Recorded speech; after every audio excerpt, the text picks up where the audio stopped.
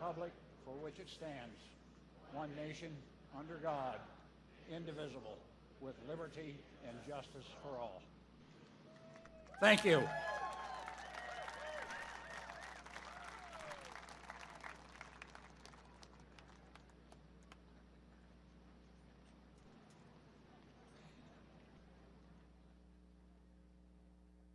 Ladies and gentlemen, please welcome to the stage Grammy-nominated recording artist Danny Gokey to sing our national anthem.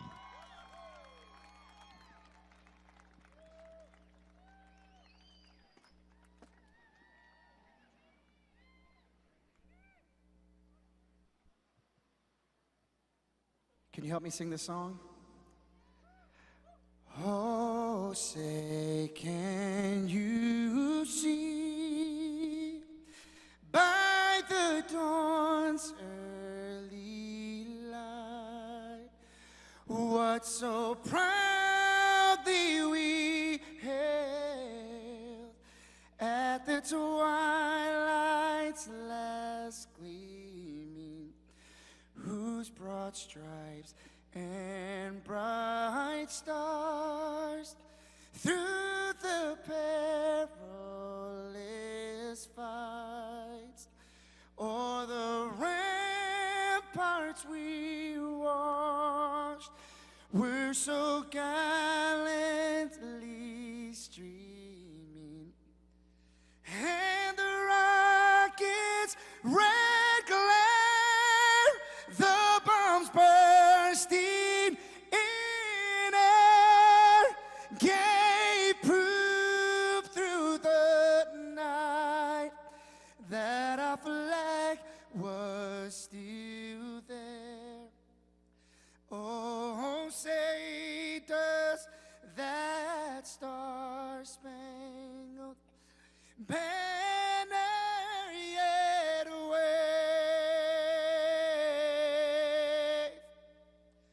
o'er the land of the free and the home of the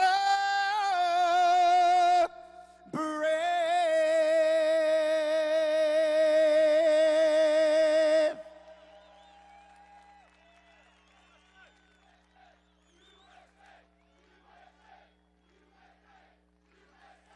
USA. So I'm gonna sing a song, but I have no audio on my monitors, and so if they want to fix that. But while they're trying to fix that, about 2 years ago, I wrote a song for my country. My wife's family fled communism, and you're gonna see the words on the screen, but I know what it takes. It takes belief in our country to see our country come back to life and see the things that our forefathers talked about. So is it okay if I share this song? It's called My America. Let's see if the audio works this time. But look at the screens and you can see the words, and hopefully it touches your heart and reminds you how great our country really is.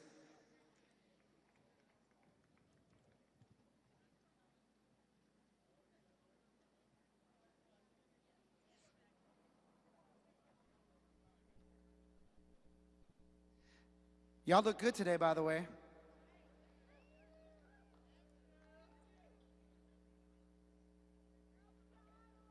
Thank you. I like Iowa. I'm gonna tell you. Yes, sir. It's plugged in.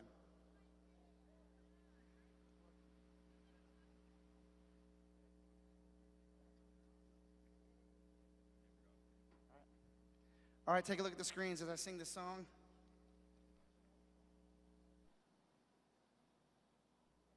Still nothing.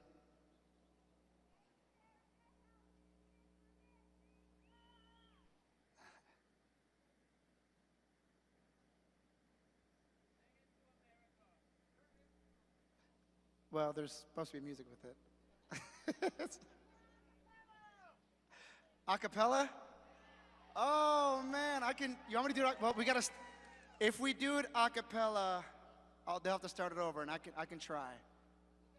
I'll have to read the words because I don't have any timing with music. All right, I'm gonna do it a cappella. It looks like I'm gonna watch the words with you, all right?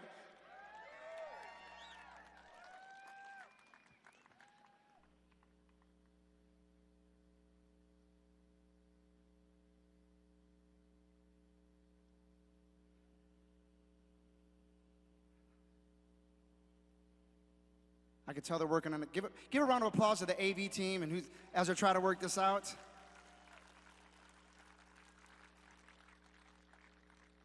I hear them say our country's far too gone. Even claim our fathers got it wrong. But I won't give up on us, and I'll take a stand. 'Cause we can overcome. This is not the end. I still believe in us, oh America. You're still the land I love, though a little bruised up. Stars and stripes still cry liberty over evil, over tyranny.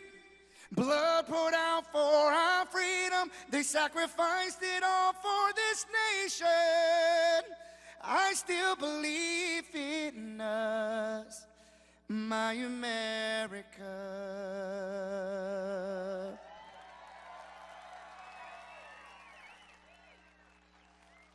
Our history is full of bravery.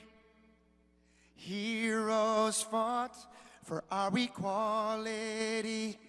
Now is the time to make peace and forgive our faults, because united we stand, or divided we will fall. I still believe in us, oh America.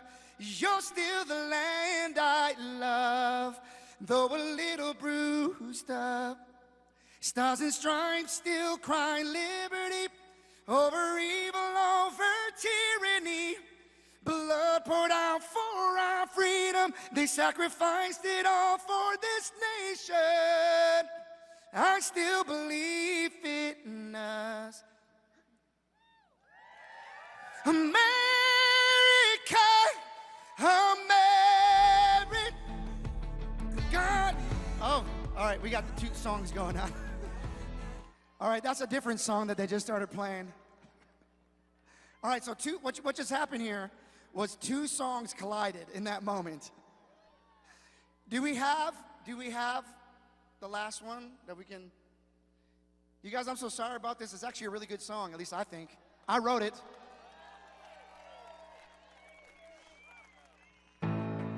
Okay, this is another one. This is another one I wrote. How about this one? I've been staying quiet.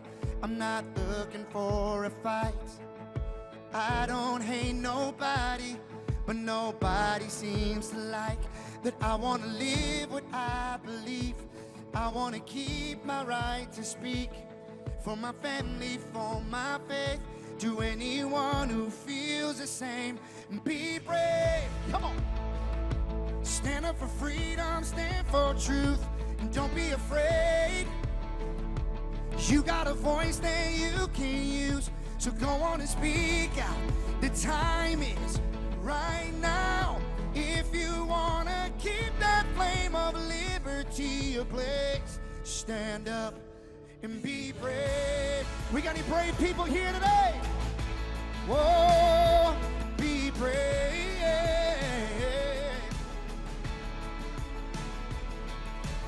We're the generation that has to make a choice. Will we push against this evil? Will we watch while it destroys what so many died to give us? This great country that we live in. There's a heavy price for freedom, and this is how we keep it. Be brave, come on. Stand up for freedom, stand for truth, and don't be afraid. You got a voice that you can use, so go on and speak out. The time is right now.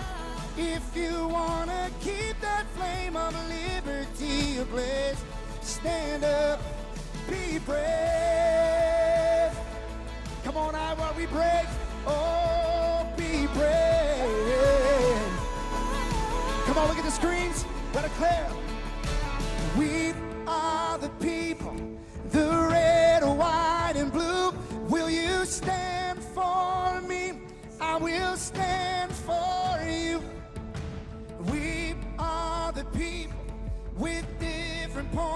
you. Will you stand for me? I will stand for you. And be brave. Stand up for freedom, stand for truth. Don't be afraid. You got a voice that you can use, so go on and speak out. The time is right now. If you wanna keep that flame of liberty ablaze, oh, stand up, be brave. Come on, are we a brave people? Be brave. Stand up for us too. Be brave for your children. Be brave for your family. Be brave for your future. Be brave for your country. Come on, let's be brave. All right, let's see if they can give us one more try with the other song. To the guys who are running it, if you want to go to the other version, the key up, we can do it in the other key if that audio works. We'll try one more time. You guys, thank you for your patience. These things just happen. I can dance, but I'm not a good dancer, so you don't want to see that. You'd rather hear me sing. Here it is. Oh!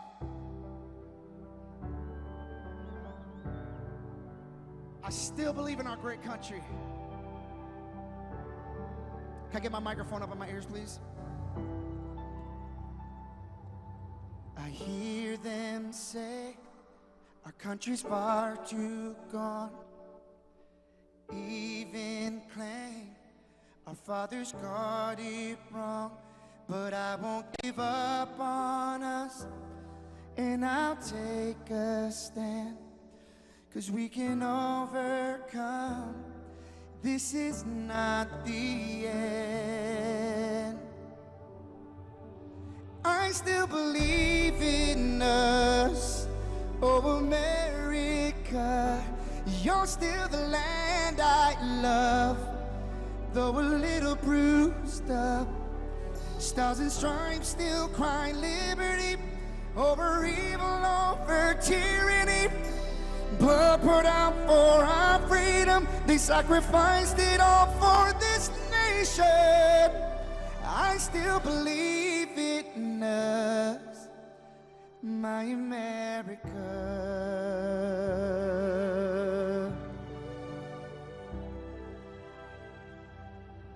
Our history is full of bravery. Heroes fought for our equality. Now is the time to make peace and forgive our faults, because united we stand, or divided we will fall. I still believe in us, my America. You're still the land I love, though a little bruised up. Stars and stripes still cry liberty over evil, over tyranny. Blood poured out for our freedom. They sacrificed it all for this nation. I still believe in us, America, America. God shed His grace on thee and crown thy good with brotherhood. From sea to shining sea, I'll always believe in us, my America. 'Cause this is the land I love, but we gotta heal up. Lady Liberty will always be a sign of hope unto the refugee. The immigrant can find escape from oppression to a better place. I still believe in us. I still believe in us. I still believe in us, my America.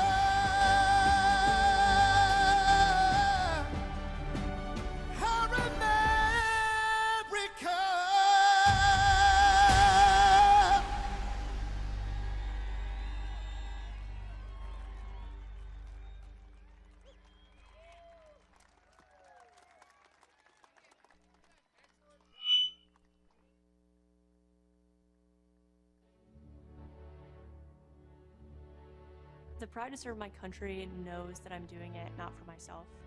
Every day I put on the uniform, I'm not just representing Caroline Robinson.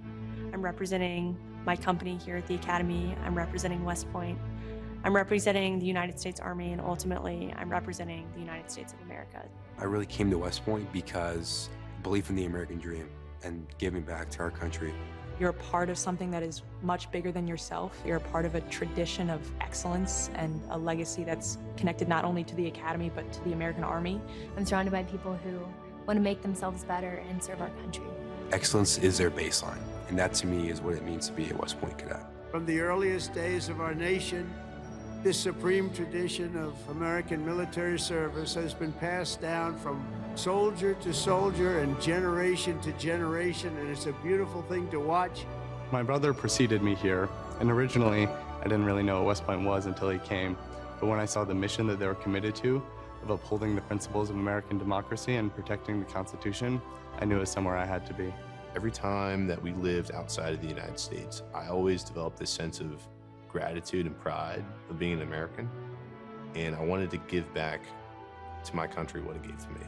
And it wasn't until I zipped up the blouse and I put the belt on for the first time that I realized that I was going to be serving my country, and it felt right. West Point was the place that I needed to be, and more importantly, the Army was where I wanted to be. I just looked to the left and right over basic training and realized that we all had the same American patch on our shoulders, that we're all fighting for the same thing. I mean, there was no better feeling in the world knowing that every single person around you is committed and willing to die for that mission. You came for excellence, you came for duty, you came to serve your country, and you came to show yourselves that you are among the smartest, toughest, strongest, most lethal warriors ever to walk on this planet. What excites me the most about my future in the Army is the opportunity that I'm going to have to give back to the American soldiers that I'm going to be leading. Because ultimately, they don't get to choose. And to me, it's that burden of responsibility to be the best leader. And as a young officer, that's going to be exactly what I get to do. I was the cadet basic training first detail for the first 3 weeks. I got to see the new cadets come in from their families' homes and being in process on their very first day and watching them grow so quickly. I would do all the formations, and I looked out at these 1,000 new cadets, people who just come out of high school. They were completely different people.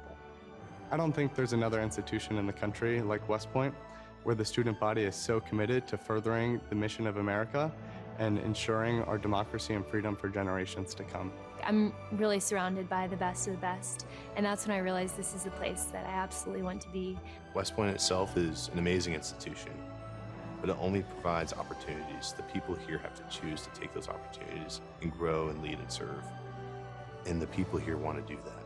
And I'm proud to be a part of that. And I would tell any high schooler who is considering it, you won't regret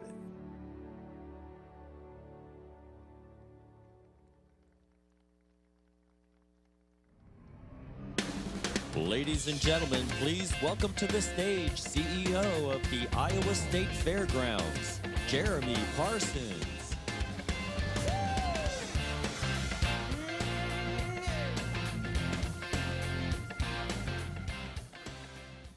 Well, welcome. Do we have any Iowa State Fair fans out there?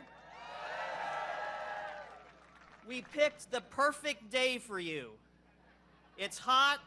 You're on the Midway lot. If you were spinning around, it'd be a great day at the fair. But thank you for being here today, and welcome to the beautiful Iowa State Fairgrounds. I want to thank the great team here at the Iowa State Fair who has been working hard with America 250 to put on this event for you. I'm blessed to work with some of the best staff and board that there are anywhere in the United States. And we also brought some of your favorite fair foods here today as well, so hopefully you grab a corn dog or a cup of cookies or some ice cream today for sure. When our nation was less than 100 years old and the state of Iowa was less than 10 years old, a dedicated group of Iowans decided that we should have a state fair. And in 1854, they did just that, held the very first Iowa State Fair. That very first Iowa State Fair was meant to be a celebration, a place where neighbors could gather, a place where blue ribbons could be won, a place where new technology could be viewed, a place where families could be entertained, and a place where agriculture, our state's #1 industry could be honored. And 171 years later, the Iowa State Fair is still here, and we are still celebrating as big as we ever have, despite all of the changes in our world since that first fair. The fair is a platform for all that is good about our state and our nation. It's a place where youth learn, a place where families safely gather, and a place where our state and our great nation is celebrated every single year. But the Iowa State Fair is not unique. In fact, across our great country, there are more than 2,000 state, county, and regional fairs that attract millions of visitors and generate billions of dollars in economic impact. But our fairs are more than economic engines. They are even more than annual events that you go to with your family. They are traditions rooted in community and connection. They are patriotic. They are all about America. Quite frankly, fairs represent the very best of our nation, and I think that's why you're here today. You also want the very best for our nation. We at the Iowa State Fair are so humbled that you are here with us when we realize that an event of this magnitude, the event that is going to kick off a year-long celebration of our nation's 250th birthday, featuring remarks by President Trump, that event could have been held anywhere in the United States. But we are blessed to have the opportunity to host it here, and we thank President Trump for that honor. So, if you're looking for something to do August 7th through the 17th, come back and celebrate Fair Sweet Fair with us. I guarantee it'll probably be about as hot, so you're already prepared for that. We would love to have you visit. And if you're not from Iowa, I know you've got a state fair in your state that you should go visit as well. Thank you again for being here tonight for this once-in-a-lifetime event here at the Iowa State Fairgrounds. Stay safe, stay hydrated, enjoy the evening. What a beautiful night to kick off a really big party, a year-long celebration of our great nation. Thank you very much.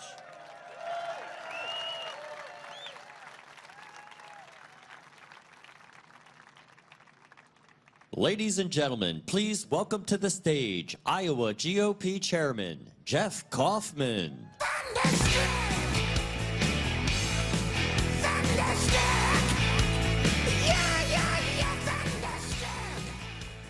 I just had a little bit of a news flash for you.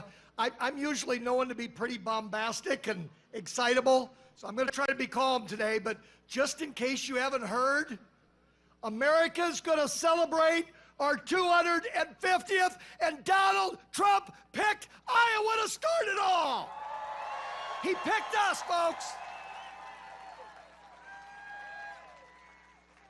Through the years, a lot of presidents have said, I'm the president of the heartland.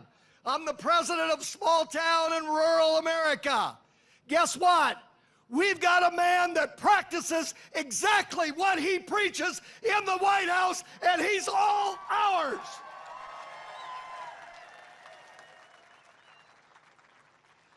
And of course, you've all heard about the big, beautiful bill. That is passed. That is in law. And the Democrats that opposed it can go pound sand. And just a little clarification in case the media's hearing. Listen to this very carefully, folks.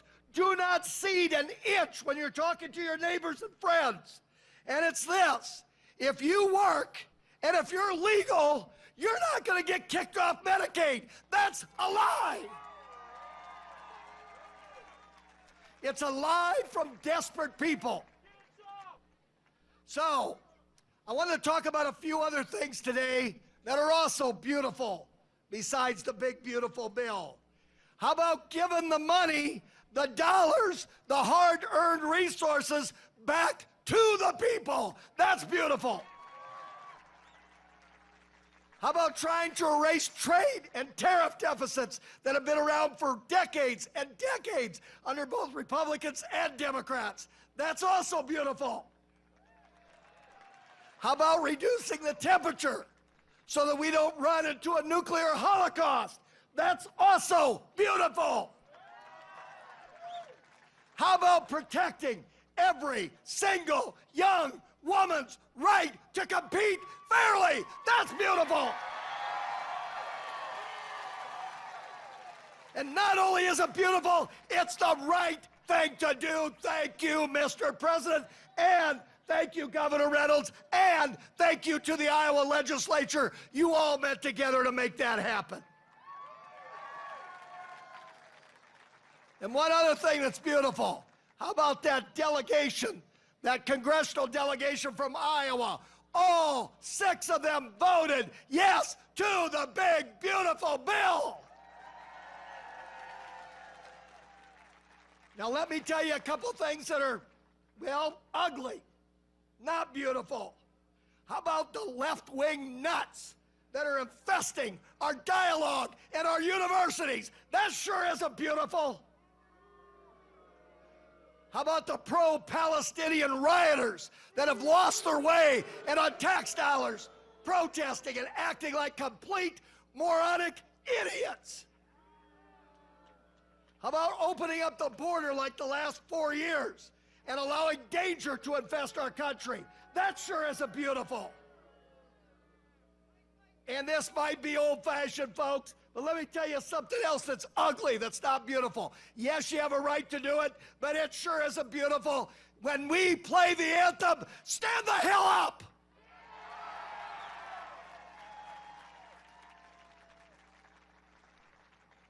So I just want to end, other than that, I don't have any strong opinions today. I just want to end with a true story. This is going to sound like I made it up, but last night I was on my four-wheeler. I was taking my grandson Oliver for a drive out by the creek. He's 4 years old. Heart and soul, of course, I've spoiled him absolutely, completely, utterly rotten, which is what we're supposed to do. And when we were sitting there by the creek, I was telling him that I'm going to see President Trump tomorrow. So he had all kinds of questions about that. And there's an eagle's nest where we go down. That's why we go down and watch the creek at that point. Honest to goodness, it was like a Hollywood show. The eagle took off and was in flight and flying around. And Oliver said, look, Papa, there's an eagle. I'm truly not making this up. So I finally looked at him. I said, Oliver, do you want me to say anything to President Trump? How telling this was, honestly. He looked at me. He says, Papa, tell President Trump that I love eagles. You know what? We love eagles. We love Iowa. We love this country. And here's a message that starts right now, and this can be a unifying message. And that is, and I want everybody to hear you, folks. I want them to hear you back there. We also love President Trump, period. Thank you.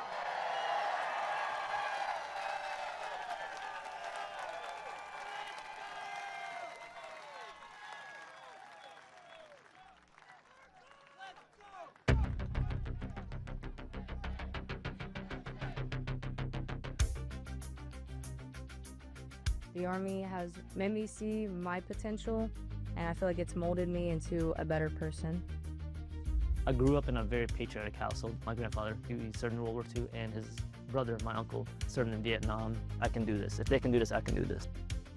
When I was born, my dad was still serving in the military, and him coming home in his uniform, I'm like, yeah, I want to do that. Clear for takeoff. My motivation, I think it follows in line, I think, with what my family's done is kind of a sense of duty to serve our country and give back since it's given us so much. I'm a very, let's say, timid person, but definitely helped me become a more confident person.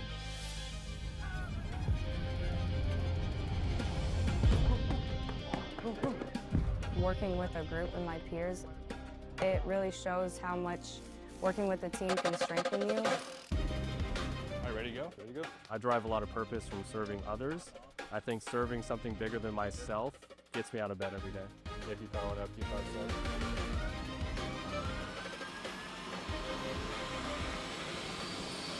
I definitely pushed myself further than I ever thought I could go. I joined the military service because I want to deploy. That's my main goal, is deploy, deploy, deploy.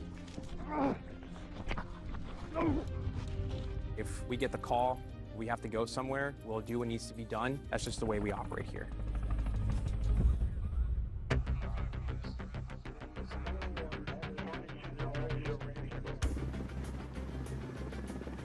This is one of the few jobs in the nation where we all take an oath to say, I'm willing to put my life on the line for you, and they're willing to put their life on the line for me.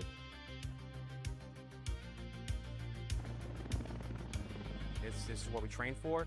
This is what I want to do. My team leaders and squad leaders, they know exactly what to do. Check equipment, check weapons, check ammo.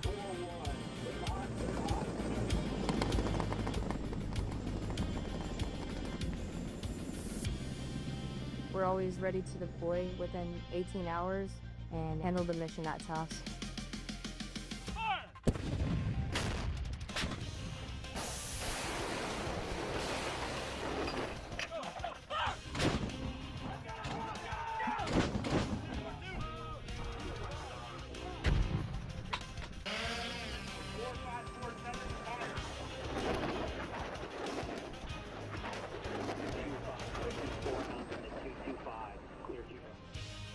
We jump so frequently so that our jump masters and the paratroopers are ready to deploy.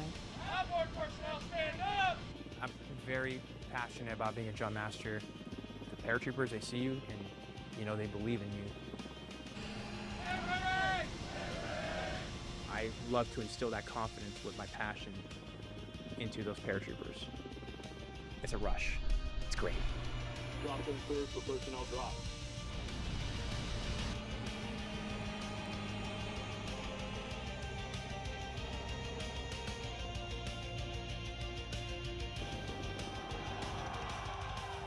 This week we honor 250 years of valor and glory and triumph by the greatest fighting force ever to walk the face of the earth, the United States Army.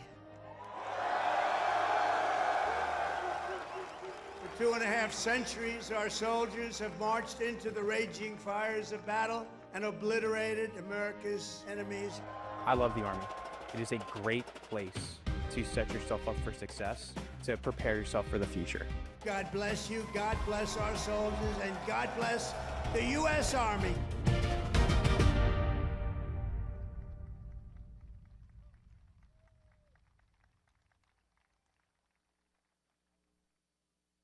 Ladies and gentlemen, please welcome to the stage Senator Joni Ernst. Hey, Uncle Sam, put your name at the top of his list, and the Statue of Liberty started shaking her fist, and the eagle will fly, and it's gonna be hell when you hear Mother Freedom start ringing her bell, and it'll feel like the whole wide world is raining down. That's right!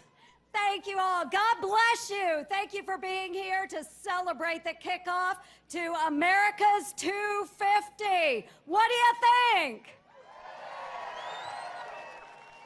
Oh, God bless our men and women in uniform. Thanks so much. I hope you're enjoying these videos. It is a great day to be an American. Thank you, Iowa, so much. And we are just hours from kicking off the year-long celebration leading up to our nation's 250th year as the greatest country on earth. So folks, join me in thanking President Trump for choosing Iowa to kick it off. Hey, Iowa has always had President Trump's back because he has always had ours. Whether it's protecting Iowa's first in the nation caucus status, championing our farmers, or revitalizing our economy and small businesses, Donald Trump is making Iowa great again. He has taken action to secure our border and keep our communities safe. And under his leadership, border crossings have dropped to a historic low. So we're not immune, of course, to the chaos that was created by our southern border. Over 9 years ago, a young Iowan, and you all remember her, Sarah Root, of Council Bluffs, Iowa, was killed by an illegal immigrant drunk driving. This tragedy never should have happened, but because of a loophole in the law, Sarah's killer was released. He disappeared. He posted bail and he fled the country. He escaped justice, at least for the past 9 years. After the Biden administration removed him from ICE's most wanted list, we needed a White House that would take action on behalf of American citizens. Yeah, who was it? Donald Trump. So after his inauguration as our 47th president, President Trump wasted no time in getting to work. In fact, he made my Sarah's Law the law of the land at his first official bill signing in 2025, so that this tragedy never happens again. And folks, thanks to President Trump and the tireless efforts of his administration, guess what? Sarah's killer was located and extradited back to the United States in March.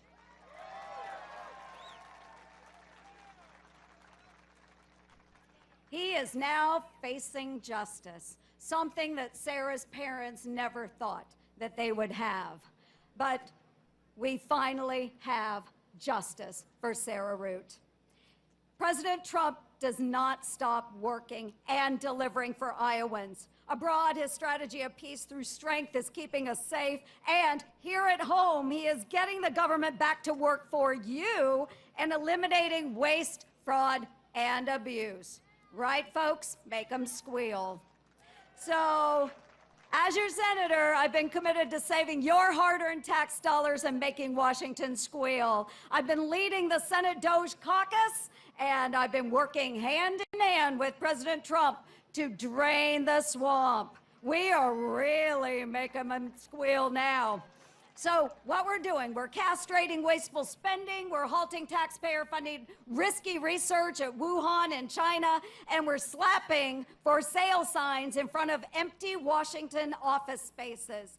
That's because you folks deserve to keep your hard-earned taxpayer dollars in your own pockets. So, no wonder Hawkeye State Patriots overwhelmingly voted to send President Trump back to the White House. Your voices in November were heard loud and clear. We want him to continue his mandate because his agenda is getting our country right back on track. And that's why this week, the Senate did our job to pass his one big, beautiful bill. So we are lowering taxes, cutting red tape, prioritizing rural America, and growing our economy. And with this bill, we've made his 2017 tax cuts permanent, and again, keeping your hard-earned tax dollars. So we are on the path to unleashing the golden age, not just for America, but for Iowa and every other state. With President Donald J. Trump leading the charge, we're going to accomplish so much more. So God bless you. Thanks to all of you patriots for coming out today to celebrate this kickoff. God bless the great state of Iowa, and of course, God bless these great United States of America. Thanks for turning out, Iowa.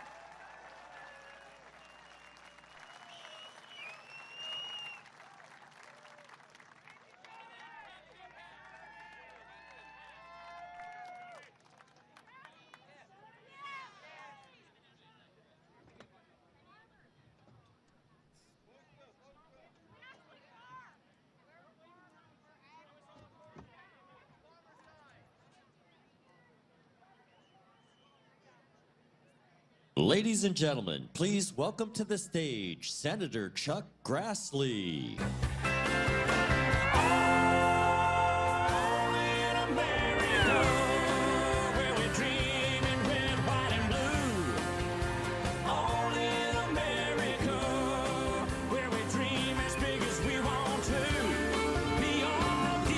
Chance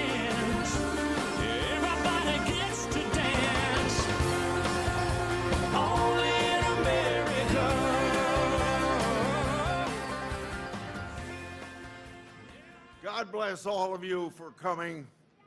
It's nice to have hot weather, better than cold, but thank you for honoring our president, but more importantly, thank you for honoring the United States of America as we join this opportunity to be with President Trump to kick off America 250.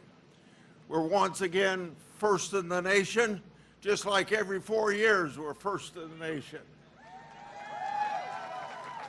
You know, tomorrow will be 249 years since 56 Americans signed the Declaration of Independence. By signing that document, they were traitors to King George III, but they're what you and I would honor as freedom fighters. They knew at that time that King George III was going to restrict their freedoms. Couldn't do in the colonies what every other British person could do in London and the British Isles. He was restricting their freedoms, and that's why they said in the Declaration of Independence, we're endowed by our Creator with certain unalienable rights, among them life, liberty, and the pursuit of happiness. By saying we're endowed by our Creator, we get our rights and freedoms from God. We don't get them. We don't get them from the government. And we know that 13 years later, they wrote the Constitution. The Constitution doesn't say what our rights are except in the Bill of Rights, but that's just a few of the rights that were guaranteed by God. What it said was that we write this Constitution to protect the American people from their government, and it still serves that purpose. And I hope that we appreciate that in America. You know, people of the left get irritated when we talk about the United States being an exceptional nation. It doesn't mean that we're better than any people anyplace else, but it does mean we're an exception nation from the fact that we get our rights from God. We don't get our rights from the government, and it's the only society in 6,000 years of humankind that has ever had that relationship between the government and the American people. And what we're honoring for the next year is the preservation of that statement in the Declaration of Independence. We're endowed by our Creator with certain inalienable rights. And we're going to emphasize that for the next year and honor it as we traditionally do. I would like to comment just a short period of time about the one big, beautiful bill. I was happy to stay up 27 hours to see that through to its finality. It's a bill that makes sure we don't get the biggest tax increase in the history of the country. And for all the Democrats that voted against it, they were voting to have the biggest tax increase in the history of the country. It strengthens our national defense tremendously. It fights waste, fraud, and abuse. Now, you get tired of us using those terms, but I think we've proven through many studies that that's just exactly what happens when government isn't proceeding the way it should. And I thought I would take just a minute to tell you what my contribution to the big, beautiful bill, because I'm chairman of the Judiciary Committee, and immigration comes under our responsibilities, so we're going to finish the wall.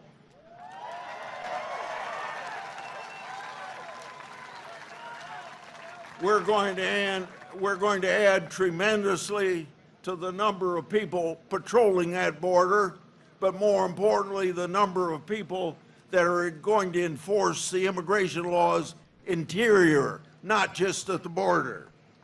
And then we're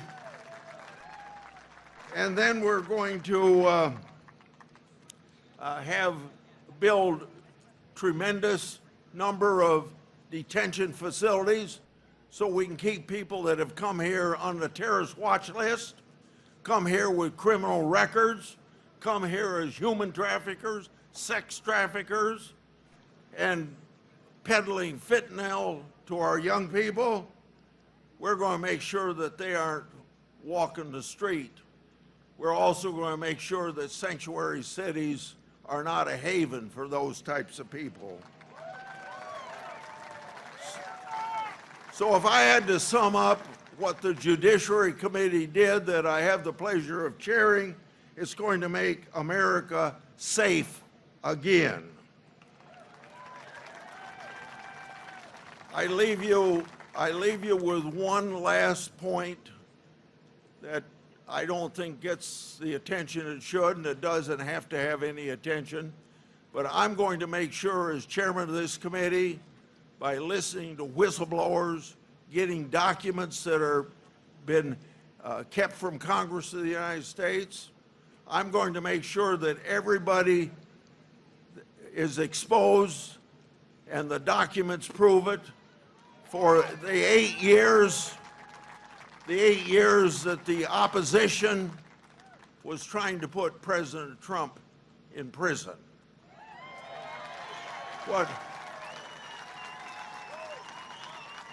What we're doing, whether we had Republican or Democrat administrations over my years in the United States Congress, this president and his appointees to the Department of Justice and the FBI has given us the first real cooperation that we should have had under both Republican and Democrat presidents before, but it was just obfuscate and cover up and not let the truth out because it's going to be embarrassing. So we're getting some whistleblowers their jobs back. We are releasing documents because I want everybody who had anything to do since President Trump went down that golden elevator in 2015, have been trying to get him out of the presidency, or when he was out of the presidency, getting into prison. We don't have to put up with that in America. President Trump hasn't put it in America, and I want to thank President Trump and his administration for helping me make this stuff more transparent and never see that it happens again. Thank you.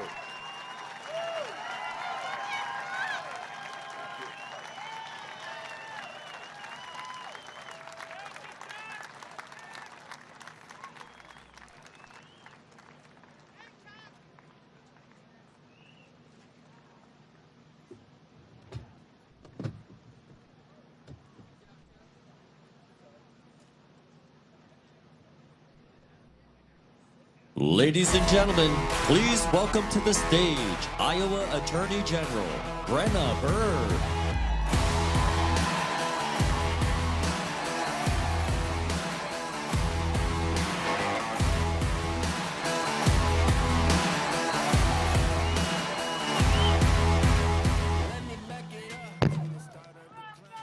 Well, Iowa, are we ready to celebrate or what?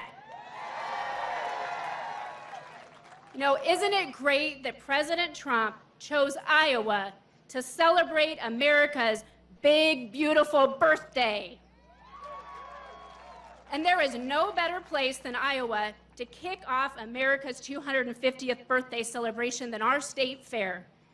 Iowa, we have always come through for President Trump, haven't we? And today, it's America's state fair.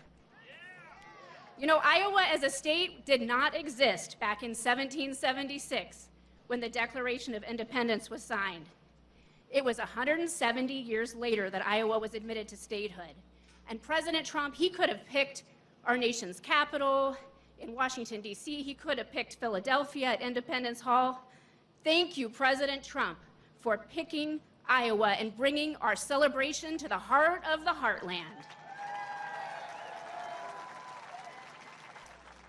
I'm Brenna Bird, and I'm so glad to get to work for you as your Attorney General, get to uphold our laws and Constitution, work every day to protect Iowans, and as a mom and a prosecutor, I will always protect our children and keep them safe.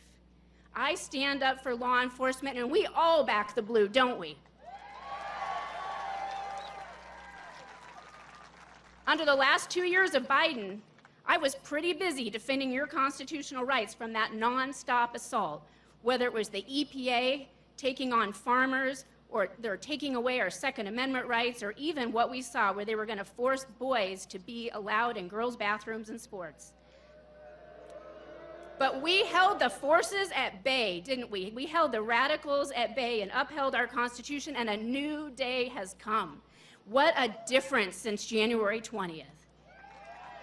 You know, President Trump, he loves farmers, he protects our rights, he keeps America safe, and he loves our great country. And our great country is about 250 years old, one more year to celebrate.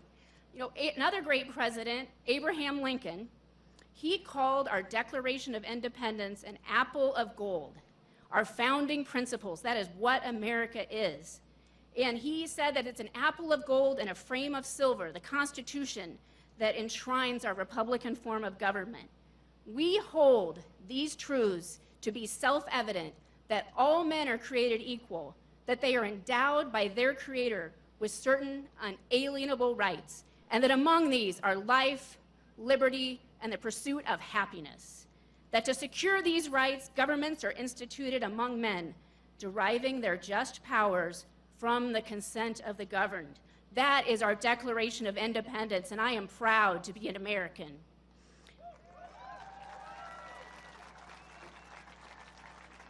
I'm also a proud Iowan because we've got a lot to brag about as a state. You know, Iowa sent more soldiers per capita than any other state in the Union to fight in the Civil War.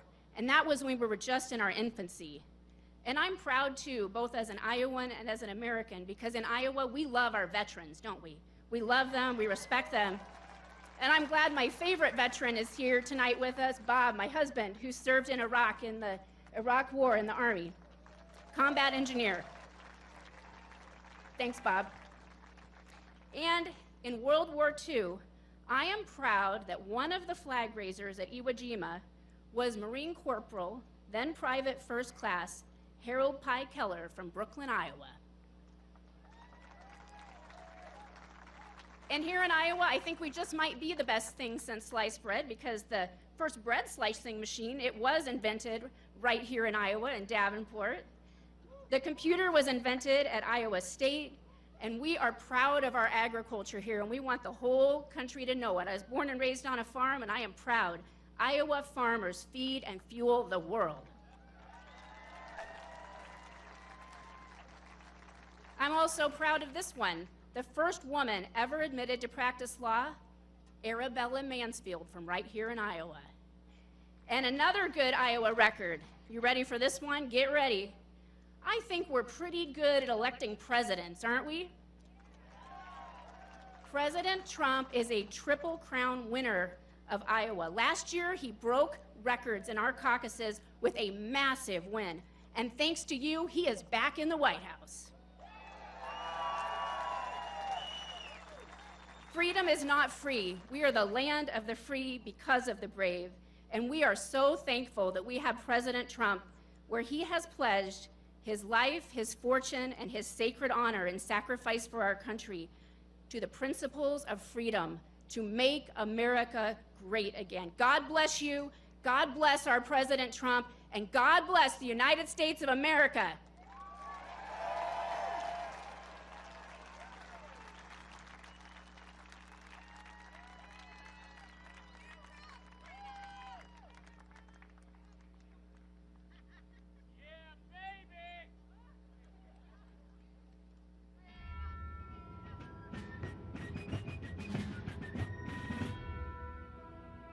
Before we even had a country, we had an army.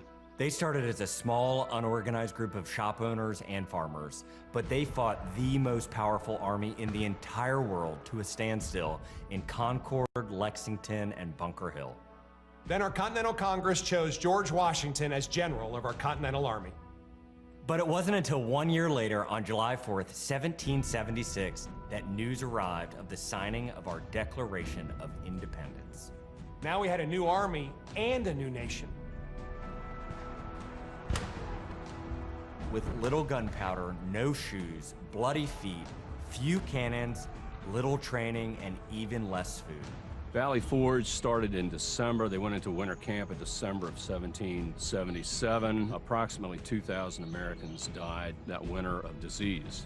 They lived through hell, but they never ever gave up. Not this army, not this first American army. Finally, Washington and his army arrived. Here at Yorktown, where they had General Cornwallis and his powerful British army trapped in this city against the sea. All of the preparation that Washington has learned through the course of those 6.5 years meets its full force here at Yorktown, and he employs it brilliantly. Sailing from the Caribbean, the French Navy arrived and took on the British fleet. Washington decided to make his move.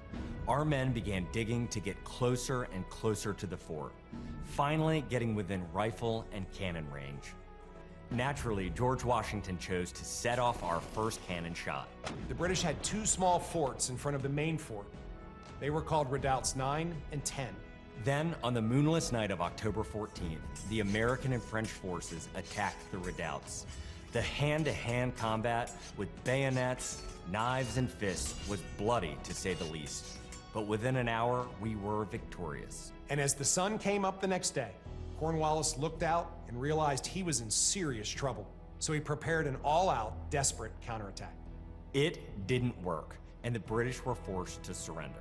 We were supposed to lose to the best army and the largest and most professional navy in the world. But our young army had won the war and our freedom. The freedom we hold so dear. And 250 years later, for what started as a ragtag group of shop owners, has now become the most powerful army in the world.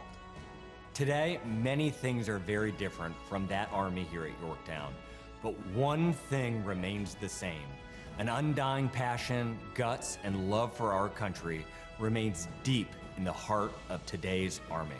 When I look into their faces, you can see it. That will never change. God bless the United States Army, and God bless the United States of America.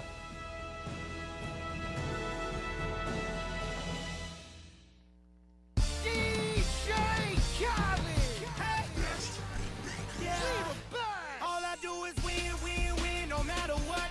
Got money on my mind, I can never get enough. And every time I step up in the building, everybody hands go up. And they stay there, and they say yeah, and they stay there. Cause all I do is win, win, win. And if you going in, put your hands in the air, make them stay there. Ludacris going in on the verse, cause I never been defeated and I won't stop now. Keep your hands up, get them in the sky for the homies that ain't making it and my folks locked down. I never went nowhere, but they saying Luda's back. Blame it on that contour, the hood call it Luda yak. And I'm on this foolish track, so I spit my foolish flow. My hands go up and down, like strippers' booties go. My verses still be serving, tight like a million virgins. Last time on a college remix, now I'm on the original version. Can't never count me out, y'all better count me in. Got 20 bank accounts, accountants count me in. Make millions every year, the South's champion. Cause all I do is win, win, win, no matter what. Got money on my mind, I can never get enough. And every time I step up in the building, everybody hands go up. And they stay there, and they say yeah, and they stay there.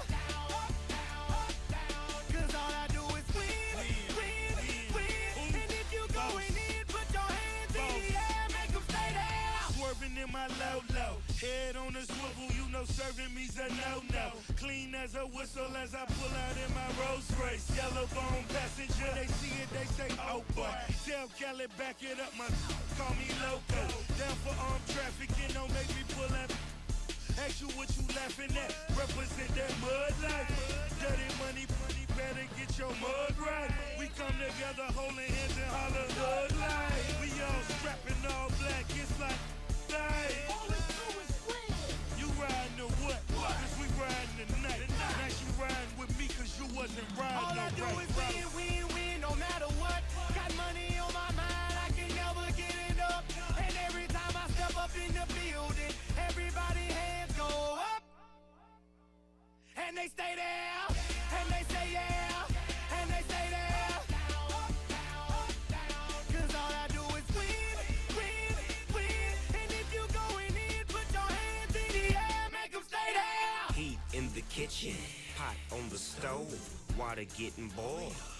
Being sold, Snoopy in the hootie, system overload. I've been running this rap game since I was 20 years old. I hung with the worst of them, bust till I burst them up, floss them up, toss them up, harder way, close them up. Pardon me, I'm bossing up, pressure up, bless you, bro, don't mess with us. We like the youth in the 80s, back to back, set a track, hit the lick, get it back, get the trick, jump the track. Want my money back, time and time again, while I'm sipping on this gin. Al Davis said it best, just win, baby, win. All I do is win, win, win, no matter what. Got money on my mind, I can never get it up. And every time I step up in the building, everybody hands go up. And they stay there, and they say yeah, and they stay there. Cause all I do is win, win, win. And if you going in, put your hands in the air, make them stay there.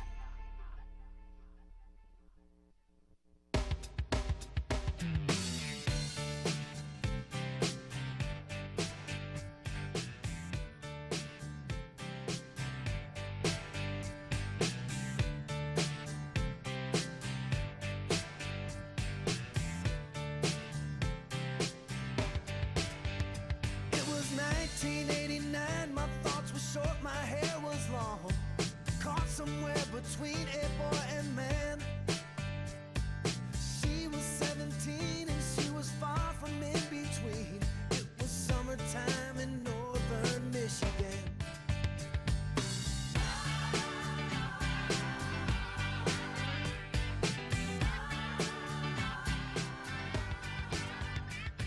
Splashing through the sandbar, talking by the campfire. It's the simple things in life, like when and where.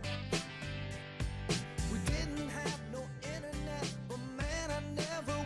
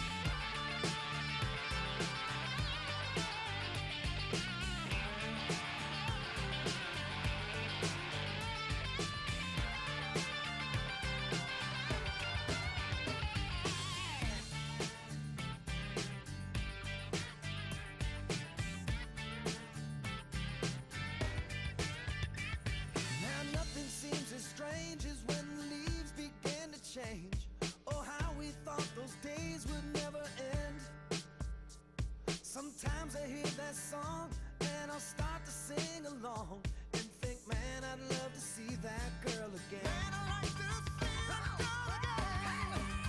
And we were trying different things, and we were smoking funny things, making love out by the lake to our favorite song, sipping whiskey out the bottle, not thinking about tomorrow, singing Sweet Home Alabama all summer long. We were trying different things, and we were smoking funny things, making love out by the lake to our favorite song, sipping whiskey out the bottle, not thinking about tomorrow, singing Sweet Home Alabama all summer long, singing Sweet Home Alabama all summer long, singing Sweet Home Alabama all summer long, singing Sweet Home Alabama all summer long, singing Sweet Home Alabama all summer long.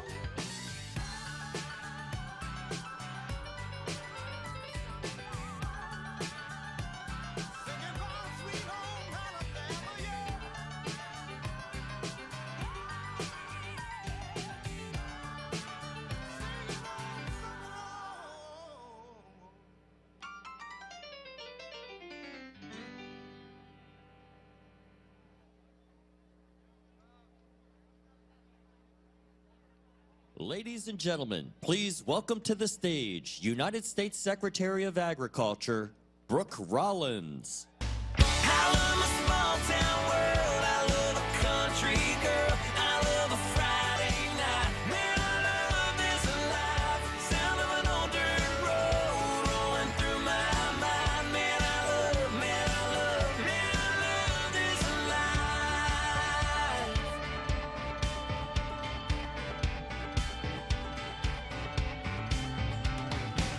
I love that county line bar where they all know my drink, the way she throws her hands up when that cover band plays. I love the taste of her lips when she's been sipping that wine. I still get drunk on her every time.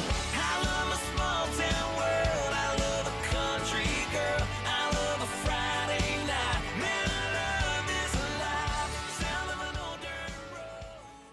Well, hello, Iowa. Who is excited that President Trump is in the air and on his way to the beautiful state of Iowa? Well, listen, y'all, there is no better place to kick off the new era of American greatness than right here, right now, on the Iowa State Fairgrounds. Let's go. Iowa is the backbone of America, and there is a reason for that. It is the small towns, it is the hearts of the people who live here who power our nation. Iowa feeds America. Iowa, you fuel America. And Iowa will always be the beating heart of America. Our American Revolution was fought for many causes, all under the banner of liberty. But central among them was this: the preservation of a people who work the land, who love their families, who take pride in our country and our flag, and place their trust not in the government, but in our Almighty God.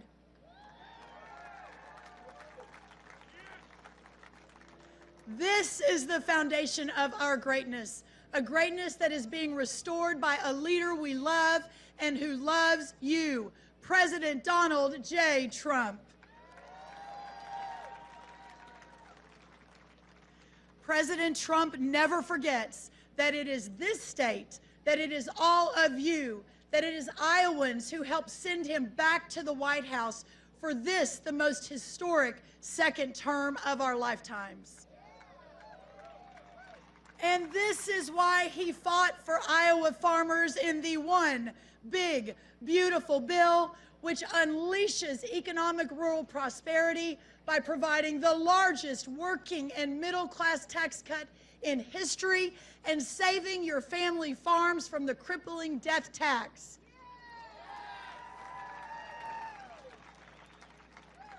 Listen, y'all, I am not from the great state of Iowa. I am a daughter of Texas's farms and small towns. Got a few Texans here. I was just a small town FFA kid growing up baling hay and racing barrels in the tiny town of 1200 in Glen Rose, Texas. But it is there where I learned the virtues that run deep through America's heartland. And that American way of life of hard work and self-sufficiency, of grit and of grace, of faith and of family is not some creation that came about by accident. It is the deliberate consequence of the great American founding itself.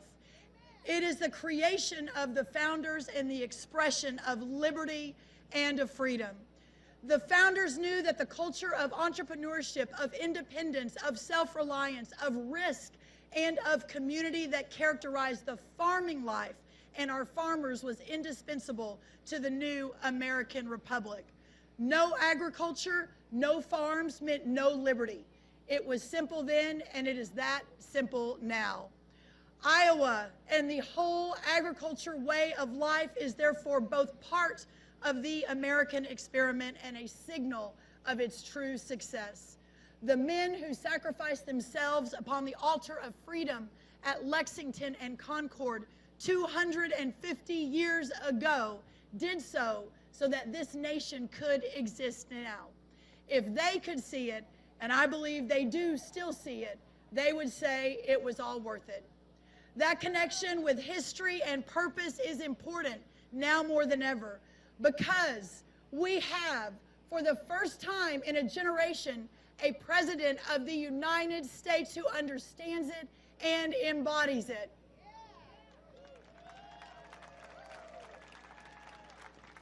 President Donald Trump is American in ways the founders would immediately understand, and in ways that the pioneers who tamed this former wilderness would have instantly recognized. He is American in ways that Iowans absolutely understand, so much that he won the hearts and minds of Iowans and Americans, not once, not twice, but 3 times.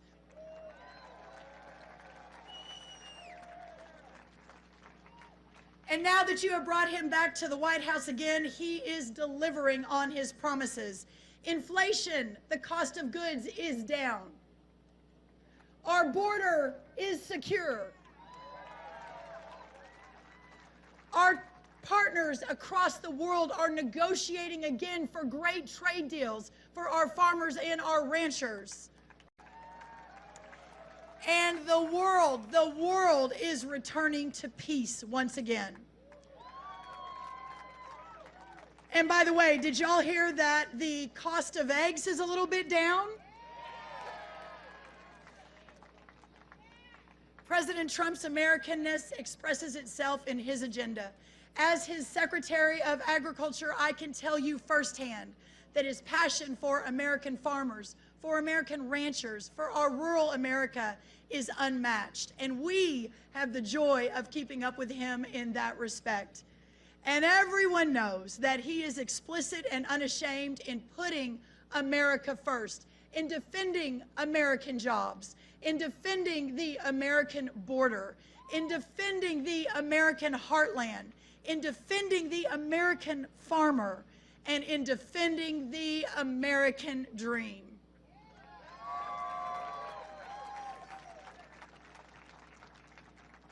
It's been almost exactly 1 year since that fateful day in Butler, Pennsylvania, when the world stood still. It is the most uncommon thing in the world to be shot, and then to rise and to tell the shocked and terrified crowd to fight, to fight, to fight, to fight, to fight, to never give up for this country. But it is also the most American thing. I mentioned Lexington and Concord, and there's something in that record of the American Revolution we commemorate now, today, that we must never forget. Lexington was an American loss. Concord was an American victory. But the battle records soon after were more losses than wins for a very long time. The revolution didn't end because of it, because those Americans knew the important thing was to fight. President Trump knows it too. And when you fight, sometimes you win, sometimes you don't. But if you keep fighting and God is on your side, you always win.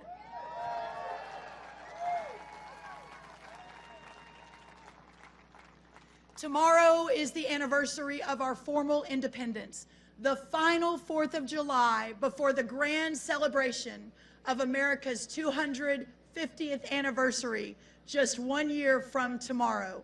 It's worth the celebration, but never forget that for independence to be declared, the people themselves had to embrace liberty and had to see themselves as masters of the new continent. John Adams said the revolution was not won on the battlefield alone. It was also won in the hearts and the minds of our people.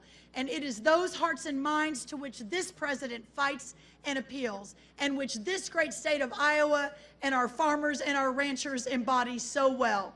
Your lives, your homes, your families, your faith is the true testament to American independence. Independence, after all, is not a one-time act. It must be won again. It must be won again and again, and it must be won again. And every generation proving itself deserving of the heritage that it receives. Y'all, we will have a celebration worthy of the anniversary across this entire next year.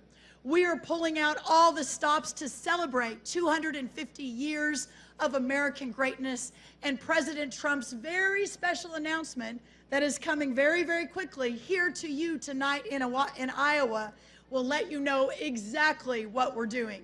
Just this morning, I announced that we will have in August the biggest, most amazing American farmers market in the history of our country in Washington on the National Mall.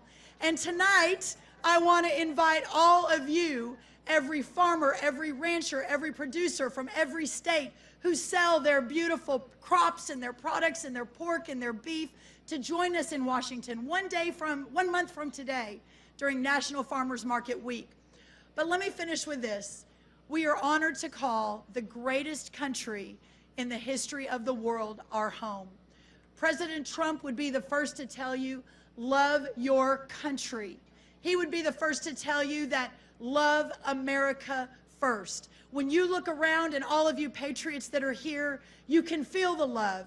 You can feel the spirit of patriotism in the air. It is that same spirit that won our independence, and it is that same spirit that moved the first farmer to sink the first plow into Iowa's beautiful, rich earth. Tonight, I'm reminded of another great Iowan, 24-year-old Martin Treptow. He worked as a barber in northwest Iowa before deploying to France during World War I. Before he gave his life for his country during that war, he wrote in his diary that America must win this war. Therefore, I will work, I will save, I will sacrifice, I will endure, I will fight cheerfully and do my utmost as if the issue of the whole struggle depended on me alone. Just as that brave young soldier who did give the ultimate sacrifice in World War I, we will work, we will save, we will sacrifice, we will endure, and we will fight cheerfully and do our utmost as if the issue of the whole struggle depended on us alone. Thank you, Iowa. I will be back in a month for your Iowa State Fair. I will proudly be showing in your steer show against your Governor Kim Reynolds, your Attorney General, and others. So those of you at the State Fair, come say hello. What an honor. What a joy. Never forget to fight, to fight, to fight, to fight for America, for freedom, for liberty. God bless you all. God bless President Trump. And God bless the United States of America. God bless you all. Thank you so much.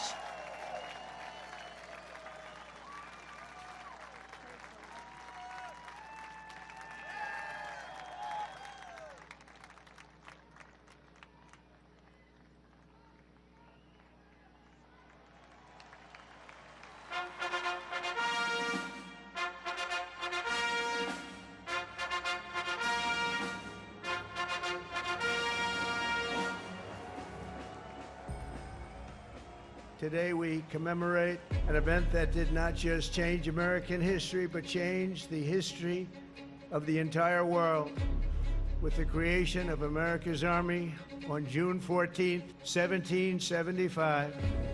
Liberty got its shield and freedom got its sword.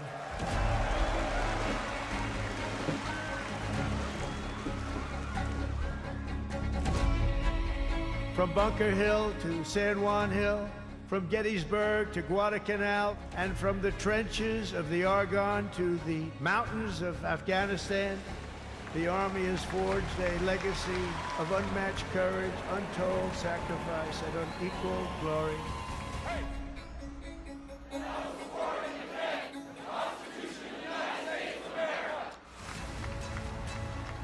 Their motto is victory or death. Over the past 2.5 centuries, our warriors have shown unrivaled valor. Down through history, we've been blessed beyond words by this valiant legion of Army warriors and patriots, heroes and legends. Thanks to their extraordinary service and devotion, 250 years later, America stands tall, America stands proud, and America stands free.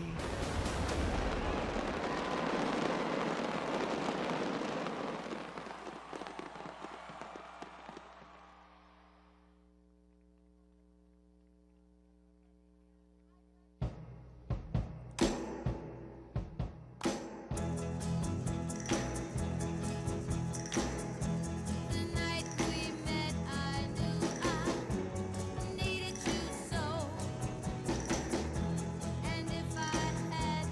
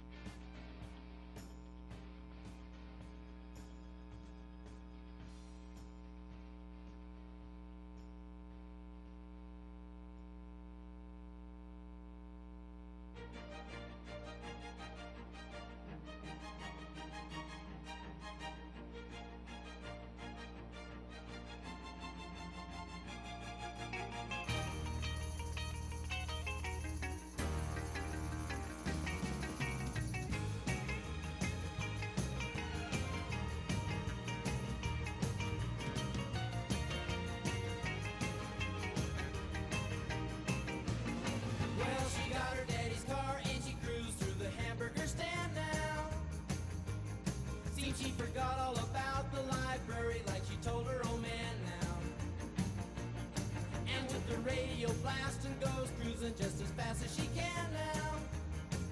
And she'll have fun, fun, fun till her daddy takes the T-bird away. Fun, fun, fun till her daddy takes the T-bird away. Speed standard 'cause she walks, looks and drives like an ace. You walk like an ace now, you walk like an ace. She makes the Indy 500 look like a Roman chariot race. Like an ace now, you look like an ace. A lot of guys try to catch her, but she leads them on a wild goose chase. Like an ace now, you drive like an ace. She'll have fun, fun, fun till her daddy takes the T-bird away. Fun, fun, fun till her daddy takes the T-bird away.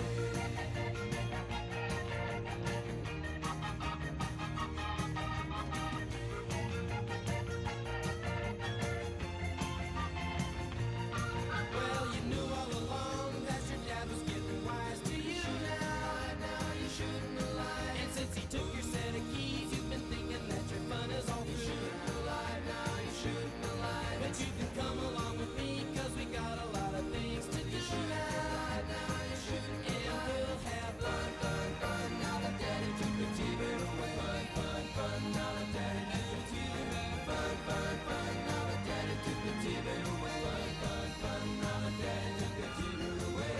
Fun, fun. Now that daddy took the T-bird away. Fun, fun. Now that daddy took the T-bird away. Fun, fun. Now that daddy took the T-bird away. Fun, fun. Now that daddy took the T-bird away. Fun, fun. Now that daddy took the T-bird away. Me not working hard. Yeah, right, picture that with a Kodak. Or better yet, go to Times Square, take a picture of me with a Kodak. Took my life from negative to positive, I just want y'all to know that. And tonight, let's enjoy life. Pitbull, Naya, Neo, that's right. I want all of you tonight. Give me everything tonight. For all we know, we might not get tomorrow. Let's do it tonight.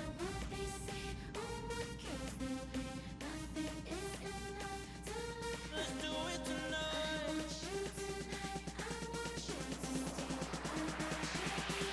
Grab somebody sexy, tell them, hey, give me everything tonight. Give me everything tonight. Give me everything tonight. Give me everything tonight. Take advantage of the night, 'cause tomorrow I'm off to do battle, perform for a princess. But tonight, I can make you my queen and make love to you endless. It's insane the way the name growing, money keep flowing. Hustlers moving silent, so I'm tiptoeing. So keep blowing, I got it locked up like Lindsay Lohan. Put it on my life, baby. I'm gonna give you a ride, baby. Can't promise tomorrow, but I promise tonight. Excuse me, and I might drink a little more than I should tonight. And I might take you home with me if I could tonight. And baby, I'ma make you feel so good tonight. 'Cause we might not get tomorrow. I want all of you tonight. Give me everything tonight. For all we know, we might not get tomorrow. Let's do it tonight.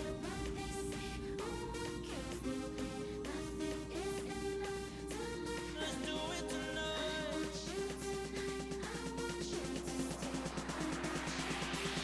Grab somebody sexy, tell them, hey, give me everything tonight. Give me everything tonight. Give me everything tonight. Give me everything. Reach for the stars, and if you don't grab them, let yourself fall on top of the world. Think about it, 'cause if you slip, I'm gonna fall on top of your girl. What I'm involved with is deeper than the Masons, baby, baby, and it ain't no secret. My family's from Cuba, but I'm an American. I don't get money like secrets. Put it on my life, baby. I make it feel right, baby. Can't promise tomorrow, but I promise tonight. Darling. Excuse me, and I might drink a little more than I should tonight.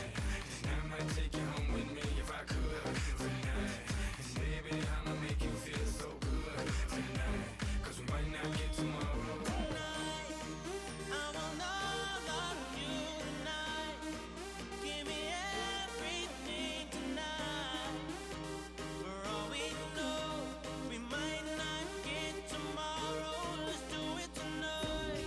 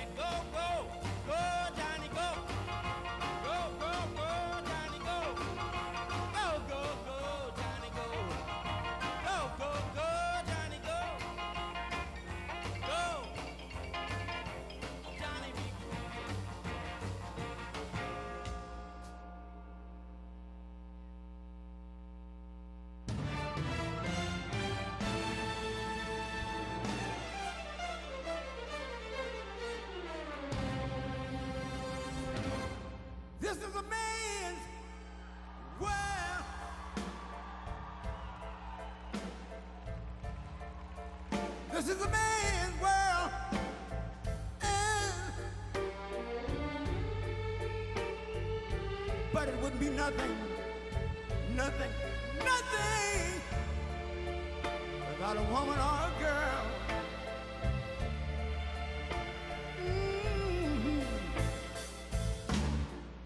You see, man made the car to take us over the road. Man made the train, carry the heavy load. Man made the electric lights to take us out of the dark. And man made the boat for the water. Like my Bible said, Noah made the ark. This is a man's world.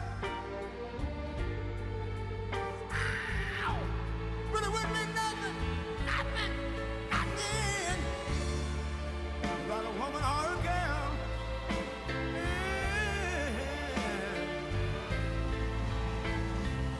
L'uomo rincorre il potere, ma lui non sa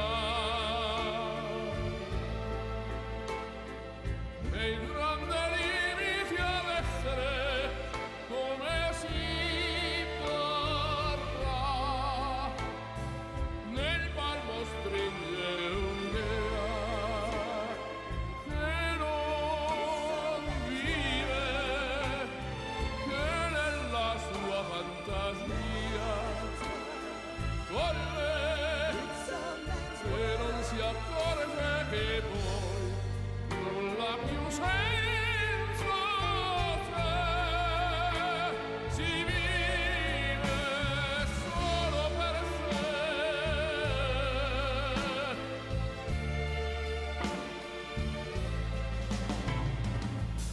Man thinks about a little bit of baby girls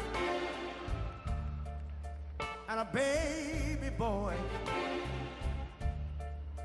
Man make them happy because man make them toys. But after man made everything he can, man made lira, pesos, dollars, rubles, and buy from every good woman.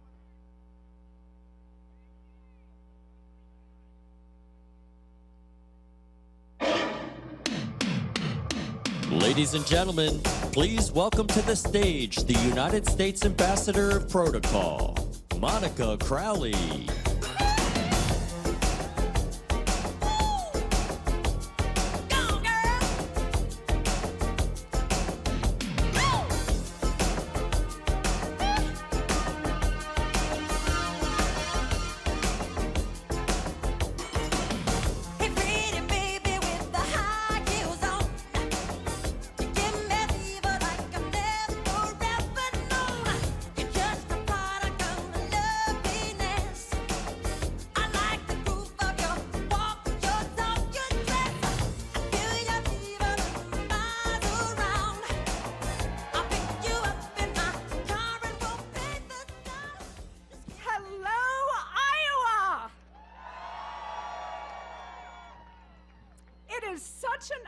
To be back in our heartland as the Trump administration's representative for America 250 and as America's ambassador. Today we kick off our year-long 250th birthday party for America. This majestic celebration is about our exceptional history and the start of a new era of American greatness. Today we launch the next 250 years of American freedom, strength, dynamism, leadership, and pride. And what an absolute gift it is to have President Trump in the White House during this epic moment in our history. 249 years ago tomorrow, a ragtag band of young patriots came together in a small hall in Philadelphia to approve a document that would change the world forever. The Declaration of Independence was more than an airing of grievances against the crown. It heralded a new nation, announced in defiance of tyranny, built on individual rights and freedom. The Declaration was and remains the most eloquent battle cry of all time. The founders knew that when they put their names to it, they were risking it all. As Benjamin Franklin reportedly said, quote, "We must hang together, or most assuredly, we shall all hang separately." And yet, they did it anyway. That is true courage. And that is true faith in the absolute moral necessity to fight for God's gift of freedom.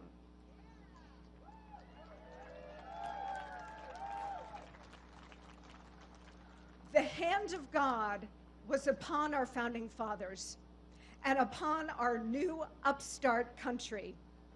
But America requires, in Abraham Lincoln's immortal words, a new birth of freedom in every generation. And over the next year, we will honor and celebrate all that the incredible generations before us accomplished, from creating this republic to saving it more than once. A new birth of freedom is exactly what we are experiencing right now, because our current president is a direct inheritor of the founders' heroic character.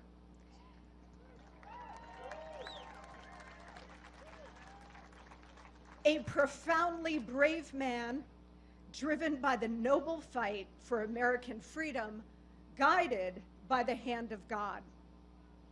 From Washington, Adams, Jefferson, and Hamilton to Trump, the through lines of history are clear. President Trump is the heir to those greats who 250 years ago risked their lives, their fortunes, and their sacred honor for America. We are now in a moment in our history when, thanks to President Trump, we are turning the tide again, just as the revolutionary generation did. It is our time to take big risks to save our country.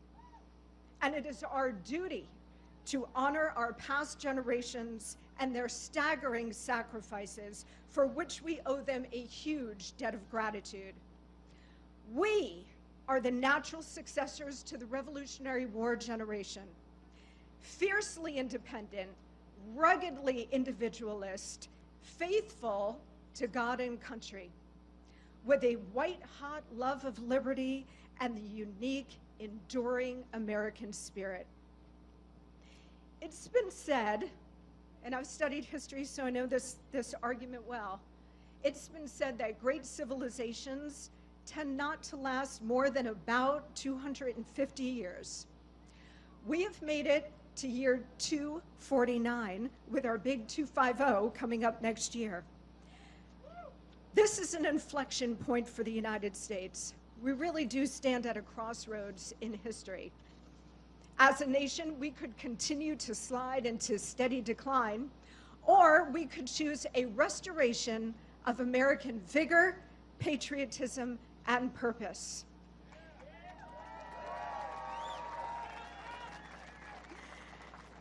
It is our responsibility to carry that spirit forward, and we have chosen to make America great again. But as our forefathers discovered, that mission requires forever vigilance. President Trump is rekindling our founder spirit and reclaiming the American Republic for the American people.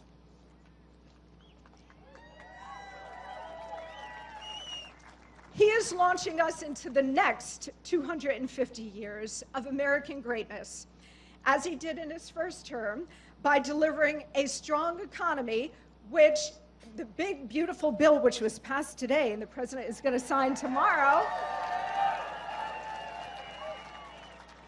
that is going to add rocket fuel to an already strong Trump economy. President Trump had to bring the economy back not once but twice. First, after 8 long years of Obama-Biden, and then after the COVID pandemic, when we reopened the country. And guess what? He's going to do it a 3rd time. He is also delivering major trade deals, an enforced border and record low illegal immigration, a government being rid of waste, fraud, and corruption, and world peace. He is literally delivering peace and prosperity. America first. I don't know what more people expect or want from an American president. He is literally fulfilling the entire job description and so much more. He is fulfilling America's very destiny.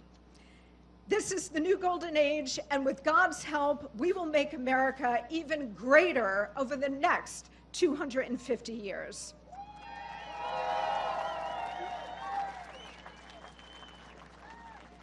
Thanks to the genius cluster known as the Founding Fathers and their unfathomable courage, we will celebrate, starting today, 2.5 centuries of magnificent American exceptionalism.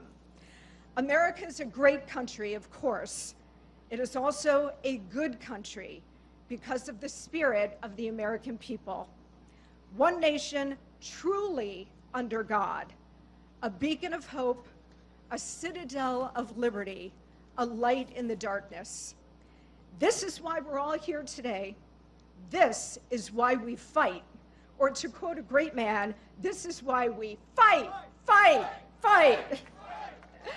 Thank you so much. God bless you. God bless President Trump, and may God continue to bless the United States of America.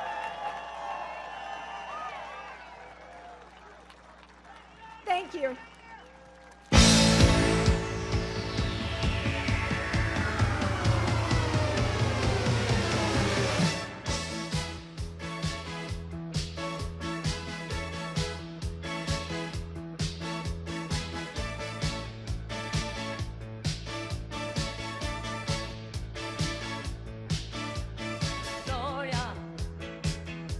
You're always on the run now, running after somebody.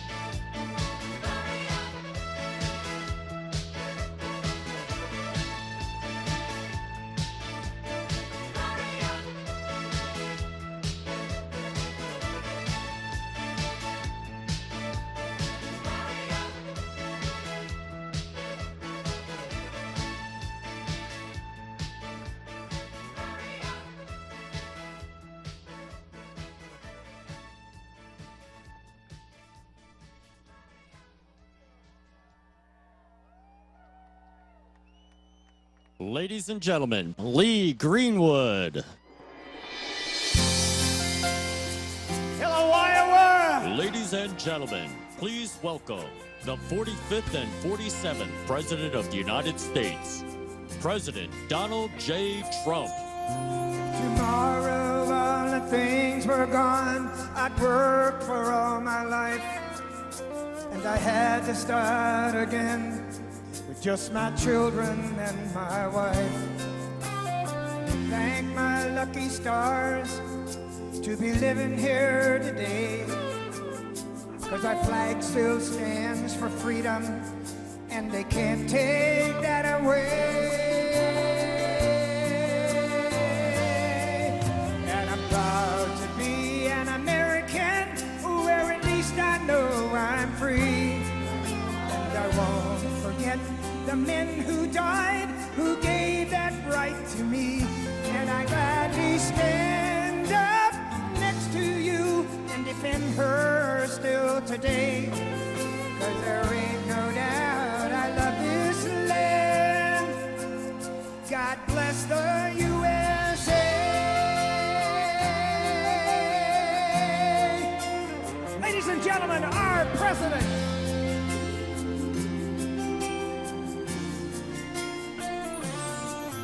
From the lakes of Minnesota to the hills of Tennessee, across the plains of Texas, from sea to shining sea, from Detroit down to Houston and New York to LA.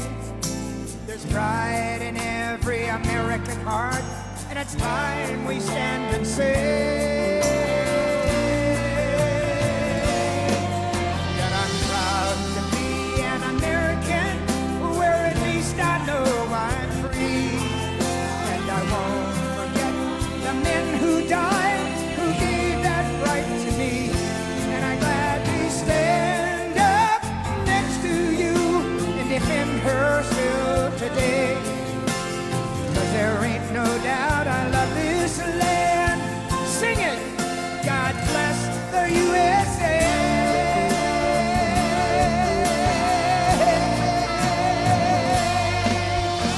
And I'm proud to be an American, where at least I know I'm free.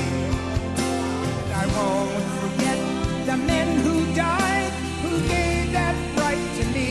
And I gladly stand up next to you and defend her still today. 'Cause there ain't no doubt I love this land. God bless the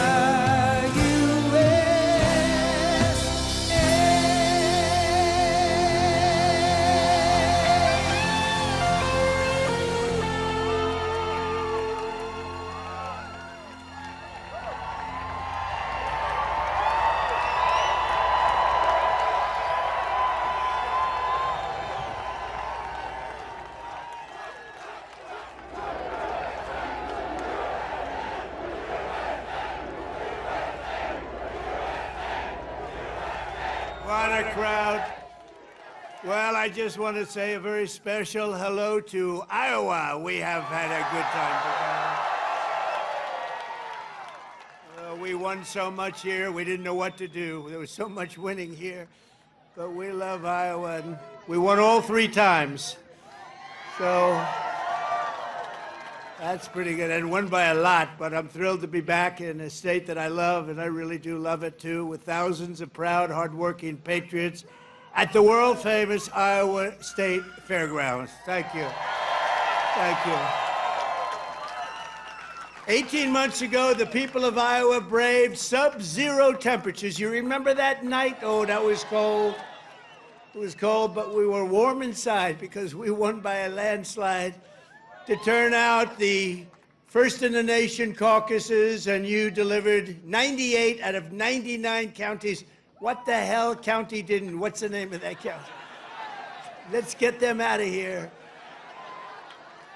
98 out of 99, that's not bad, Susie, I guess, right? We'll take that. But for President of the United States, Donald J. Trump, thank you very much, everybody. Then in November, we won Iowa by a landslide, 13 points, and it was the single largest presidential victory in your state's history. That's not bad. And now we're back where it all started to celebrate 5 months of incredible success for our nation and wish the Iowans and all Americans a very happy 4th of July. It's an honor to be with you. It's an honor. You know, a lot of people wanted us. When you're president, they want you. And if you're not president, they don't want you so much. But they really wanted us. And I said, nope, I'm going to Iowa because I promised I would go to Iowa. Sorry. I said, no way. There could be no better birthday present for America than the phenomenal victory we achieved just hours ago when Congress passed the one big, beautiful bill to make America great again. Right? And in the last election, the people gave us a historic mandate to cut taxes, raise take-home pay, bring back jobs, stop the invasion, that horrible invasion. Who would do that? Who would do that? That horrible, who would do that to us? Who would do that to us? Deport the illegals and slash hundreds of billions of dollars of waste and fraud, and that's what we're doing. With this bill, every major promise I made to the people of Iowa in 2024 became a promise kept. You know, they had a report today on some crazy fake station, but it wasn't fake in this regard. They said, you know, this guy actually did more than he promised. I did.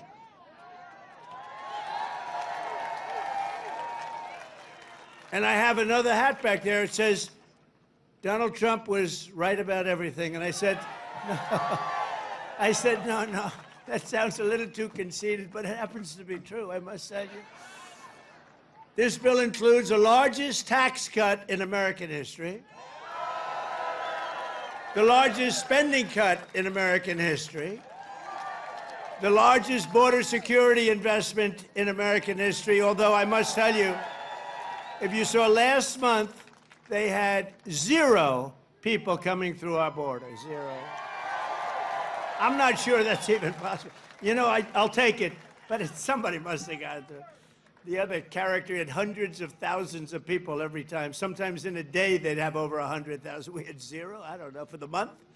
So it must be a little wrong. Maybe they had 2 or 3 or something, but I'll take the 0. And the group that makes up those stats, you know, they're radical left Democrats, so it's probably true. We did a great job on the border. The largest welfare reforms and military upgrades in modern times, that's what we're doing. We rebuilt our military in 2016, in their first term. We rebuilt it. They gave some of it away to Afghanistan on the most embarrassing day in the history of our country. We remember that? We remember that? We don't have days like that. We have days like we just had in Iran. That's the kind of days we have. Complete obliteration. It turned out that was complete obliteration. Think of these guys flying way up in the air on a dark night, no moon, no nothing, and they hit every single target. It's the size of 1/2 a refrigerator door, a little size, 2 by 2. But this is a declaration of independence from a really national decline. We had a national decline. We were a laughing stock all over the world. We had a man as president who shouldn't have been there, you know that. Shouldn't have been there.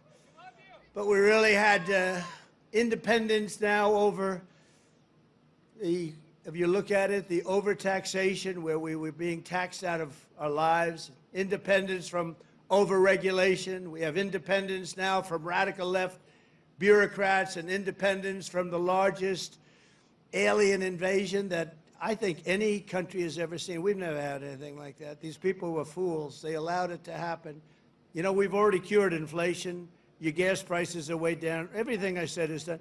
But the one thing, it's hard. It's hard. Think of the time we spent on having murderers and gang members and prisoners from all over the world come into our country. We're getting them out fast, but it's a terrible thing what they've done to our country, and I hope you remember it, what they've done to our country, our beautiful country. 11,888 murderers came into our country, and some we've already gotten out, but it's terrible. Many of them more than 50% murdered more than one person. Can you believe it? And they let them come into our beautiful country. Just as I promised, we're making the Trump tax cuts permanent and delivering no tax on tips, no tax on overtime, and no tax on Social Security for our great seniors, right? Front row Joe. We got a lot of front row Joes here. That's very nice. Thank you. Thank you. And we have Mr. Wall. Someday I'm buying that suit, I'm telling you. I like that suit. I'll walk up one day, I'll be dressed like a Wall, just like you. I think he's come to about 200 rallies, and that means you like us. And I think he's a very successful guy, too, believe it or not. He's a top accountant. Can you believe this? And he comes to rallies, he likes the rallies. Front row Joes, they're all successful. But this is what they do for entertainment. But now it's not entertainment. We've saved our country. We've got the hottest country anywhere in the world, as said by many, many leaders of other countries. And we will ignite trillions of dollars in economic growth, increase take-home pay for the typical family by more than $10,000 a year. And very importantly for Iowa, this bill rescues over 2 million family farms from the so-called estate tax or the death tax. In other words, before Trump, you were losing farms to the banks. Before Trump, you were losing the farms like nobody's ever seen before. You love your children. You don't feel so well. You pass away. You leave everything to your children, and they have to pay a big estate tax or a death tax, as we call it. And they couldn't do it. They go out and borrow money, and all of a sudden the bank is foreclosing on the farm. Not going to happen. You have no more estate tax. You have no more death tax to pay. Now, that's if you love your children. If you don't love your children, it doesn't matter. Just forget about what I said. Not going to help you. But if you love them, or if you love somebody that you're leaving it to, think of that. No death tax, no estate tax, no going to the banks and borrowing from, in some cases, a fine banker, and in some cases, Shylocks and bad people. But they took away a lot of family. They destroyed a lot of families. But we did the opposite. So just remember, to me, it's so important. And it was mostly important for places like we're at right now. It's really, I'm so proud of it. At the same time, this bill cuts $1.5 trillion in spending. So wasteful spending is being cut by $1.5 trillion. And I got to tell you, I want to thank Republican congressmen and women, because what they did is incredible last night. And the Senate, the Republican Senate, we got, not with all of the things we did with the tax cuts and rebuilding our military, not one Democrat voted for us. And I think we use it in the campaign that's coming up, the midterms, because we got to beat them. But all of the things that we've given, and they wouldn't vote only because they hate Trump. But I hate them too, you know that? So it's sort of, I really do, I hate them. I cannot stand them because I really believe they hate our country. You want to know the truth?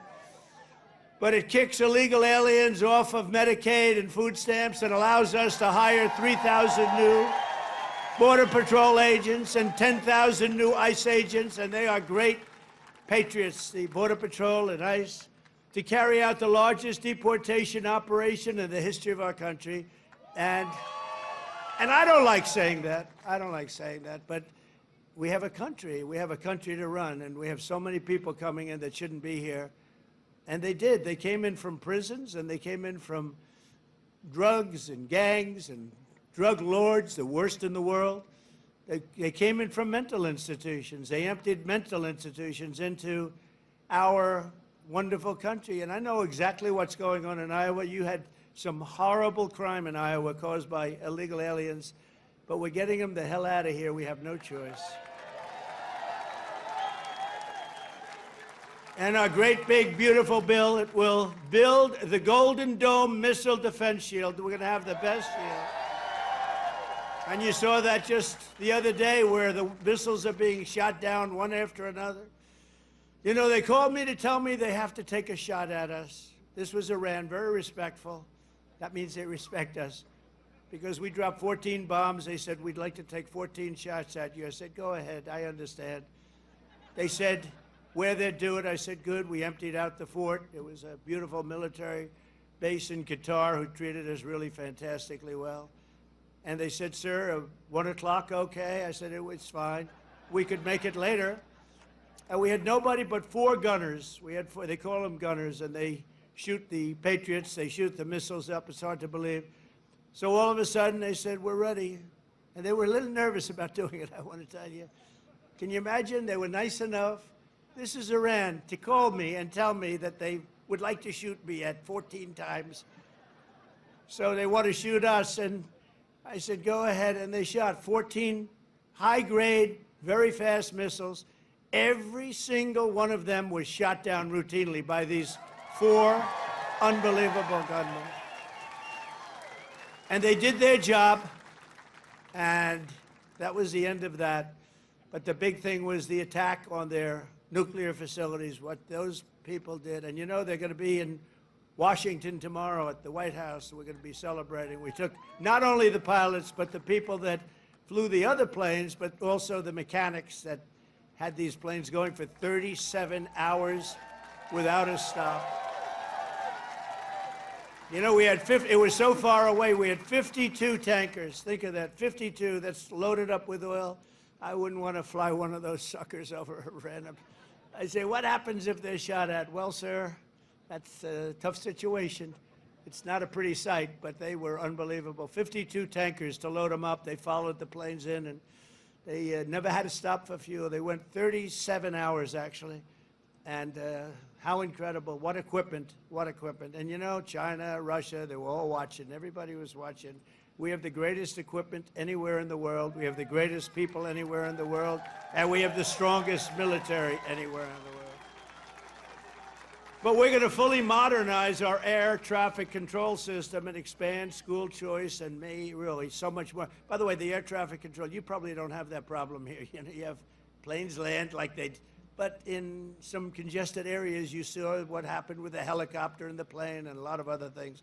If we had great equipment, and we should have had, it was all set up to go, and then Biden canceled the order when he came in, but he canceled a lot of orders because he didn't know what the hell he was doing. There's a case would have never happened. Bells would have gone off, whistles would have gone off, everything would have gone off. It would have never happened. Very simply, the one big beautiful bill would deliver the strongest border on earth, the strongest economy on earth, the strongest military on earth, and ensure the United States of America will remain the strongest country anywhere on this beautiful planet of ours. 165 days into the Trump administration, America is on a winning streak like, frankly, nobody's ever seen before in the history of the presidency. I said, they said, you know, sir, you're going to go down as one of the greatest presidents ever. I said, really?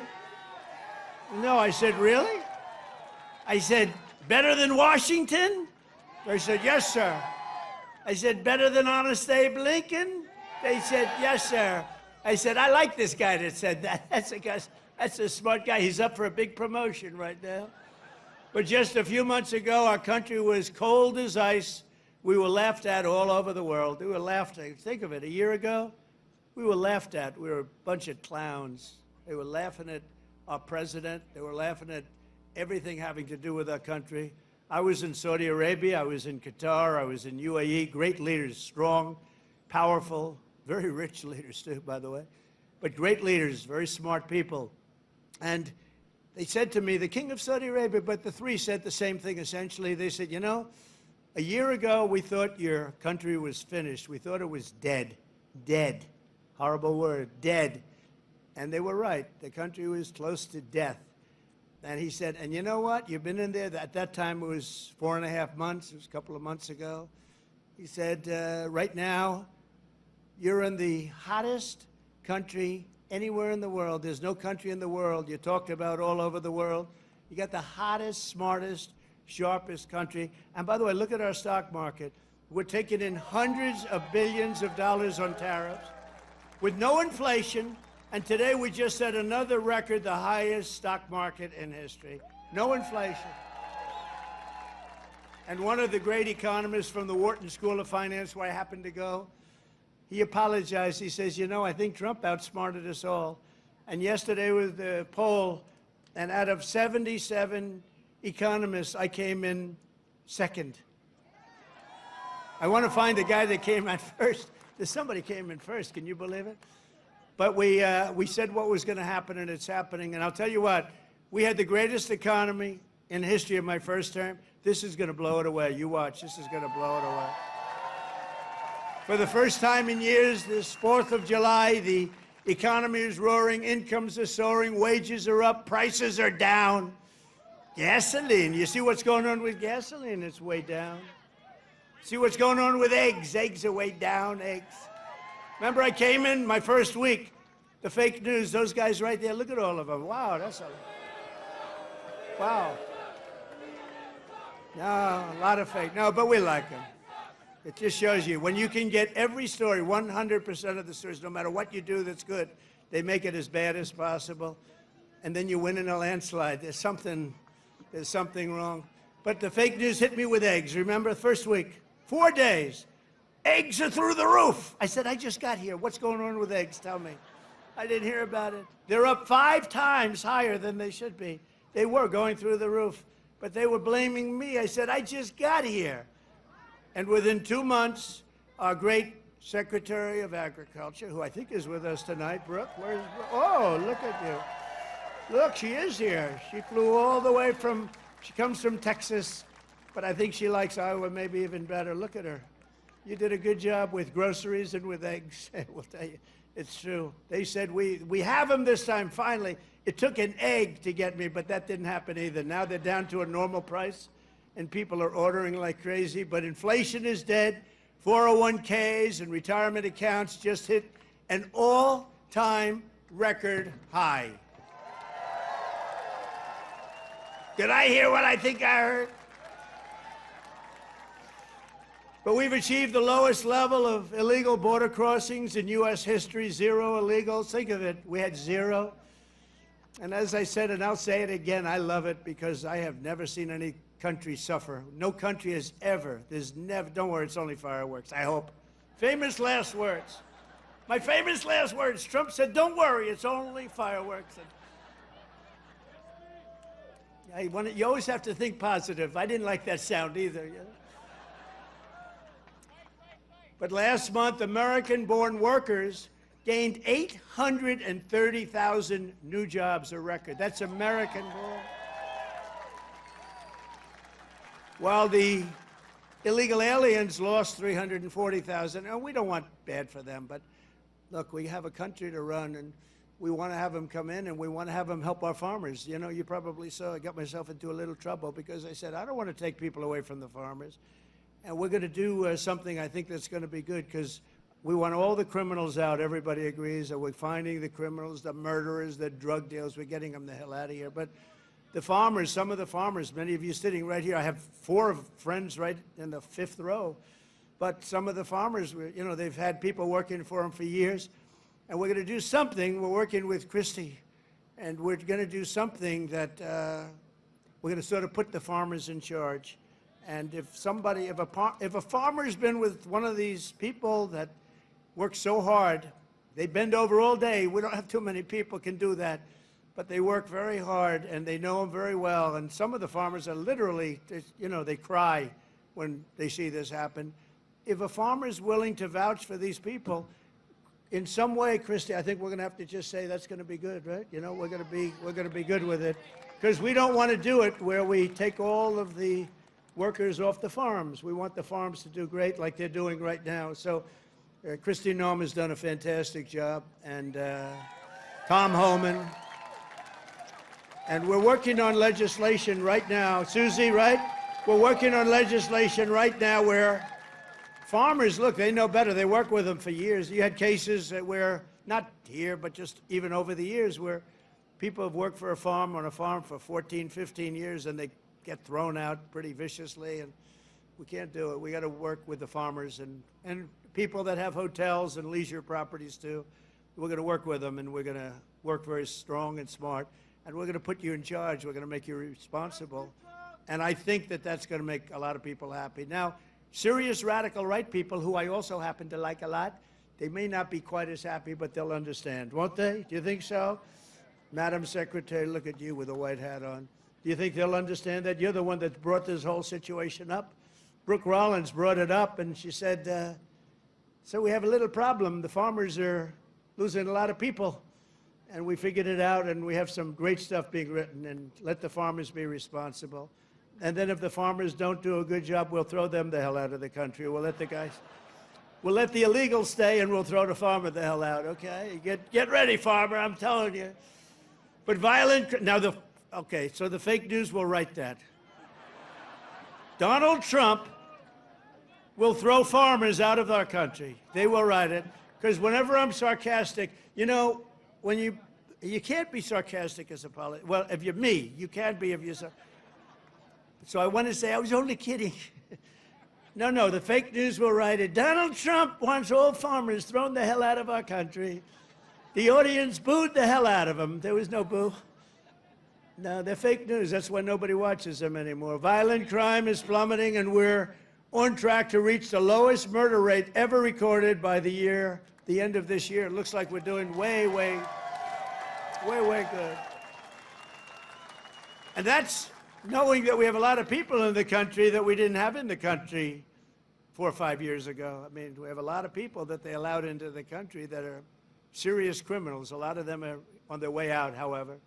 Iran's nuclear enrichment has been obliterated. Remember when CNN said, it wasn't obliterated. It was maybe damaged or damaged badly, but obliterated is too strong a word. No, it was obliterated. That's now been proven. The Atomic Energy Commissions, everything, that's been obliterated. And they were trying to demean me by saying that, but they were really demeaning those great pilots and people and mechanics that got those planes over there and were able to shoot from high up in the air going very, very fast, with potentially a lot of things being shot at them, and hit every single one, they're trying to demean me, but to me they were demeaning them. And they got out of the plane and they said, what the hell, we hit every single target. They know better than anybody, but now that's been proven. It's CNN fake news and scammers that work for them, scam writers that work for them.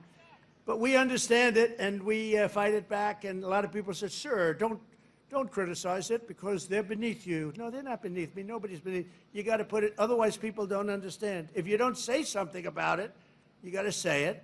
These people did one of the greatest military hits and maneuvers in the history of our country, and I want them to be appreciated for it. So they're coming to the White House tomorrow night, and I'm signing the bill with the Speaker of the House. And by the way, Mike Johnson did a great job. John Thune did a great job. Everybody. This whole 2 weeks has been incredible, hasn't it? You know, when you think of all of the victories, we stopped 5 nations from going to war, and somebody else will get the Nobel Peace Prize for their writing about Donald Trump. A professor at some school that you've never heard of has received the Nobel Prize for his writing about Donald Trump and what Donald Trump did. I'll say, what about me? I don't get it, but that's one of those things. But think of it, we stopped India and Pakistan.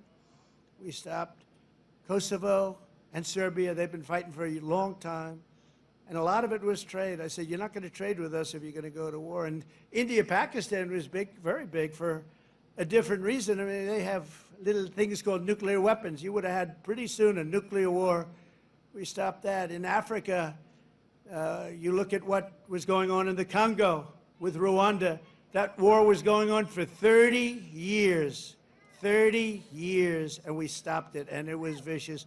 6 million people killed, and it was a bad one.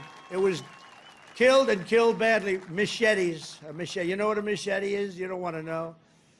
And we just did a really great job. And then, of course, you cap it off with the hit, the perfect hit in Iran, where they were talking awfully badly. You know, death to America, death to Israel. They were talking awfully badly, and they're not talking badly anymore, to be honest with you. And we might even meet with them and see if they want to meet.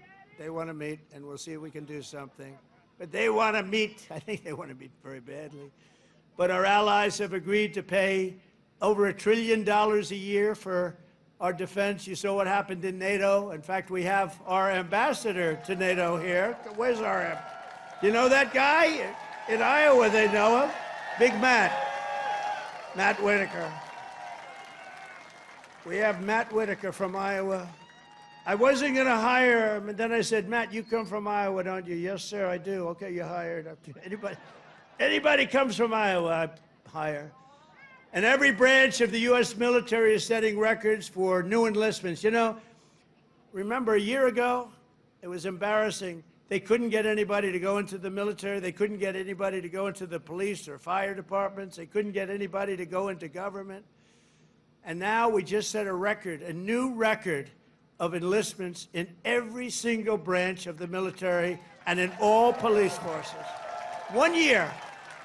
1 year ago, I remember saying to our great First Lady, I said, you know, First Lady, I call her First Lady because it makes me feel good. First Lady, isn't it terrible?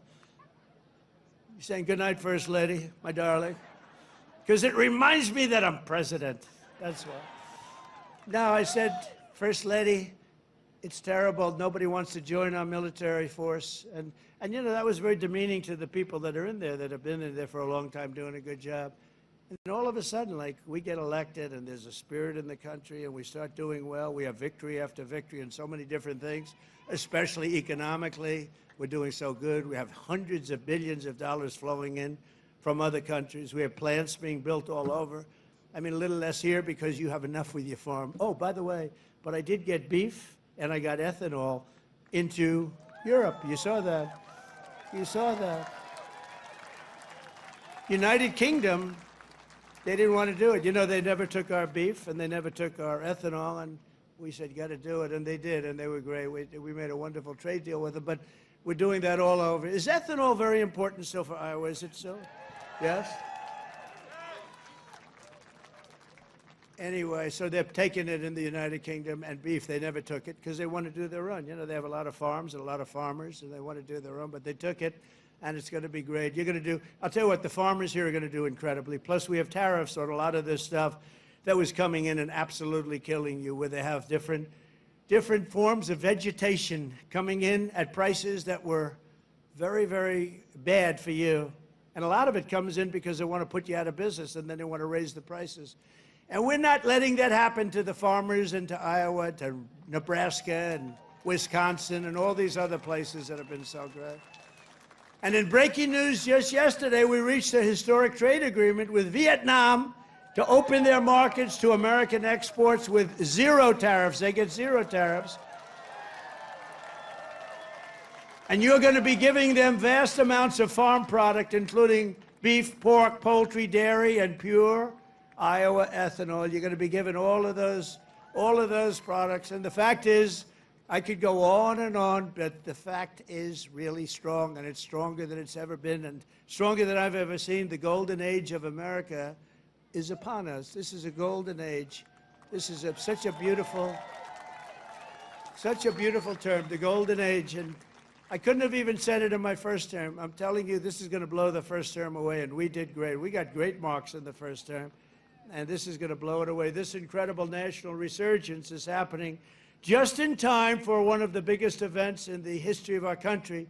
Exactly 1 year from tomorrow, we will celebrate the 250th anniversary of America's founding with a birthday party, the likes of which you have never seen before.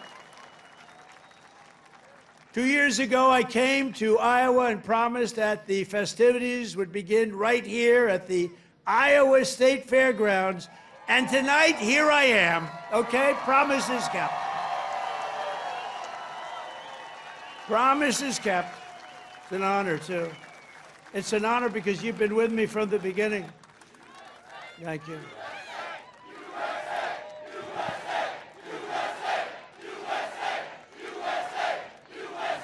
Thank you very much. No, it is an honor. You've been with me from the beginning. It was without doubt.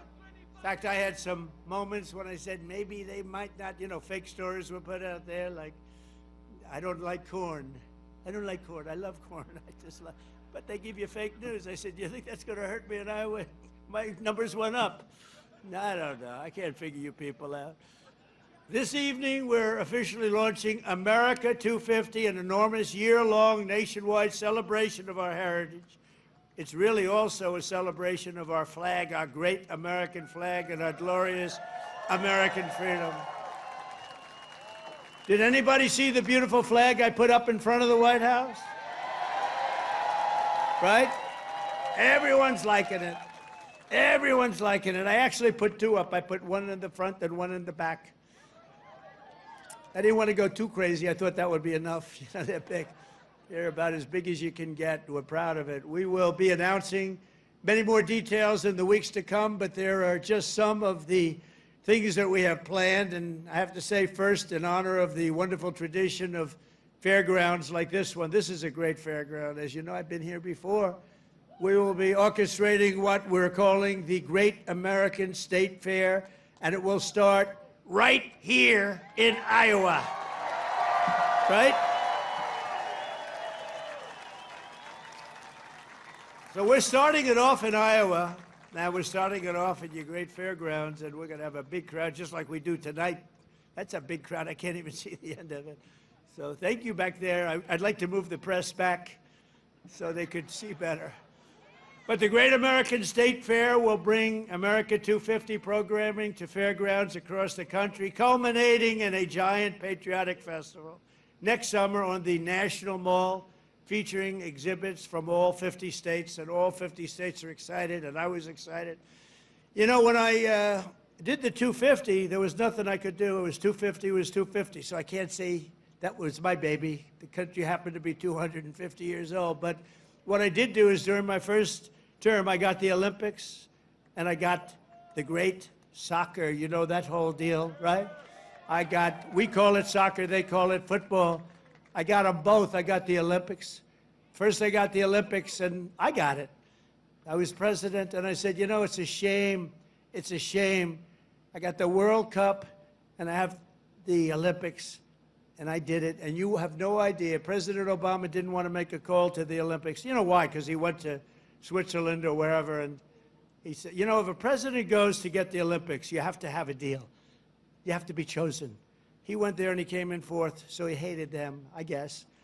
And he was unwilling to make a call, and they called me up. Democrats called me up, actually, from Los Angeles, and I said, I'll do it. I made the call, and I couldn't get the people off the phone because they were so starved for love, because nobody would call them from. Anyway, we made a deal. I got the Olympics. Then we got the World Cup with Joni. We got the World Cup, and I got them both, and I looked at my people. I said, isn't it a shame? I got these two, but it wasn't in the next 4 years. It was right after that, and the one after that. And I got the Olympics, I got the World Cup, and we also have 250, so it's a pretty wild term. But I got these two things that are incredible. Nobody else could have done it. I'm telling you, everybody wanted it. Nobody could have done it. And I said, and I won't be president, because I'll be president for 4 more years, but it won't be. And then they cheated and rigged the election. They rigged. You know, they don't even turn off the cameras when I say that now, because now they know it's true, too. But they knew it was true before. Remember, the cameras used to immediately turn off. You see all those beautiful red lights go off. Now I can say whatever I want because then they know it's true. But they knew it was true before. It's fake news. That's why they call it. But you know what? This term is much more consequential than if I had done it the more traditional way. This was slightly harder, believe me. It's slightly more dangerous because there are criminals on the other side that tried to put your president in jail and went after him, just like they do in third world countries. And we all beat him together. We beat him because our level of popularity was so high. And it was high because I explained the situation. When these thugs came around, I explained it to the people, and fortunately I was able to be on a lot of television, I did whatever you had to do. I had to explain it. Then they said, wow, that's fake stuff. It was fake. They're a bunch of bad people, but we kicked their ass, and we're going to continue to do well, and I appreciate it. And there was nobody more loyal than Mr. Kaufman, who's fantastic, and Iowa, and his son, who's maybe more fan. Where the hell is he? Stand up. Where's your boy? His son is better than him, I'm telling you. And he doesn't mind. I have a lot of fathers who would be very insulted if I said that, but they're bad people. He's a good guy. He's got a son who's fantastic. You know that. I think he's probably here someplace. Where is he? Oh, he's better looking than you, too. Good. Thank you. Great job. Nobody more loyal than the people of Iowa during that period of time when we had to show our stuff. But we just celebrated the 250th anniversary of the Army at Fort Bragg. You know, they changed the name, and we changed it back to Fort Bragg. The people of North Carolina came up, they said, sir, we want to really have the name of Fort Bragg back. Everybody was saying that. They kept calling it Fort Bragg. I changed it back. You know, these radical left lunatics changed the name of Fort Bragg. So we won World War II. We won World War I. We won other wars. We won everything from Fort Bragg and other places that we were also changing many of them back. And then we decided to change the name. Now, I tell people, you know, it's incredible. We're the only people. We win 2 world wars from a place, and then we say, let's change the name. So we change it back, and the people are very happy in North Carolina right now. And we just celebrated, because the 250 was for the Army, was 1 year earlier than the, which makes sense. You know, we had a little Army, we did well, and now we have a nation. So it was 1 year earlier than the nation itself. And we had a beautiful parade in Washington, D.C. the other day. It was fantastic. You know, it was amazing because it was so, the weather was so overcast and it looked so bad. And a week before they said, oh, it's going to rain. I said, oh, man, we're bringing all these Army tanks. We're bringing all these people, these men and women. They're going to march down Fifth Avenue or wherever. This is terrible. It's going to rain. And then on the day we woke up, rain is projected all night long, heavy. Oh, I'm saying I'll get my hair soaking wet. My hair's going to be soaking wet. I'll be crazy. I'll say, you know, this is terrible. It's going to rain 1 o'clock in the afternoon. The thing was at 8 in the evening, 1 o'clock. Rain is forecast at levels you haven't seen before. I said, oh, this is, and so the generals called me, sir, we could change it, but this is the Army. We're sort of used to bad weather. I said, no, don't change it. I'll wear a raincoat, and I'll wear a big fat hat so I don't get totally drenched. I'll be okay. I'm such a tough cookie. And then what happens? We get there, and there's no rain, and we go 1 hour, 2 hours, 3 hours of watching these great guys marching down Fifth Avenue. It never rained. And then I thought to myself, global warming, they're telling us what's going to happen in 250 years to our planet, but they can't tell us it's going to rain 3 hours before the event. In 250 years from now, the planet's going to burn up or freeze up. And you know, remember when they said, they called it global warming, then global cooling. They had all different things. Now they just changed it to climate change, because climate change you can't miss. How's it doing? Climate change every time. If it's cold, if it's hot, if it's rainy, if it's sunny, if it's too crazy. We have climate change. But think of it. They're telling you what's going to happen in 100 years. The oceans are going to rise 1/4 of an inch and everyone's going to be wiped out. No, you're going to have more oceanfront property if that happens. It's okay. Not the worst. And think of it, with all of the nuclear weapons. Remember Biden had always used to say, it's an existential threat. He loves the word existential. It's an existential threat. What is? I don't know, climate change. Remember that? Always, that's dangerous too, because they're going to take that sentence, and they're going to say, he couldn't say existential. So you can't imitate people either. Remember I used to imitate Biden, couldn't get off the stage, and I'd walk into walls? And I called my wife, because it's always on television, and she said, I said, how was it, baby? How good was that? We had 44,000 people.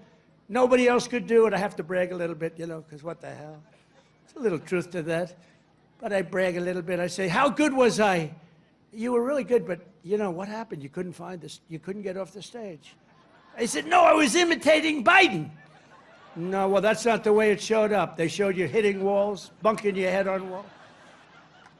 So even like the word existential, when I imitate him saying it, tonight it's going to be on CNN. He couldn't speak. He couldn't say the word. These are seriously sick people. But now, this fall, we're also going to be celebrating 250 birthdays of the United States Navy and the United States Marines. They're all good. And I'm a little prejudiced, and one of them is going to be really great. It's called Space Force, because that was my baby. Remember, they wanted to terminate it. First year of Biden's administration, they wanted to terminate Space Force, and the military wouldn't let them. And it's turned out to be one of the most important there is. I was very proud of that Space Force, and they're doing great. In addition, just as I promised 5 years ago tonight in my speech at Mount Rushmore, where a certain governor at that time, who's now our Homeland Security Chief, Kristi Noem, stand up, Kristi. Now I don't have to introduce you later.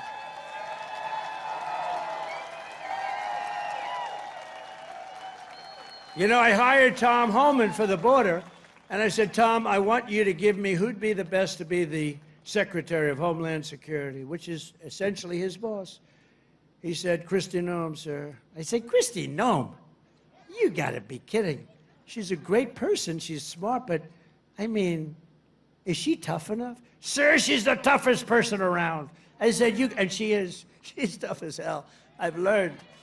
I'll tell you, a lot of bad people have learned, and she's done a fantastic job. Thank you. Thank you.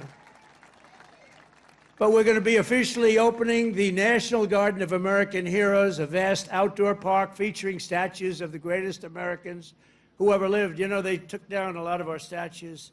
They took down statues of some of the greatest people that we've ever had living. I stopped them from taking down Thomas Jefferson. They wanted to take the Thomas Jefferson Memorial. They wanted to rip the hell out of the statue inside. You can imagine who they were going to put up. Let's get rid of Thomas Jefferson. So we stopped them. We signed a law. Do you remember that night? It was crazy. And they were marching toward the Jefferson Memorial, and I took out an old bill from 1909, and it was a bill that if you so much as touched, old, because today they don't do these things. They don't do it like they used to. Today you could never get it passed. It said if you so much as touch a monument or a statue, you go to jail for a 10-year period. No anything.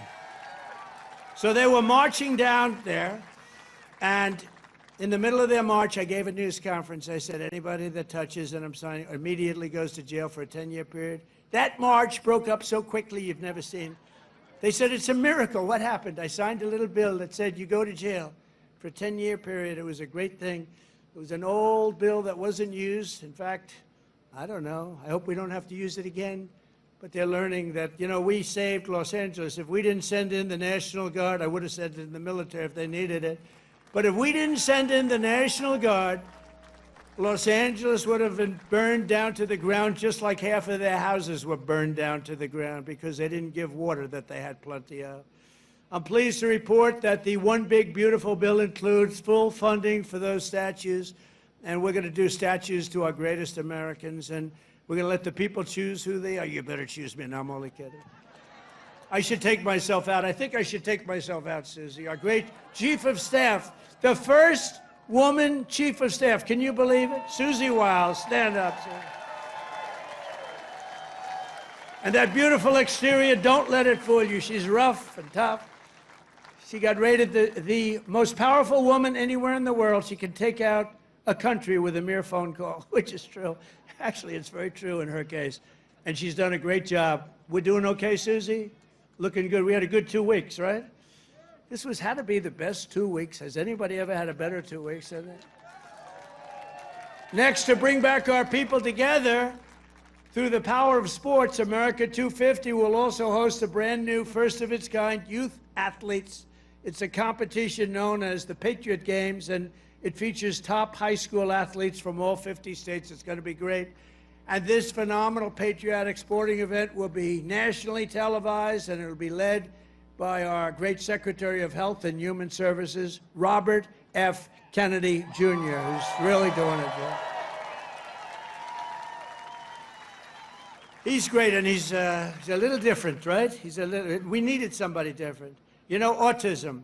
You go back, I guess, 18 years, 10,000, think of this, out of 10,000 people, okay? 10,000 people, and I'll go a little different way. Right now, out of 10,000 people, 18 people don't have, they're safe. 18 people. We have a statistic on autism that's the worst I've ever seen, and he's going to change it. He's going to change it. It used to be 20 years ago, you just didn't have it. And now it's numbers that are unbelievable, where the numbers are so bad, it's got to be artificially induced, and we're going to find out what it is and when. We're going to find it out as soon as possible.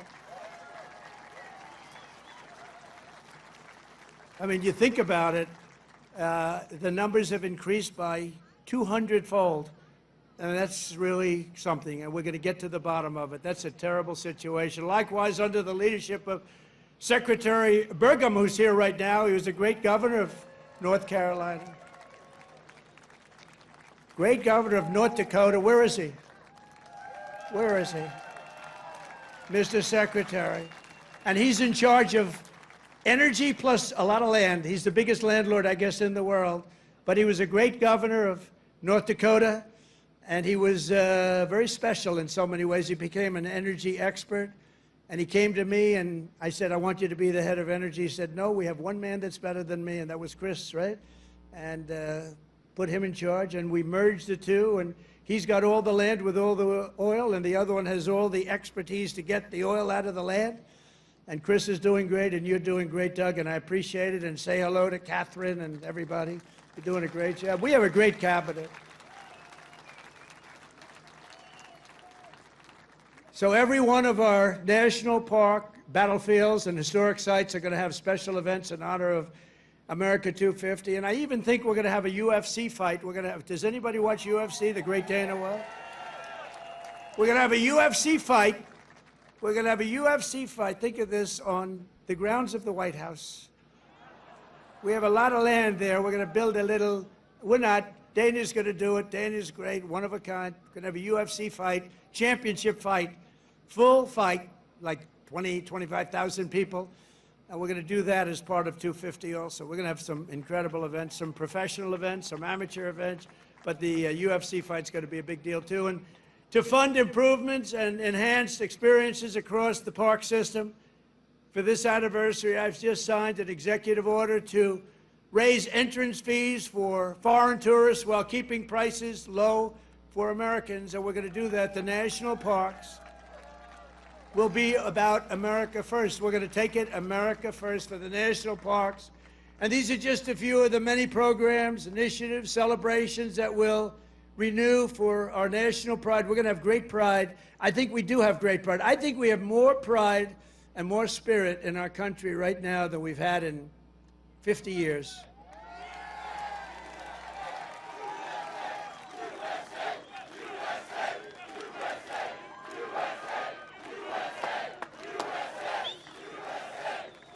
And together we're going to ensure that America's 250th anniversary is the single greatest year in the history of our country. We want to have a lot of great things. A lot of the things that Bobby and Health and Human Services are doing are going to come up during that period of time. And we're going to come up with a lot of tremendous things for health and safety. And economically, we're going to have the strongest country anywhere in the world. And the bill that we just got approved today was, think of that, all of those votes. 2 negative votes, but we had no Democrats, 2 negative votes in the Republicans out of all that. So I want to thank those great Republicans that voted to get it in. You know, we could only lose 3. If we lost 3, trouble. And we didn't lose 3. We lost 2, and I'm sure if I needed the 2, I could have gotten them too. But we're pleased to be joined tonight by many friends who will help make that possible, including, and I introduced Doug Burgum already from North Dakota, and just a great. He was really one of the best. Was he a better governor than you? Would you say, Christy? Was he better than you? I don't know. Because they were neighbors, you know. You had North Dakota, you had South Dakota. Brooke Rollins, thank you, Brooke. Great job. She's now the agricultural secretary. Christy Nome, great governor also, but she's doing I don't know, this. Do you like this better than being governor? Don't say. Don't say. They love you in the state. Don't say. Maybe the most important guy in this whole place. You know, a lot of projects have stopped using environmental stuff. A lot of projects have stopped. They use it as a weapon, the radical left and others. They use it as a weapon. This man is the greatest. He's doing a job that's incredible. Doug would tell you that. Everybody will tell you that. Lee Zeldin. He's the head of the EPA, the Environmental Protection Agency. He's the head of it. Great guy. He was a great politician, a tremendous congressman. He ran for governor of New York, which is tough. And he almost won. I'm glad he didn't win, actually. I wouldn't have you right now. And I said, Lee, a nuclear power plant, we give you 1 week to get me the approval. So, but he's been done great. And we have factories and we have plants all over the world right now, and they're being built and they're going up. Also, Governor Kim Reynolds from Iowa. Thank you, Kim. Thank you very much. Thank you for being here. Appreciate it. Thank you very much. And Lieutenant Governor Chris Corner. Where's Chris? Chris Corner. Thank you, Chris, very much. Great job. You have Senator Chuck Grassley and Joni Ernst. Chuck! Hi, Chuck. Wow. Wow. That's great. He's doing great, too. He's got more energy than all of us. And where's Joni? Is Joni here? Hi, Joni. Very good. Good job. Thank you very much. Thank you very much, Joni. And you have members of Congress, Ashley Hinson, Marionette Miller Meeks, Zach Nunn, Randy Feenstra. Good group. We flew in together, and boy, they were nice. They were so happy at that victory today, weren't you? Randy, thank you very much. Thank you very much. That was great. We had a good flight. We have an ambassador who's been my friend for a long time, Monica Crowley. I heard her speak. I thought she did really well. Thank you, Monica. And you know Matt Whitaker, a man from Iowa, ambassador to NATO. We also had a person, I have to give her credit, Brenna Bird, Attorney General. She came out and she endorsed me very early, and I appreciate it. Where's Brenna? Hi, Brenna. She came out, she endorsed me. I said, thank you very much. Who the hell is that? She's great. Former State Senator Brad Zahn. Oh, my man, there he is. I haven't seen you.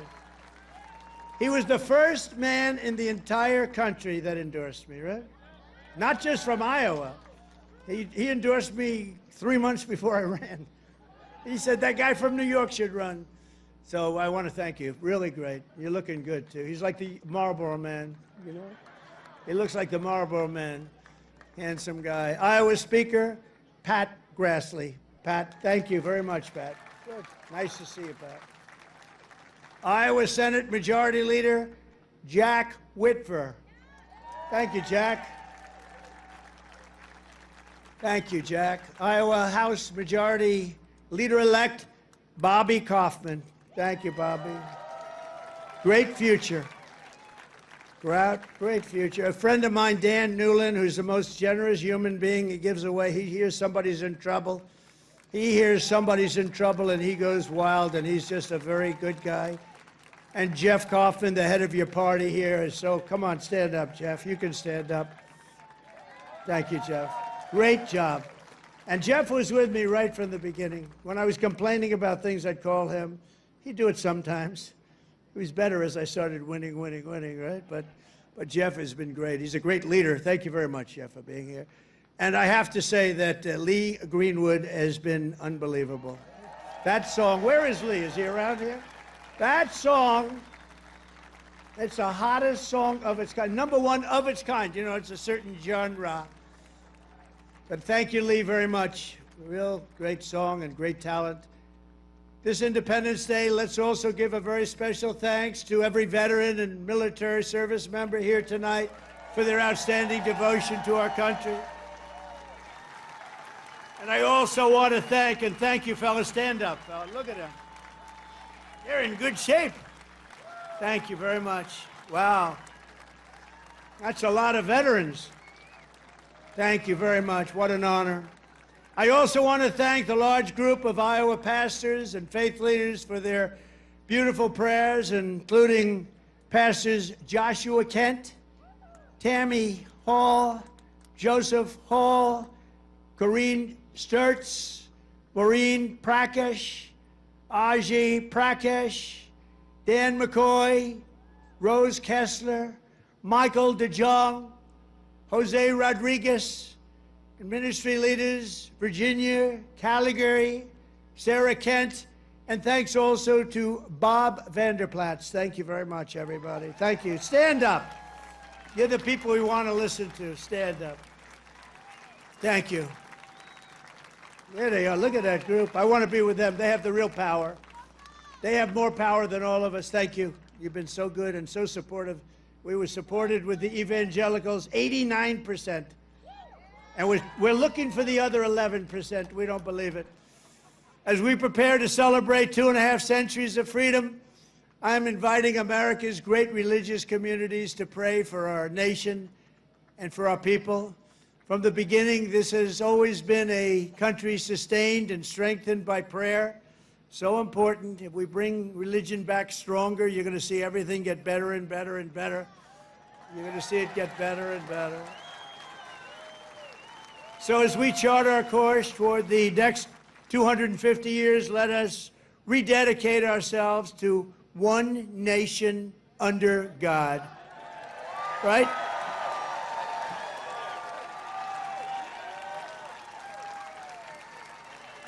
And as you know, recently we've seen some of our political system attempting to overthrow the timeless American principles and other pillars of our liberty and replace them with some of the most noxious ideas in human history, ideas that have been proven false.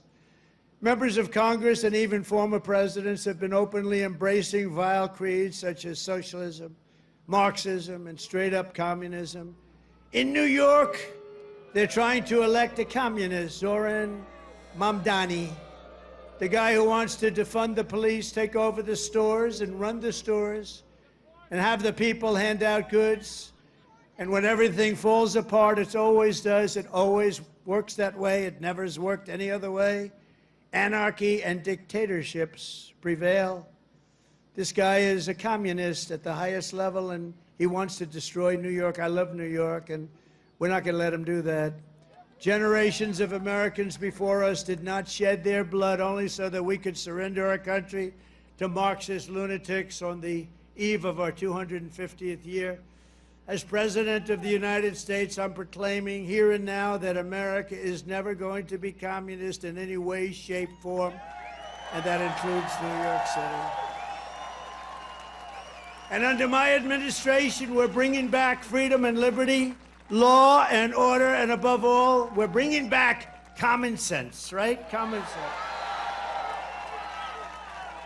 On day one, I stopped the weaponization of government against people of faith, and we created the Department of Justice Task Force combating anti-Christian bias. And I have to tell you, Pam Bondi is doing a great job. Pam Bondi is doing a great job.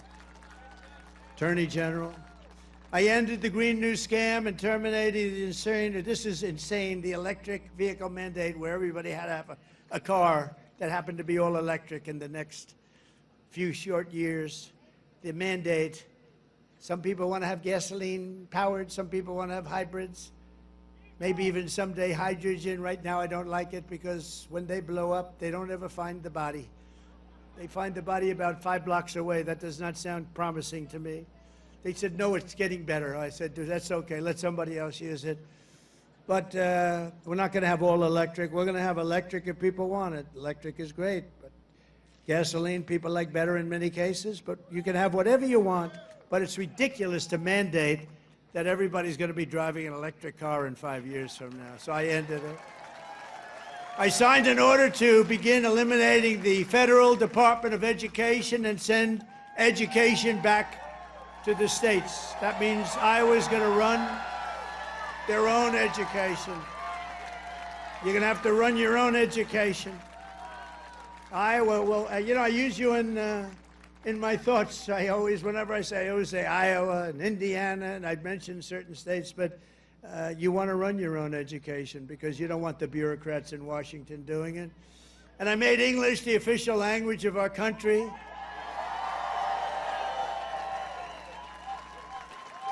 You would think that would be an easy one. It was not as easy as you think. I directed the reinstatement of all patriots expelled from our military by the Biden vaccine mandate, returning them to their former rank with full back pay. And I signed executive orders to abolish critical race theory and transgender insanity from our schools and from our military. And I made it official policy of the United States that there are only 2 genders, male and female.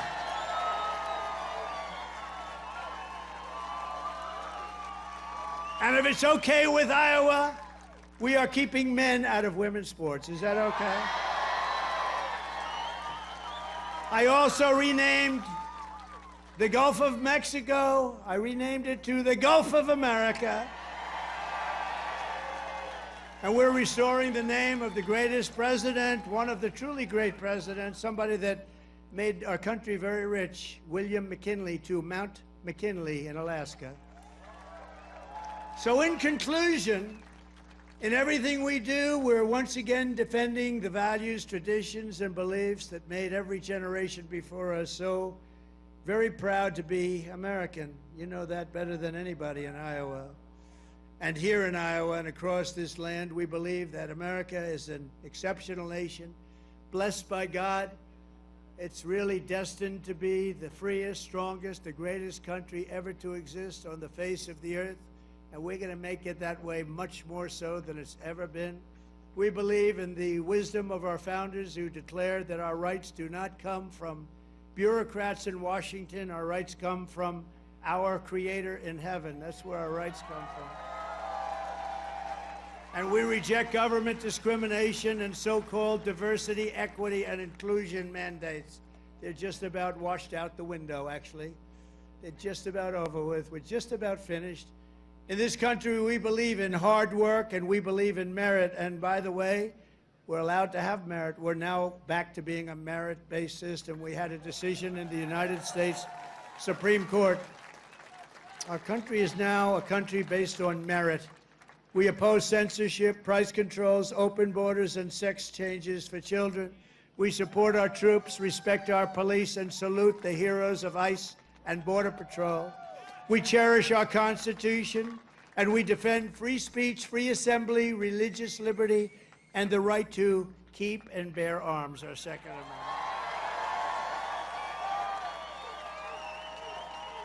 We take our pride in our heritage, and we want it in a beautiful heritage that we have, and we teach our children to love our country, honor our history, and always respect our great American flag. You have to respect our flag.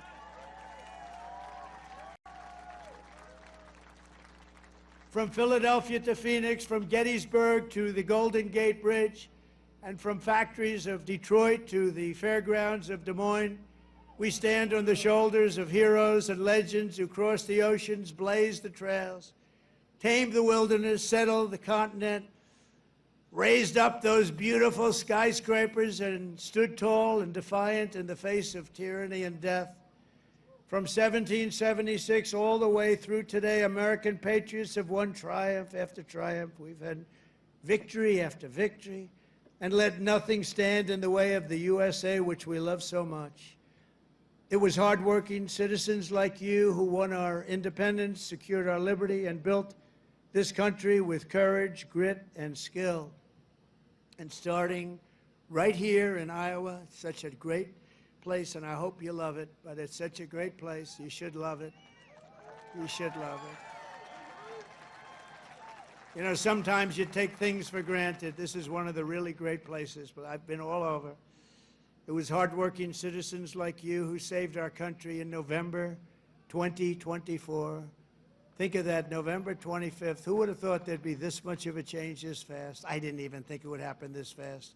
Happened at a level that nobody even thought possible. Again, we have the hottest country anywhere in the world. Today, with your help, America is free, America is proud, and America is sovereign once more. And this 4th of July, our magnificent destiny is closer than ever before. We are one people, one family, and one united American nation. We will never give in. We will never give up. We will never back down. And we will never, ever, ever surrender. We will fight, fight, fight. We will win, win, win, because we are Americans and our hearts bleed red, white, and blue.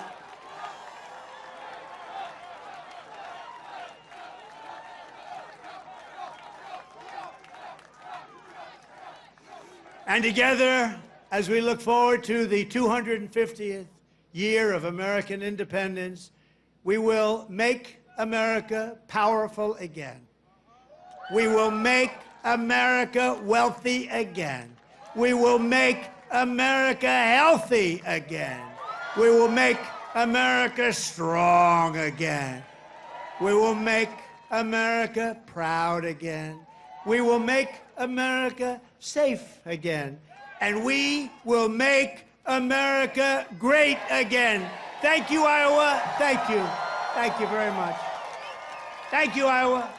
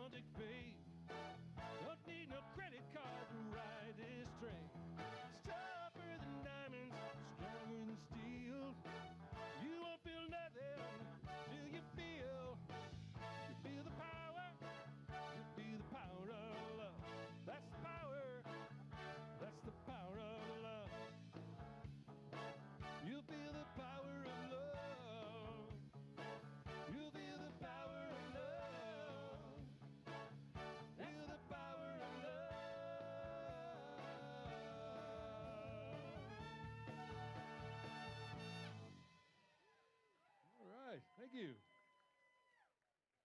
Yeah, Alan.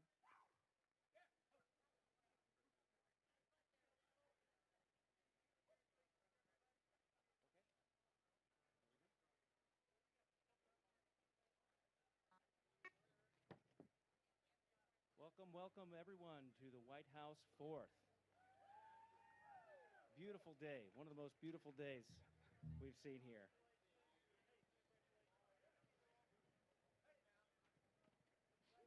Gonna bring you, we think we got one more, maybe just one more, but I think there's plenty of live music to go on. This is all we know. Yeah.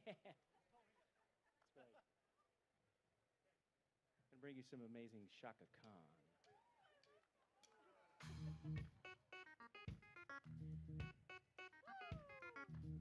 Here you go.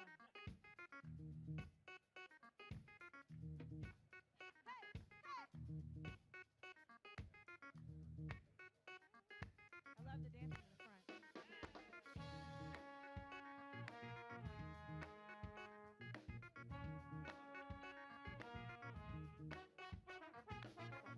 Keeps it effortlessly. That's the way it was. Happened so naturally. I did not know it was love. The next thing I felt was you holding me close.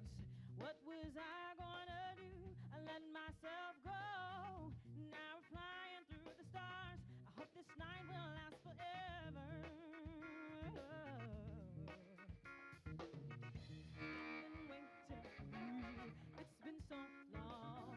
I knew just what I would do when I heard your song. And my heart beat for this. You gave me freedom. I knew I could not resist. I needed someone. Now we're flying through the stars. I hope this night will last forever. Oh, oh, oh, ain't nobody, nobody, baby, loves me better, loves me better. Makes me happy, makes me feel this way. Ain't nobody, nobody loves me better than you. Hey, hey. That bug loves you. I wait for nighttime to come and bring you to me. I can't believe I'm gone. I was so lonely. I feel like no one feels. I must be dreaming. I want this dream to be real. I need this feeling. I make my wish upon a star and hope this night will last forever. Oh, oh, oh, oh. Ain't nobody, nobody loves me better, loves me better. Makes me happy, makes me feel this way. Ain't nobody, nobody, baby, loves me better, makes me happy, makes me happy, makes me happy, makes me feel this way. At first you put your arms around me, and then you put your tongues around me. I can't resist this sweet surrender. Oh, my night's so warm and tender. We stare into each other's eyes, and what we see is no surprise. I got a feeling gold with treasure, and I love so deep we had no pleasure.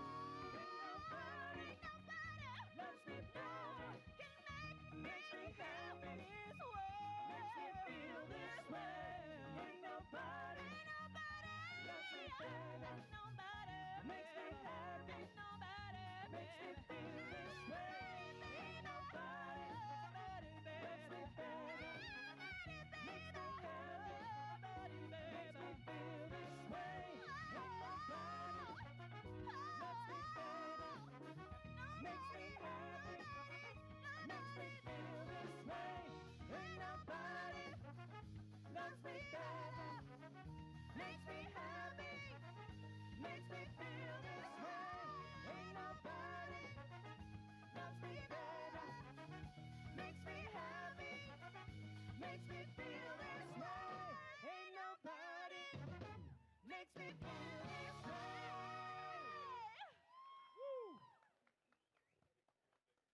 Oh my goodness. Glad I'm making Hannah you guys Davis. happy. Let's keep going with the happy wave, shall we? You guys might know this tune. Another one? It might seem crazy what I'm about to say. Sunshine, she's here, you can take a break. Hot air balloon, I can go to space. With the air, like I don't care, baby, by the way. Because I'm happy. Clap along if you feel like a roof without a roof. Because I'm happy. Clap along if you feel like happiness is the truth. Because I'm happy. Clap along if you know what happiness is to you. Because I'm happy. Clap along if you feel like that's what you want to do. Here comes back news, talking this and that. Give me all you got, I can take it, man. Yeah, I should probably warn you, I'll be just fine. No offense to you, don't waste your time. Here's why. Because I'm happy. Clap along if you feel like a roof without a roof. Because I'm happy. Clap along if you feel like happiness is the truth. Because I'm happy. Clap along if you know what happiness is to you. Because I'm happy. Clap along if you feel like that's what you want to do. Bring me down, can't nothing bring me down. Say my love is too hot. Bring me down, can't nothing bring me down. Bring me down, said I can't nothing bring me down. Say my love is too high. Bring me down, can't nothing bring me down. Because I'm clap along if you feel like a room without a roof. Clap along if you feel like happiness is the truth. Because I'm happy. Clap along if you know what happiness is to you. Because I'm happy. Clap along if you feel like that's what you want to do. Clap along if you feel like a roof without a roof. Clap along if you feel like happiness is the truth. Because I'm happy. Clap along if you know what happiness is to you. Because I'm happy. Clap along if you feel like that's what you want to do. Ladies and gentlemen, let's hear it for the President's own United States Marine Band, Free Country. Pure musical fireworks from start to finish. But this star-spangled celebration of freedom just keeps marching on, literally. Please direct your attention to the South Drive, where something truly special is on its way. Approaching the South Portico, please welcome the President's own United States Marine Band.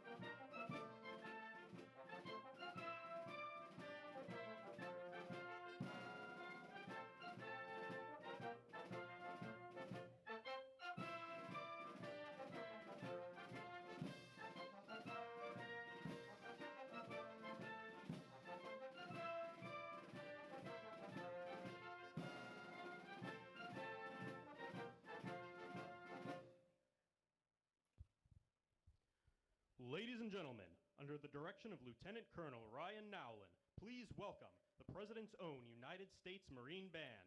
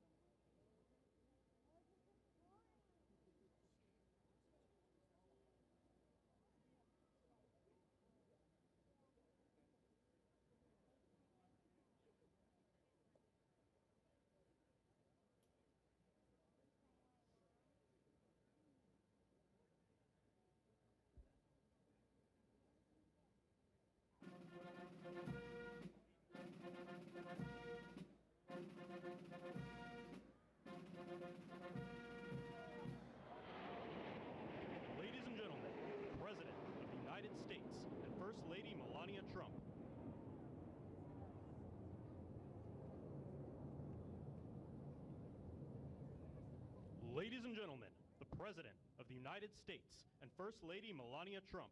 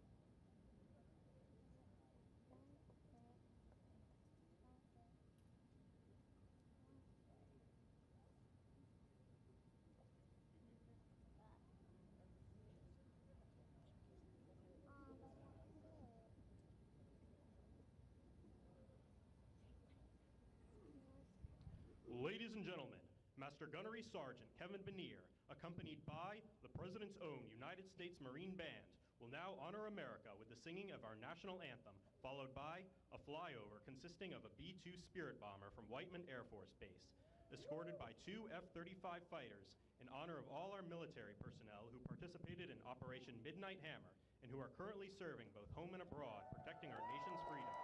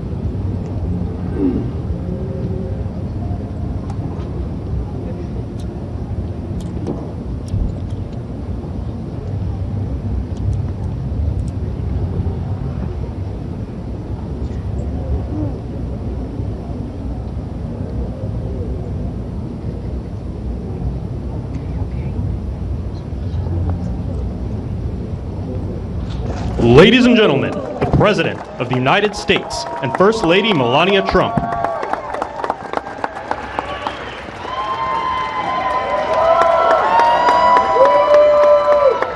Well, thank you very much, and that is some sight, especially after what happened just a week ago. When you look at that big, beautiful plane, and the other ones were something. It was an incredible mission, and I think I can say very proudly, and I don't have to quote the polls, that our country is more proud right now than it's been in many, many years. We have pride, we have dignity, we have something that's happened miraculously so fast. You know that our military now is the most sought-after job there's ever been, serving in our military. 1 year ago, people didn't want to join our military. They didn't want to join our police or firefighters.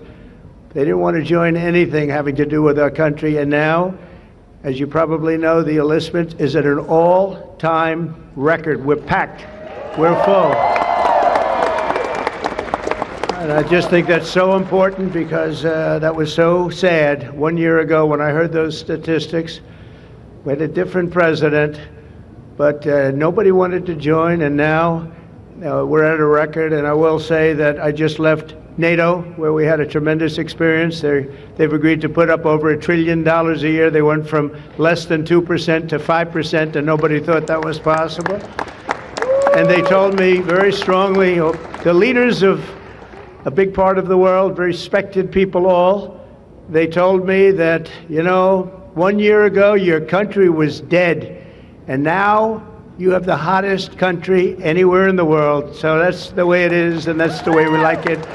And it's only going to get hotter, I promise you that. After that spectacular display of American power, let me just say that God bless the United States military, and God bless the USA. God bless the USA. And to all Americans, I want to wish you a very happy Independence Day, happy 4th of July. This is going to be something special. There's spirit in this country. We haven't seen anything like it in many, many years and decades. Let me also express our gratitude to our magnificent First Lady. She worked very hard to make this all work. And we have a fireworks display about 9 o'clock tonight. I hope you're all going to be around and watch it. I know our congressmen and our senators who are standing right here, so many of them, they did such a great job. They're going to be here. I guarantee you, they're not leaving. They're not leaving. Thanks as well to the National Park Service, the USO, and countless friends and distinguished guests. We have so many people in the audience that have so much to do with the success of our country. We've, I think, had probably the most successful almost 6 months as a president and the presidency. I think they're saying it was the best 6 months, and I know for a fact they're saying the last 2 weeks there has never been anything like it as far as winning, winning, winning.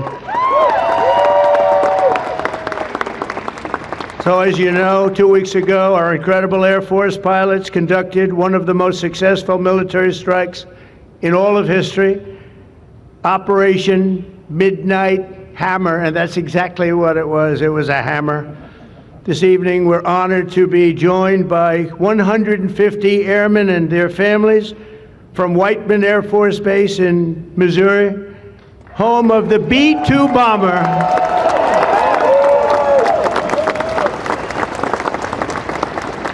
And we've kept them a little bit on guard. We kept them a little bit, let's be a little bit quiet about it. But if you want to raise your hand very quickly, raise your hand, because you people are just incredible.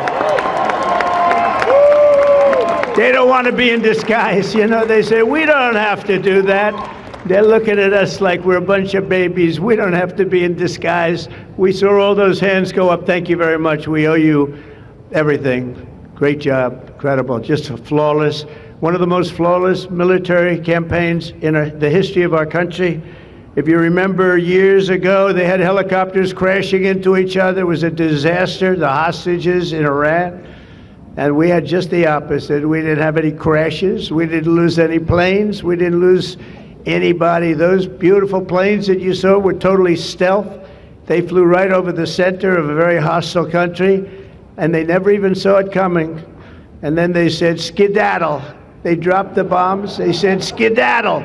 And that big sucker turned over like this on its side, and it got out of there.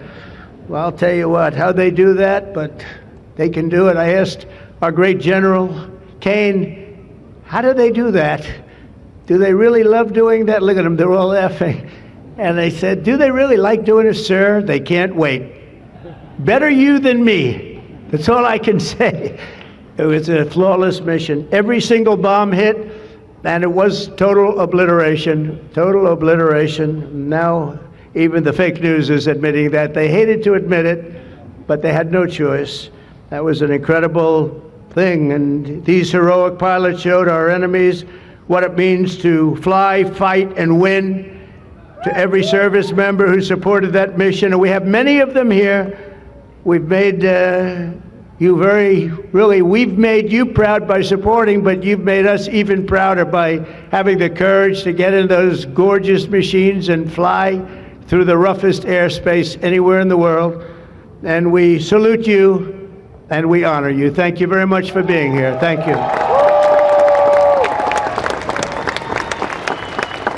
And we're also honored and delighted to be joined by hundreds of service members and military families. Those families are the best we have, from all across the U.S. Armed Forces, Army, Navy, Air Force, Space Force. I love the Space Force. You know why? Because we're the ones that did it. It's turned out to be a very invaluable force, actually. The Coast Guard and the Marines are incredible people. On behalf of our entire nation, this 4th of July, we thank you for keeping America safe, strong, sovereign, and free. Thank you very much for being here. Great honor. And stick around for the fireworks. And our country's had so much to celebrate this Independence Day. As we enter our 249th year, America is winning, winning, winning like never before. We're not, I'll tell you, we're in a category now that's where we've wanted to be for a long time. We suffered with 4 horrible years of embarrassment. Afghanistan may be the most embarrassing moment in the history of our country. We're never going to let a thing like that happen again. Trillions of dollars are pouring into the United States for investment purposes. Almost $15 trillion. There's never been anything like it. There's never been anything even close. The stock market's at an all-time high. Jobs are at an all-time high. Everything's at an all-time high, and we're going to keep it that way. We have the greatest country in the world, and we're back. We're back like nobody thought possible this quickly. I thought it would take maybe a year, maybe 2 years, maybe even 3. And we did it in less than 6 months. We are back and strong. We've restored American strength and deterrence on the world stage. We're respected again. The world is respecting us again. When we did NATO, those leaders came up to me and they said, you know what, we're going to go to a new level of spending because you're requesting it, sir. They didn't talk to your last president like that, I can tell you. They didn't spend any money. They didn't spend anything. In a few moments, we're going to make official the greatest victory yet when I signed the one big, beautiful bill. And before I start, I want to tell you that I've never seen people so happy in our country because of that, because so many different groups of people are being taken care of, the military and civilians of all types, jobs of all types. We're adding things like the biggest tax cut in the history of our country, child tax credits. So many things are being added that we wouldn't even have time to discuss them.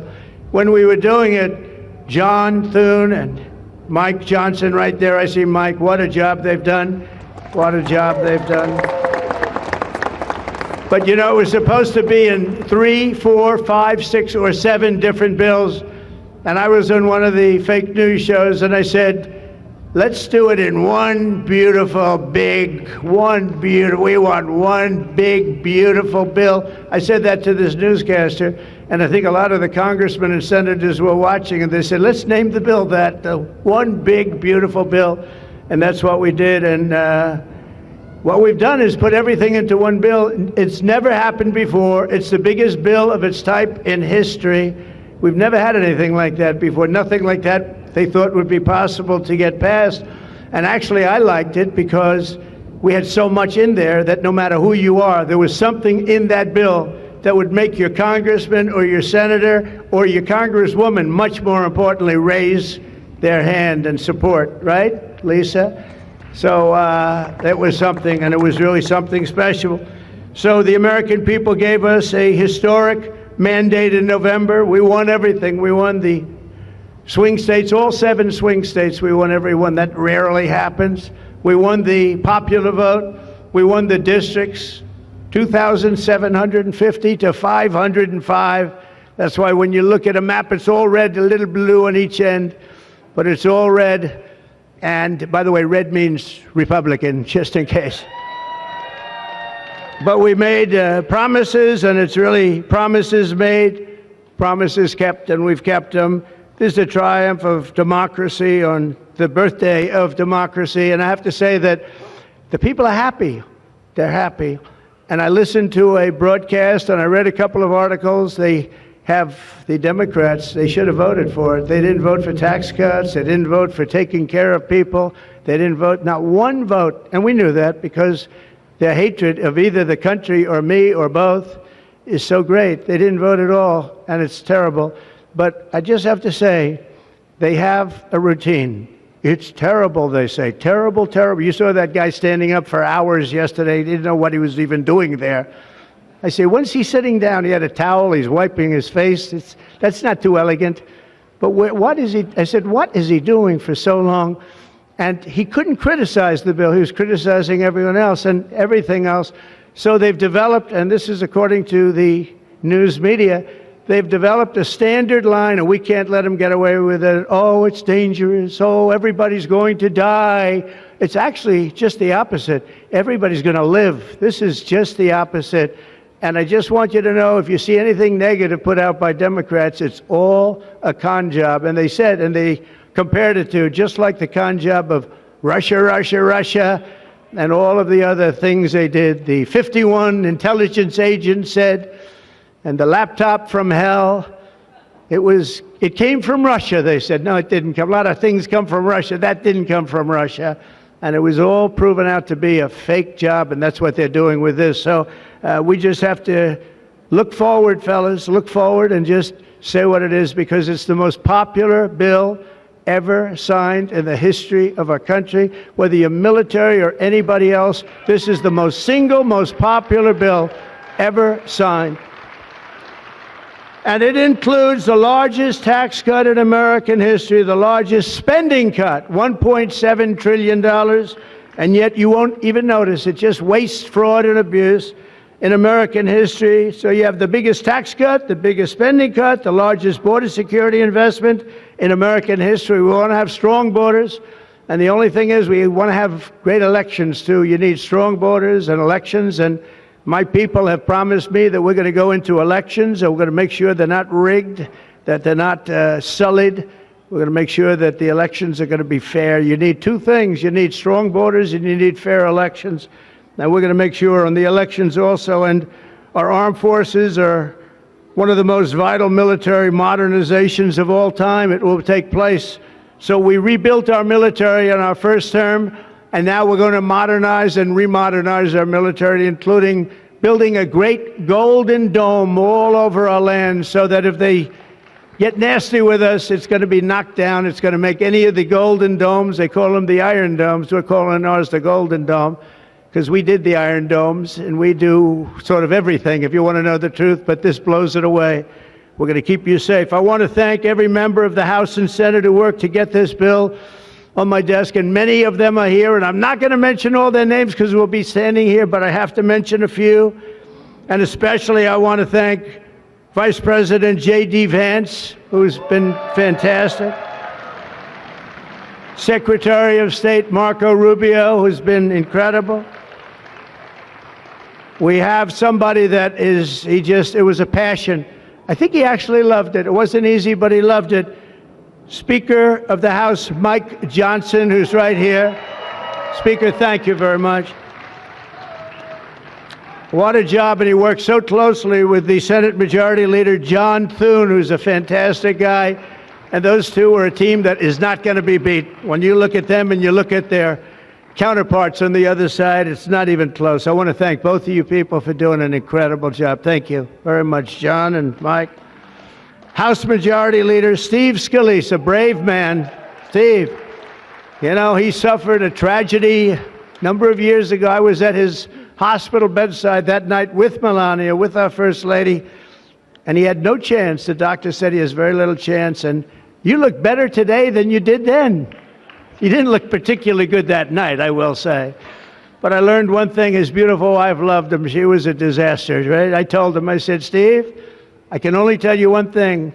I was with your family and I was with your wife, and your wife was devastated. She loves you. I've seen a lot of wives that, you know, they don't seem to be so concerned in those situations.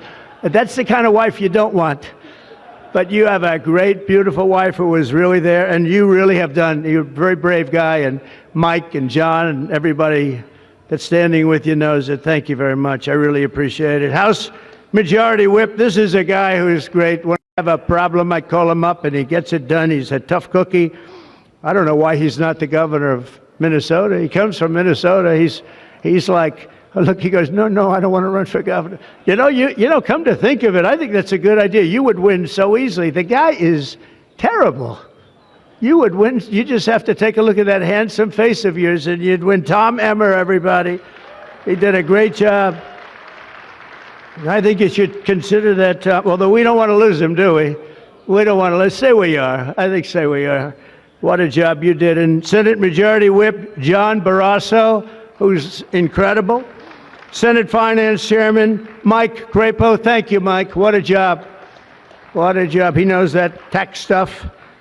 Him and Jason, they really know their stuff. Senate Budget Committee Chairman Lindsey Graham. What a good man he is. I see a poll. He's running, and I see a poll. He's 24 points up. That's not bad, Lindsey.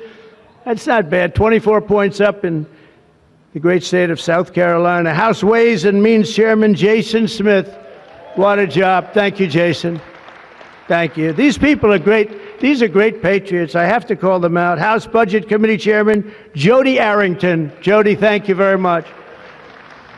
Joni has been good right from the beginning, and so many others, and they're all here, and they fully understand. They'll never speak to me again, but that's okay. It is what it is, but I just want to thank everybody. A lot of senators here, a lot of congressmen and women here. Lisa, thank you very much, by the way. I have to thank you. Thank you very much. You've been fantastic. So this bill will fuel massive economic growth and lift up the hardworking citizens who make this country run. The factory workers, farmers, mechanics, waiters, waitresses, police officers, firefighters, coal miners. Coal is back. Beautiful. I said you can't use the word coal unless you precede it by saying clean, beautiful coal.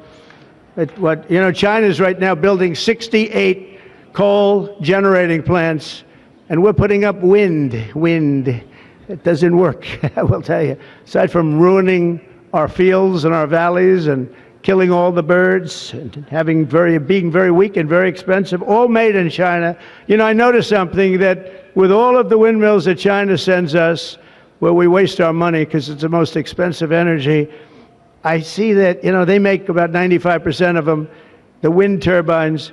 I have never seen a wind farm in China. Why is that? Somebody check that out. Tom Emmer, would you please check that out? But all the coal miners we love and the truck drivers, in this act, we have officially made the Trump tax cuts permanent. That's the largest tax cut in the history of our country, added to substantial other cuts, which is you're going to see like a rocket ship. We're setting all sorts of economic records right now, and that's before this kicks in. After this kicks in, our country is going to be a rocket ship economically, and we've delivered no tax on tips, no tax on overtime, and no tax on Social Security for our great seniors. And that's why when you hear things like that, this is the most it's the biggest bill of its kind ever done by far, but we are going to have a situation, we are going to have something where people are going to realize the level of success and popularity of this bill. And sort of to close it out, it makes the child tax credit permanent for 40 million American families, and to increase the car affordability. It makes interest on a new car payment, so this had never happened before. You buy a car, you borrow money, you're allowed to deduct for income tax purposes your payment of interest, you're allowed to deduct it. It's never happened before, so run out and buy a car. But I have to tell you, it's only good, Mike, if it's made in America. If it's made in another country, you don't get it. And to protect 2 million family farms and other small businesses, we're eliminating the estate tax or the death tax. So if you want to leave your farm or your small business, but farms are really, they have been devastated, to your children, if you love your children. By the way, if you don't love your children, don't even listen to what I'm saying. It doesn't matter. But if you love, would you live? Yes, I think you love your child. This one loves Barron. So I don't know if we're a small business. I think we're not. I'm not sure that we qualify. I'm sorry, darling. But you know, it was devastating. Farmers, they had to go out and borrow money. And by the way, is that Pam Bondi? Pam Bondi, raise your hand. Thank you, Pam, for being here. Attorney General, she's done an incredible job. So there won't be any, think of this, there won't be any death tax. You're not going to have to go borrow money. Your parents pass away and the farm goes into the bank's hands and gets foreclosed. That's not going to happen. And with 100% expensing for new investments, we're cutting taxes for every manufacturer who builds, expands. And we have expansion at the highest level that we've ever had it. We have hundreds of factories, including car plants and AI. It's coming into our country at levels that we've never seen. And to conclude, not only will we have the strongest economy on earth, we're also going to have the strongest borders on earth. And last month, did you see the number? 0 people crossed our border. 0 illegal people. And that's after Joe Biden let 21 million people, many of them people from gangs and prisons and drug lords and people that were mentally unbalanced, they let them into our country. We're getting them out at record numbers, and we have an obligation to, and we're doing it. So as we approach the 250th anniversary of America's founding exactly 1 year from now, we are creating an economy that delivers wealth for the middle class, a border that is sovereign and secure, and a military that is unmatched, unequaled anywhere in the world. And you saw that. And what a beautiful sight that was, especially after watching what they did just a short while ago. The golden age of America is upon us. We are in the golden age. It's going to be a period of time, the likes of which I don't think this country has ever experienced before. We're going to make America great again, and it's happening very fast. We love you. We thank you for being here. Enjoy the fireworks tonight. And First Lady, I want to thank you. You have been unbelievable. It's very, you think it's easy being First Lady? It's not. Thank you all very much. Happy 4th of July. God bless you all. Thank you very much, everybody.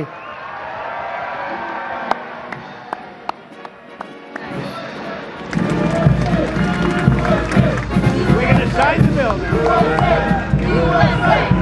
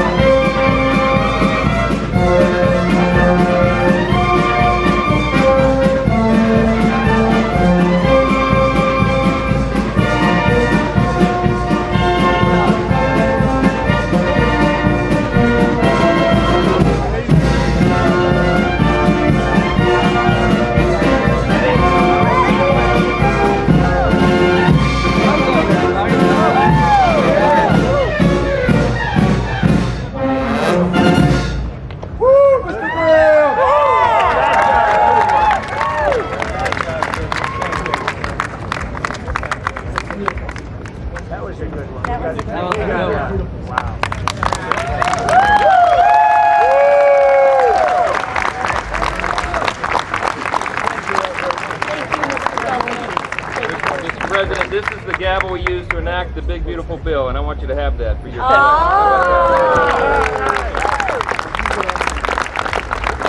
Are we ready? We're ready. Are you ready? Good.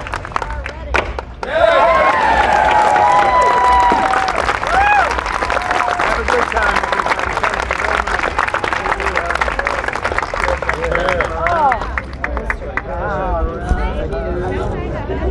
Hi, Marcia. There you go. 28 points. It's a lot of points. Good job. Richard Baker. Absolutely. And we have some more. We'll give you some more. Our great First Lady. Come here. Oh, yeah. You would have worked me in. Scott. Congratulations. I'll let you know the guy. I don't know. Honey, now you got to go in. You'll get the gavel. You're very trusting. Give that guy a raise. Give that guy a raise. Thank you very much, everybody. And I want to thank the people up here. They're unbelievable people. Mary, hi, Mary. How's Scott doing? Good job? Scott, how's the economy? Okay? Wonderful. It's going to get better. From South Carolina. It's been amazing. Thank you very much, everybody. Have a good time. Happy 4th of July. Happy 4th.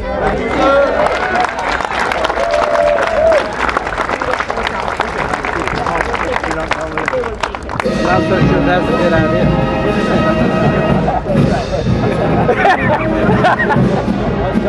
You got a good doctor. He weighs about 20 pounds. That's how big this. Mr. President. Mr. President. Come, Mr. President. Thumbs up. Okay, thumbs up.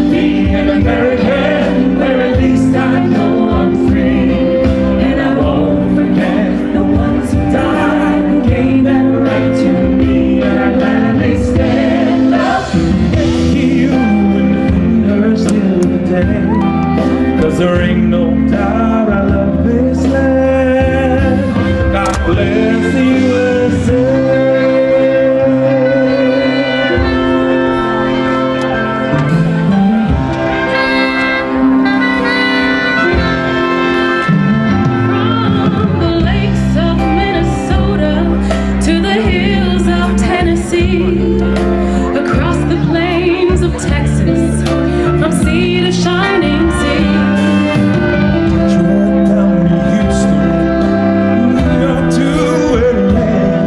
There is pride in every American heart, and it's time we stand and say that I'm proud to be an American, where at least I know I'm free, and I won't forget the ones who died, gave that right to me, and I'm glad they stand up next to you when the fingers take my day, 'cause there ain't no doubt.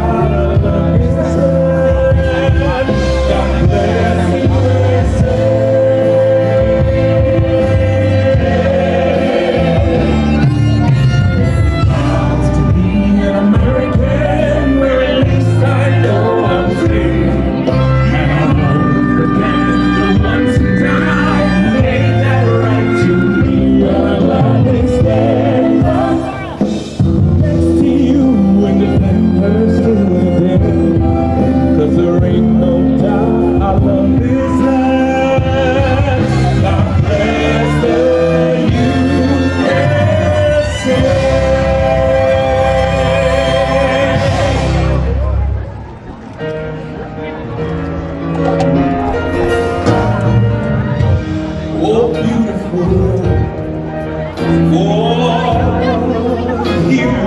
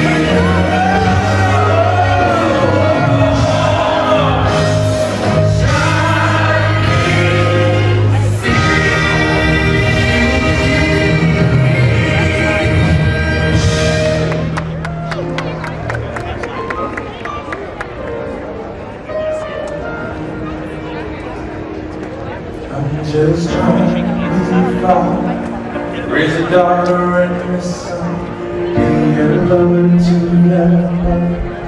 Everything to everyone, up and at 'em riding. All business in my suit. I'm dressed up for success, from my head down to my boots. Well, I don't do it for the money. There's bills that I can't pay. I don't do it for the glory.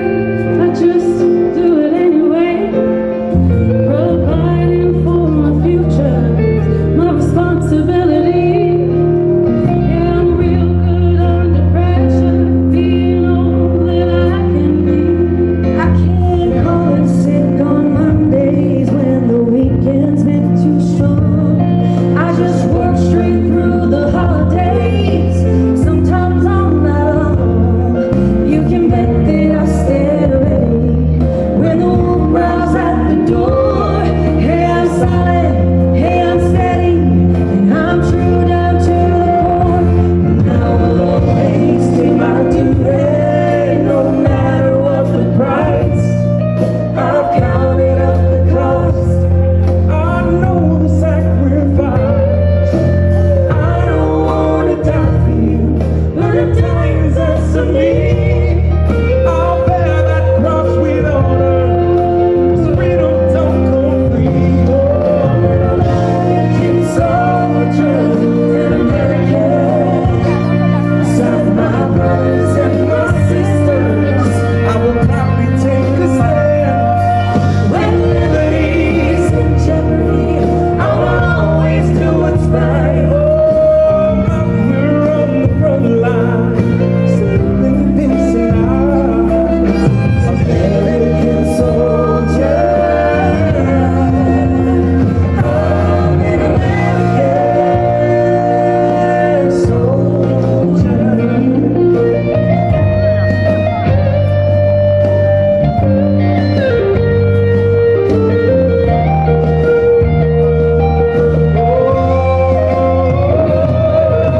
American soldier, American. some my brothers and my sisters, I will probably take a stand. When liberty's in jeopardy, I will always do what's right. I'm here on the front line, sleeping peace and American soldier, I'm an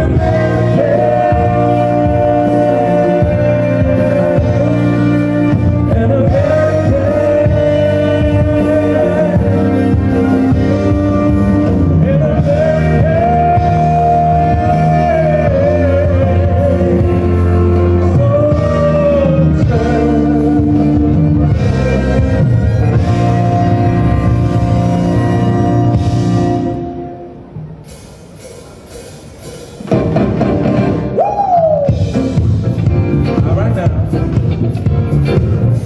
Need to have a good time. Have fun, everyone.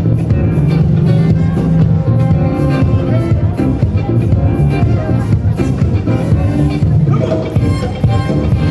Superhighway, coast to coast. Easy to get anywhere. On the trains, gotta let go. Slightly hot wind.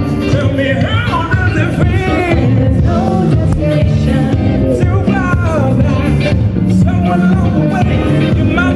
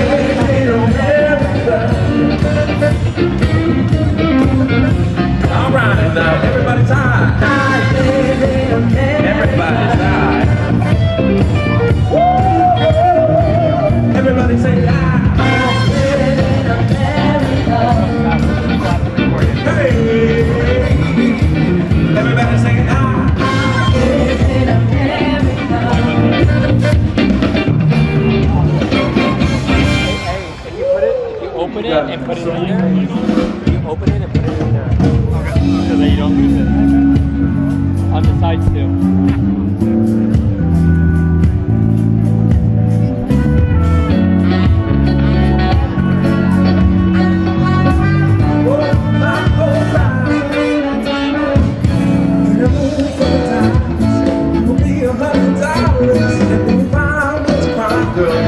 Myself up in the time. When you do like you do, it's like you do it over again. Do a little spin, do it again. It's like play for the win. Oh baby, I'm trying to roll, I'm trying to ride. I'm trying to float, I'm trying to glide. No, no, don't be shy. Just take my hand and hold on tight. Oh, skate to me, baby. Slide your way on over, slide your way on over. Skate to me, baby. I wanna get to know you. I wanna get to know you. Come on.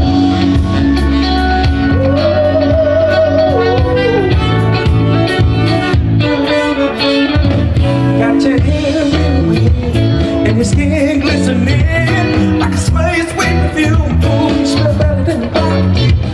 Superstar is what you are. I'm your biggest fan. If you're looking for a man, baby, here I am. Yeah. I'm trying to roll, I'm trying to ride. I'm trying to ride for you, darling. I'm trying to roll, I'm trying to ride. No, no, don't be shy. Just take my hand and hold on tight. Oh, skate to me, baby. Slide your way over, slide your way on over. Skate to me, baby. I wanna get to know ya. I wanna get to know ya. I never fall, but tonight you know I'm falling for you. Oh, you, girl. I'm reaching out. Oh, that you reach for me too. That's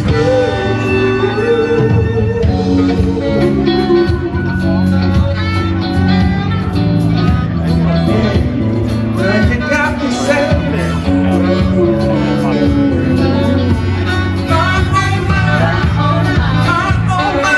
Oh, skate to me, baby.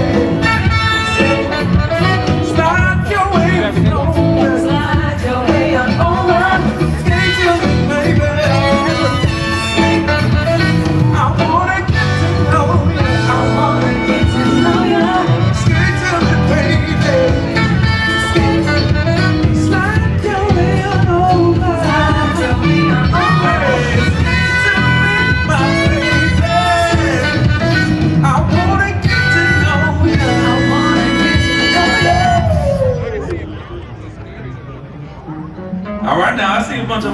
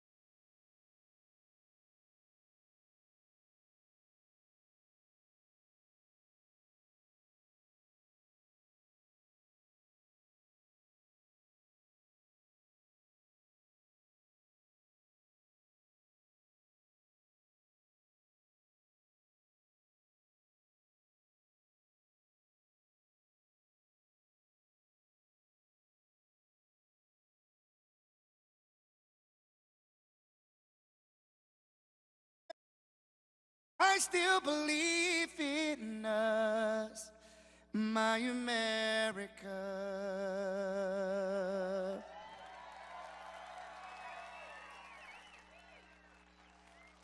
Our history is full of bravery.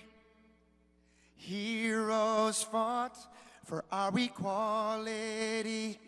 Now is the time to make peace and forgive our faults, because united we stand, or divided we will fall. I still believe in us, oh America. You're still the land I love, though a little bruised up. Stars and stripes still cry liberty over evil, over tyranny. Blood poured out for our freedom. They sacrificed it all for this nation. I still believe in us. America, America. God. Oh, all right, we got the two songs going on. All right, that's a different song that they just started playing. All right, so what just happened here was two songs collided in that moment. Do we have the last one that we can? You guys, I'm so sorry about this. It's actually a really good song, at least I think. I wrote it.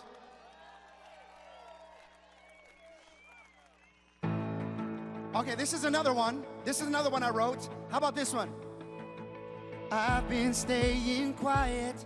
I'm not looking for a fight. I don't hate nobody, but nobody seems to like that. I want to live what I believe. I want to keep my right to speak for my family, for my faith. To anyone who feels the same, be brave. Come on. Stand up for freedom, stand for truth, and don't be afraid. You got a voice that you can use, so go on and speak out. The time is right now. If you want to keep that flame of liberty ablaze, stand up and be brave. We got any brave people here today? Whoa, be brave.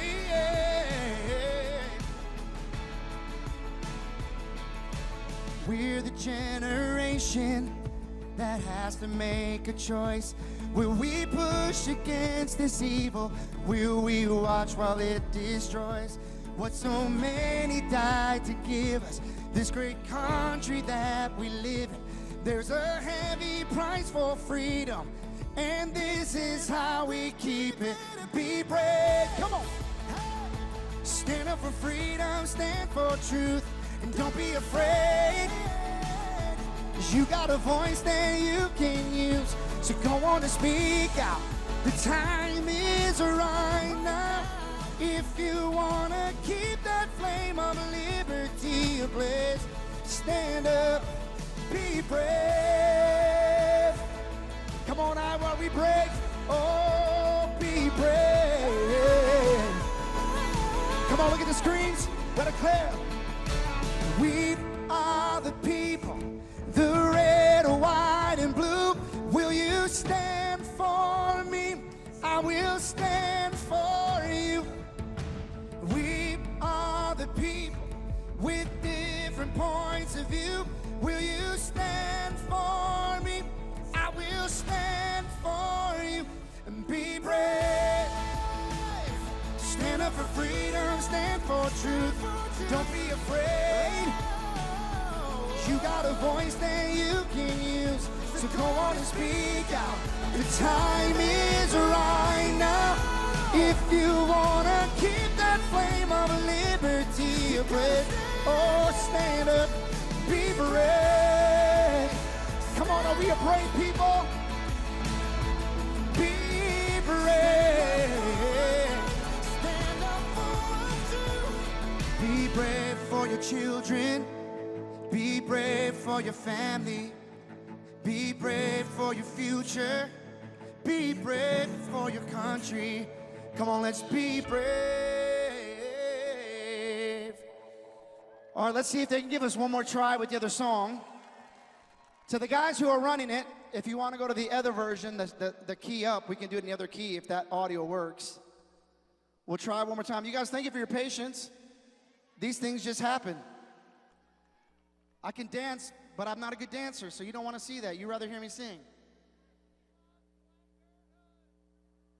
Here it is. Oh! I still believe in our great country. Can I get my microphone up in my ears, please? I hear them say our country's far too gone. Even claim our fathers got it wrong. But I won't give up on us, and I'll take a stand, 'cause we can overcome. This is not the end. I still believe in us, oh America. You're still the land I love, though a little bruised up.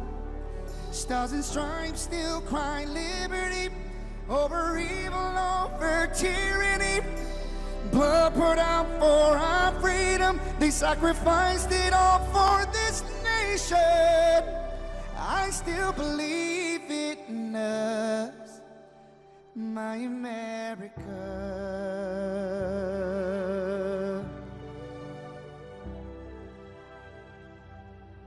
Our history is full of bravery. Heroes fought for our equality. Now is the time to make peace and forgive our faults, because united we stand, or divided we will fall. I still believe in us, my America. You're still the land I love, though a little bruised up. Stars and stripes still cry liberty over evil, over tyranny. Blood poured out for our freedom. They sacrificed it all for this nation. I still believe in us, America, America. God shed His grace on thee and crown thy good with brotherhood. From sea to shining sea, I always believe in us, my America. 'Cause this is the land I love, but we gotta heal up. Lady Liberty will always be a sign of hope unto the refugee. The immigrant can find escape from oppression to a better place. I still believe in us. I still believe in us. I still believe in us,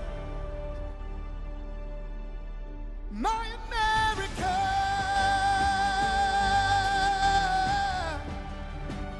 Our America.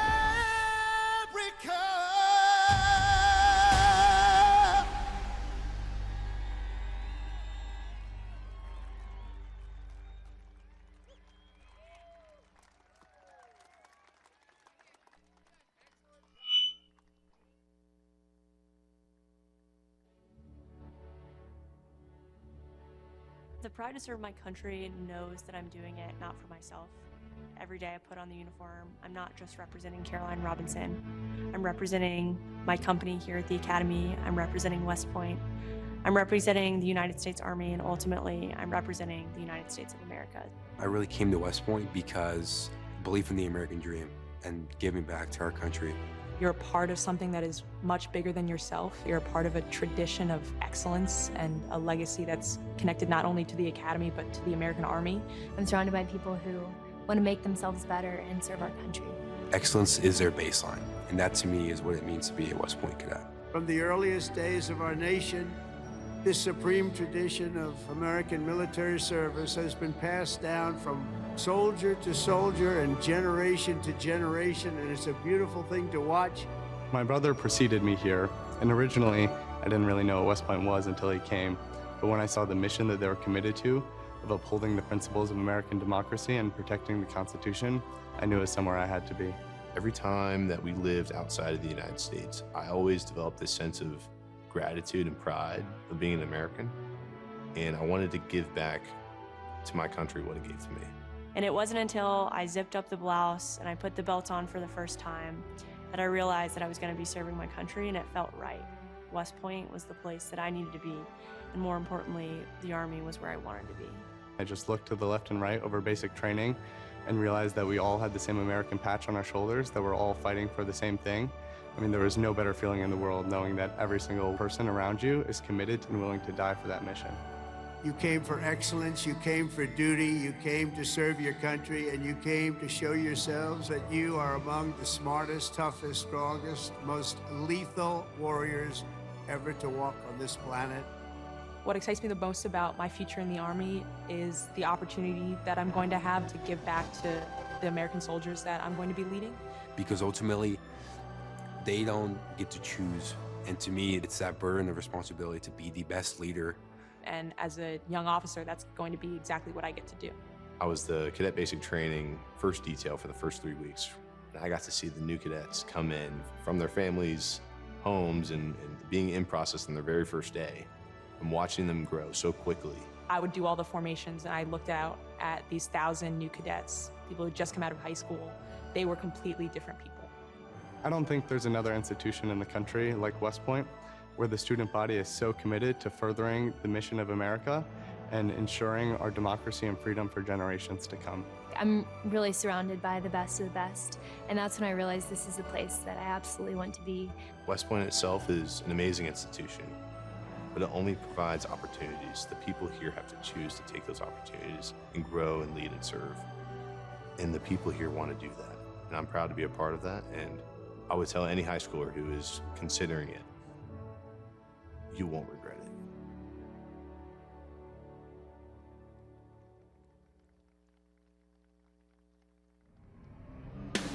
it. Ladies and gentlemen, please welcome to the stage CEO of the Iowa State Fairgrounds, Jeremy Parsons.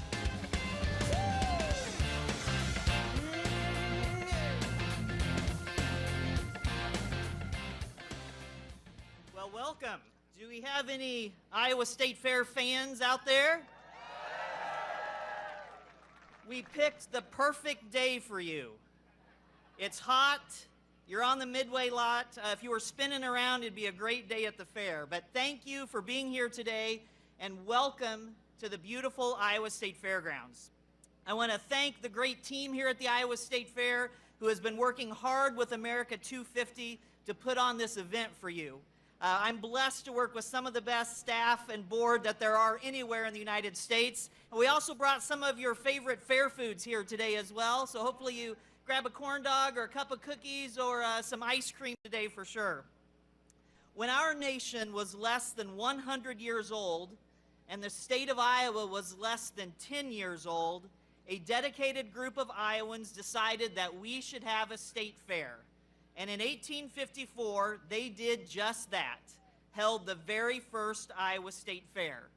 That very first Iowa State Fair was meant to be a celebration, a place where neighbors could gather, a place where blue ribbons could be won, a place where new technology could be viewed, a place where families could be entertained, and a place where agriculture, our state's #1 industry, could be honored. And 171 years later, the Iowa State Fair is still here, and we are still celebrating as big as we ever have, despite all of the changes in our world since that first fair. The fair is a platform for all that is good about our state and our nation.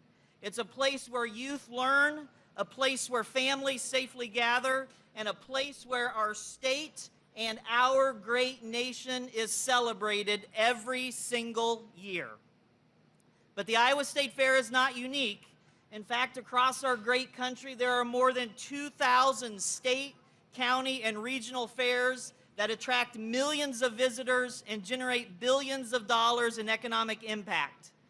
But our fairs are more than economic engines. They are even more than annual events that you go to with your family. They are traditions rooted in community and connection. They are patriotic.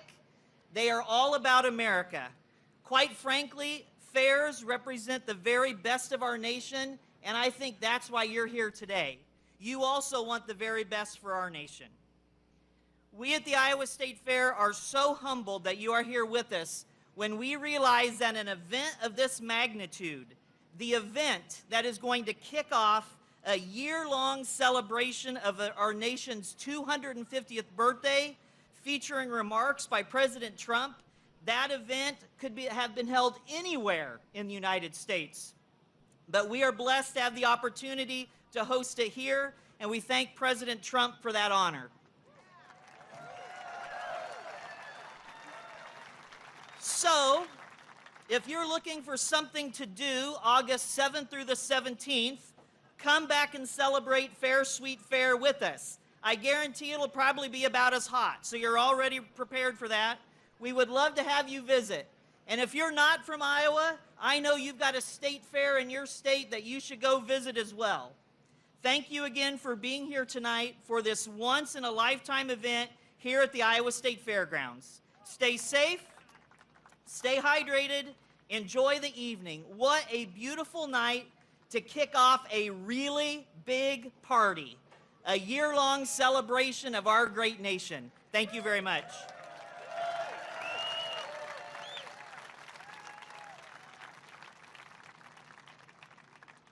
Ladies and gentlemen, please welcome to the stage Iowa GOP Chairman Jeff Kaufman.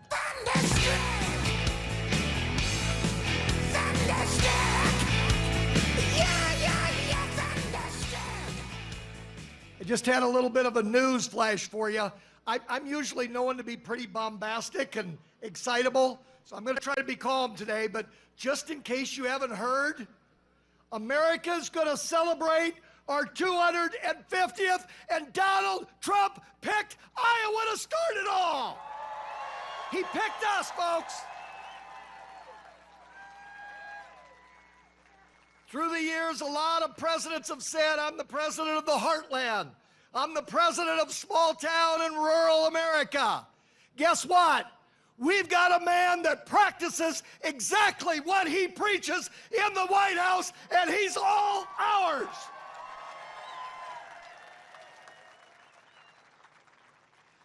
And of course, you've all heard about the big, beautiful bill. That is passed. That is in law. And the Democrats that opposed it can go pound sand. And just a little clarification in case the media's hearing. Listen to this very carefully, folks. Do not cede an inch when you're talking to your neighbors and friends. And it's this. If you work and if you're legal, you're not going to get kicked off Medicaid. That's a lie. It's a lie from desperate people. So, I want to talk about a few other things today that are also beautiful, besides the big, beautiful bill. How about giving the money, the dollars, the hard-earned resources back to the people? That's beautiful. How about trying to erase trade and tariff deficits that have been around for decades and decades under both Republicans and Democrats? That's also beautiful. How about reducing the temperature so that we don't run into a nuclear holocaust? That's also beautiful. How about protecting every single young woman's right to compete fairly? That's beautiful. And not only is it beautiful, it's the right thing to do. Thank you, Mr. President, and thank you, Governor Reynolds, and thank you to the Iowa legislature. You all met together to make that happen. And one other thing that's beautiful, how about that delegation, that congressional delegation from Iowa? All 6 of them voted yes to the big, beautiful bill. Now let me tell you a couple things that are, well, ugly, not beautiful. How about the left-wing nuts that are infesting our dialogue and our universities? That sure isn't beautiful. How about the pro-Palestinian rioters that have lost their way and on tax dollars protesting and acting like complete moronic idiots? How about opening up the border like the last 4 years and allowing danger to infest our country? That sure isn't beautiful. And this might be old-fashioned, folks, but let me tell you something else that's ugly, that's not beautiful. Yes, you have a right to do it, but it sure isn't beautiful. When we play the anthem, stand the hell up!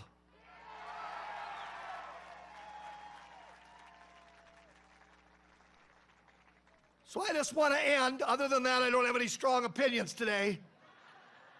I just want to end with a true story. This is going to sound like I made it up, but last night I was on my four-wheeler. I was taking my grandson Oliver for a drive out by the creek. He's 4 years old. Heart and soul, of course, I've spoiled him absolutely, completely, utterly rotten, which is what we're supposed to do. And when we were sitting there by the creek, I was telling him that I'm going to see President Trump tomorrow. So he had all kinds of questions about that.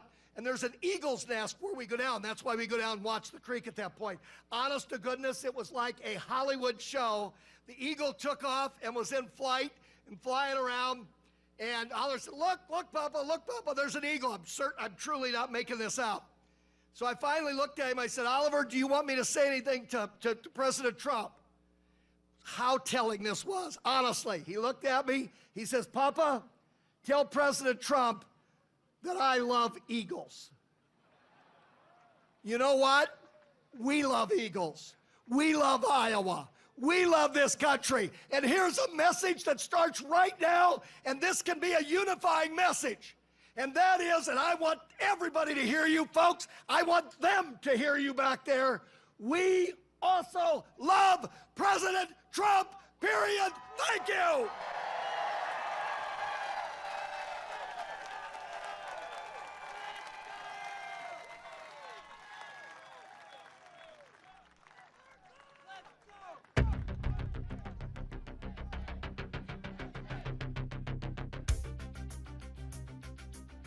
The Army has made me see my potential, and I feel like it's molded me into a better person. I grew up in a very patriotic household. My grandfather, he served in World War II, and his brother, my uncle, served in Vietnam. I can do this. If they can do this, I can do this. When I was born, my dad was still serving in the military, and him coming home in his uniform, I'm like, yeah, I want to do that. Clear for takeoff. My motivation, I think it follows in line. I think with what my family's done is kind of a sense of duty to serve our country and give back since it's given us so much. I'm a very, let's say timid person, but definitely helped me become a more confident person.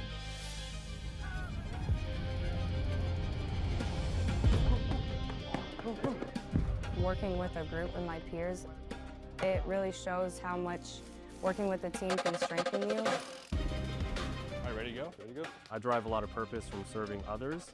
I think serving something bigger than myself gets me out of bed every day. If you power it up, you power it up.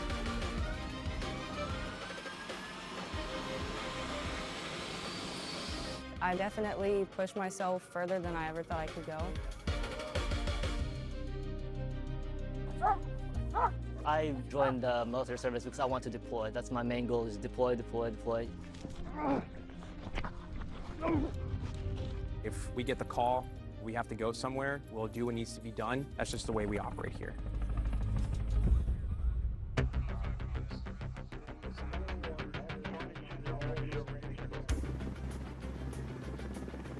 This is one of the few jobs in the nation where we all take an oath to say, I'm willing to put my life on the line for you, and they're willing to put their life on the line for me.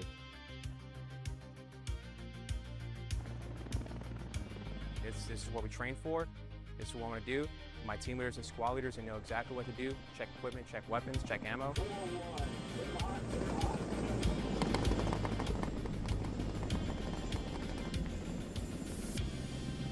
We're always ready to deploy within 18 hours and handle the mission at task.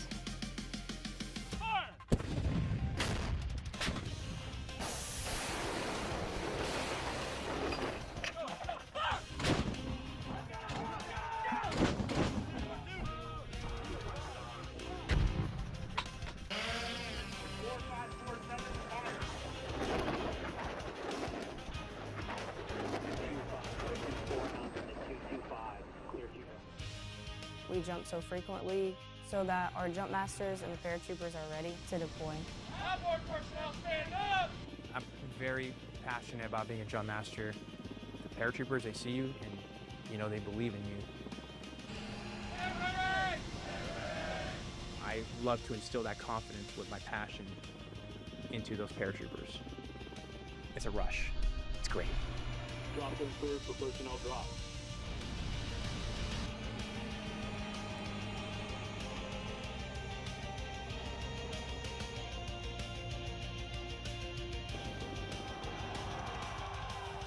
This week we honor 250 years of valor and glory and triumph by the greatest fighting force ever to walk the face of the earth, the United States Army.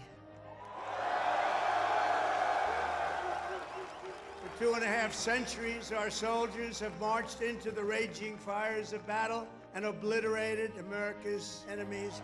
I love the Army. It is a great place to set yourself up for success, to prepare yourself for the future. God bless you, God bless our soldiers, and God bless the U.S. Army.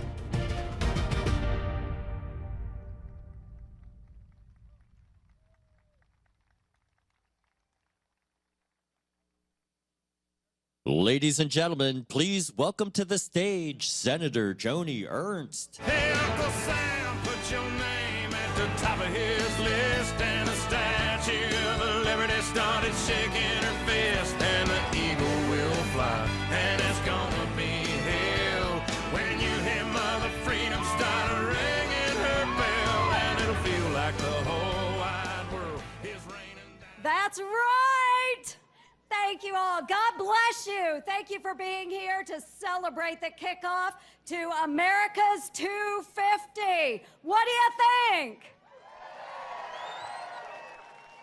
Oh, God bless our men and women in uniform. Thanks so much. I hope you're enjoying these videos. It is a great day to be an American. Thank you, Iowa, so much. And we are just hours from kicking off the year-long celebration leading up to our nation's 250th year as the greatest country on earth. So, folks, join me in thanking President Trump for choosing Iowa to kick it off. Hey, Iowa has always had President Trump's back because he has always had ours. Whether it's protecting Iowa's first in the nation caucus status, championing our farmers, or revitalizing our economy and small businesses, Donald Trump is making Iowa great again. He has taken action to secure our border and keep our communities safe. And under his leadership, border crossings have dropped to a historic low. So we're not immune, of course, to the chaos that was created by our southern border. Over 9 years ago, a young Iowan, and you all remember her, Sarah Root, of Council Bluffs, Iowa, was killed by an illegal immigrant drunk driving. This tragedy never should have happened, but because of a loophole in the law, Sarah's killer was released. He disappeared. He posted bail and he fled the country. He escaped justice, at least for the past 9 years. After the Biden administration removed him from ICE's most wanted list, we needed a White House that would take action on behalf of American citizens. Yeah, who was it? Donald Trump. So after his inauguration as our 47th president, President Trump wasted no time in getting to work. In fact, he made my Sarah's Law the law of the land at his first official bill signing in 2025, so that this tragedy never happens again. And folks, thanks to President Trump and the tireless efforts of his administration, guess what? Sarah's killer was located and extradited back to the United States in March.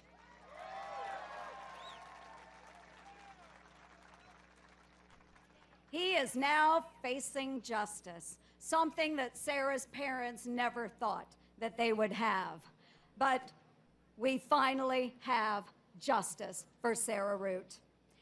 President Trump does not stop working and delivering for Iowans. Abroad, his strategy of peace through strength is keeping us safe.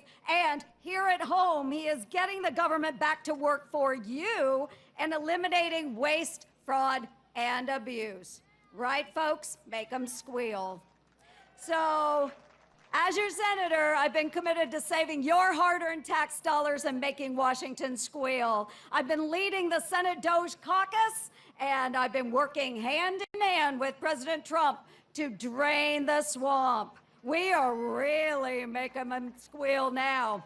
So what we're doing, we're castrating wasteful spending, we're halting taxpayer-funded risky research at Wuhan in China, and we're slapping for sale signs in front of empty Washington office spaces. That's because you folks deserve to keep your hard-earned taxpayer dollars in your own pockets. So, no wonder Hawkeye State patriots overwhelmingly voted to send President Trump back to the White House. Your voices in November were heard loud and clear. We want him to continue his mandate because his agenda is getting our country right back on track. And that's why this week, the Senate did our job to pass his one big, beautiful bill. So we are lowering taxes, cutting red tape, prioritizing rural America, and growing our economy. And with this bill, we've made his 2017 tax cuts permanent, and again, keeping your hard-earned tax dollars.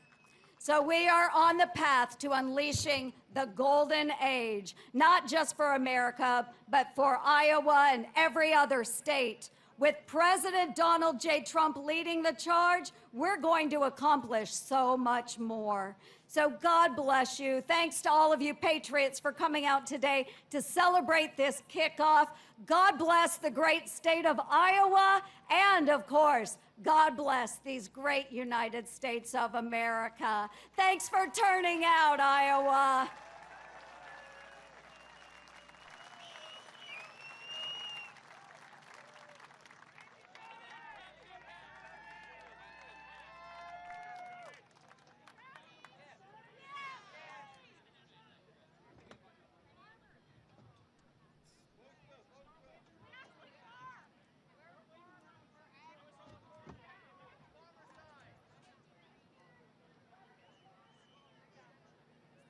Ladies and gentlemen, please welcome to the stage Senator Chuck Grassley.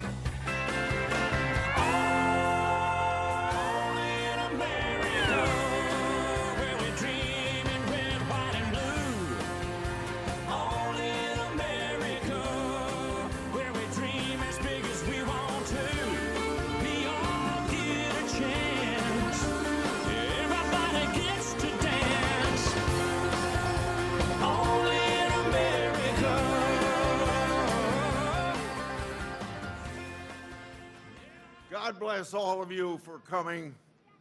It's nice to have hot weather, better than cold, but thank you for honoring our president, but more importantly, thank you for honoring the United States of America as we join this opportunity to be with President Trump to kick off America 250.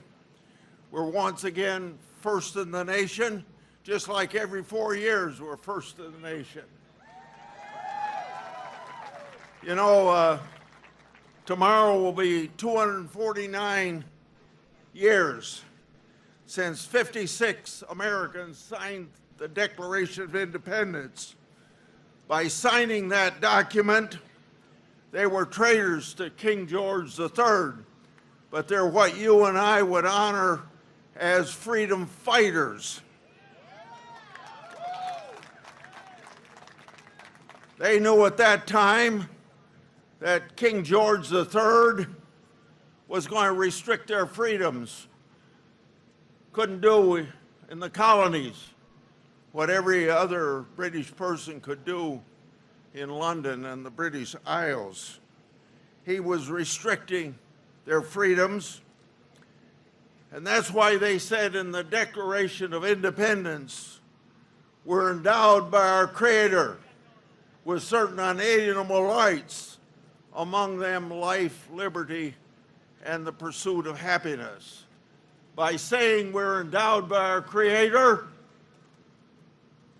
we get our rights and freedoms from God. We don't get them from the government. And we know that 13 years later, they wrote the Constitution. The Constitution doesn't say what our rights are except in the Bill of Rights, but that's just a few of the rights that were guaranteed by God. What it said was that we write this Constitution to protect the American people from their government, and it still serves that purpose. And I hope that we appreciate that in America.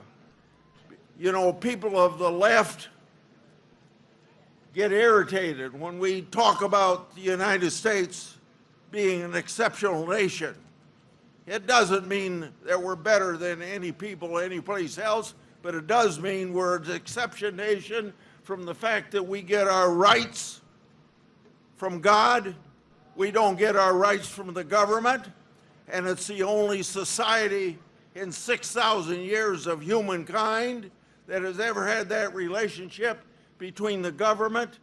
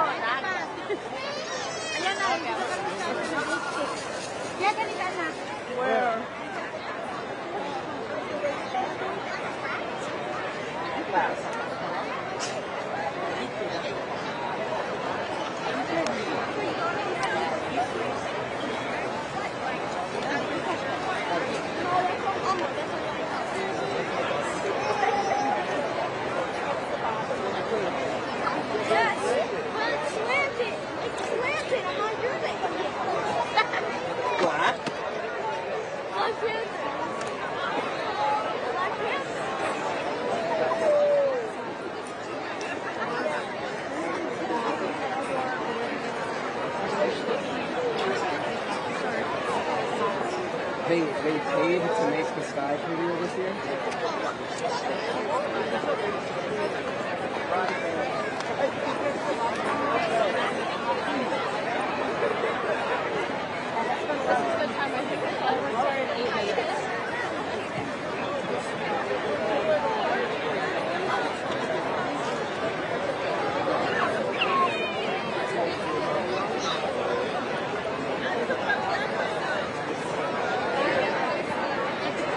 go.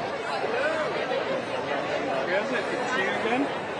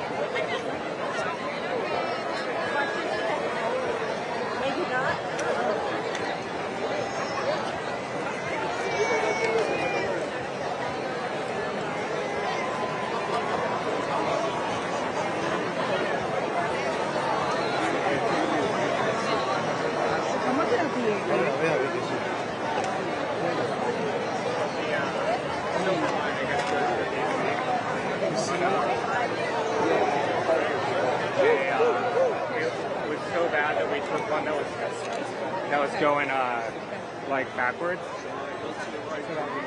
Okay.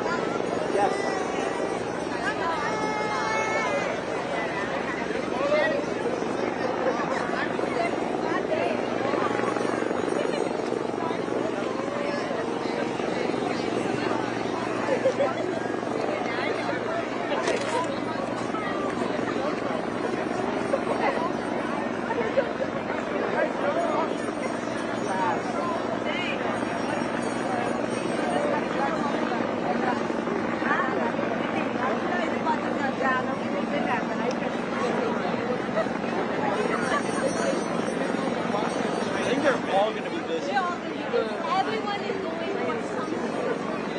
He's got a water.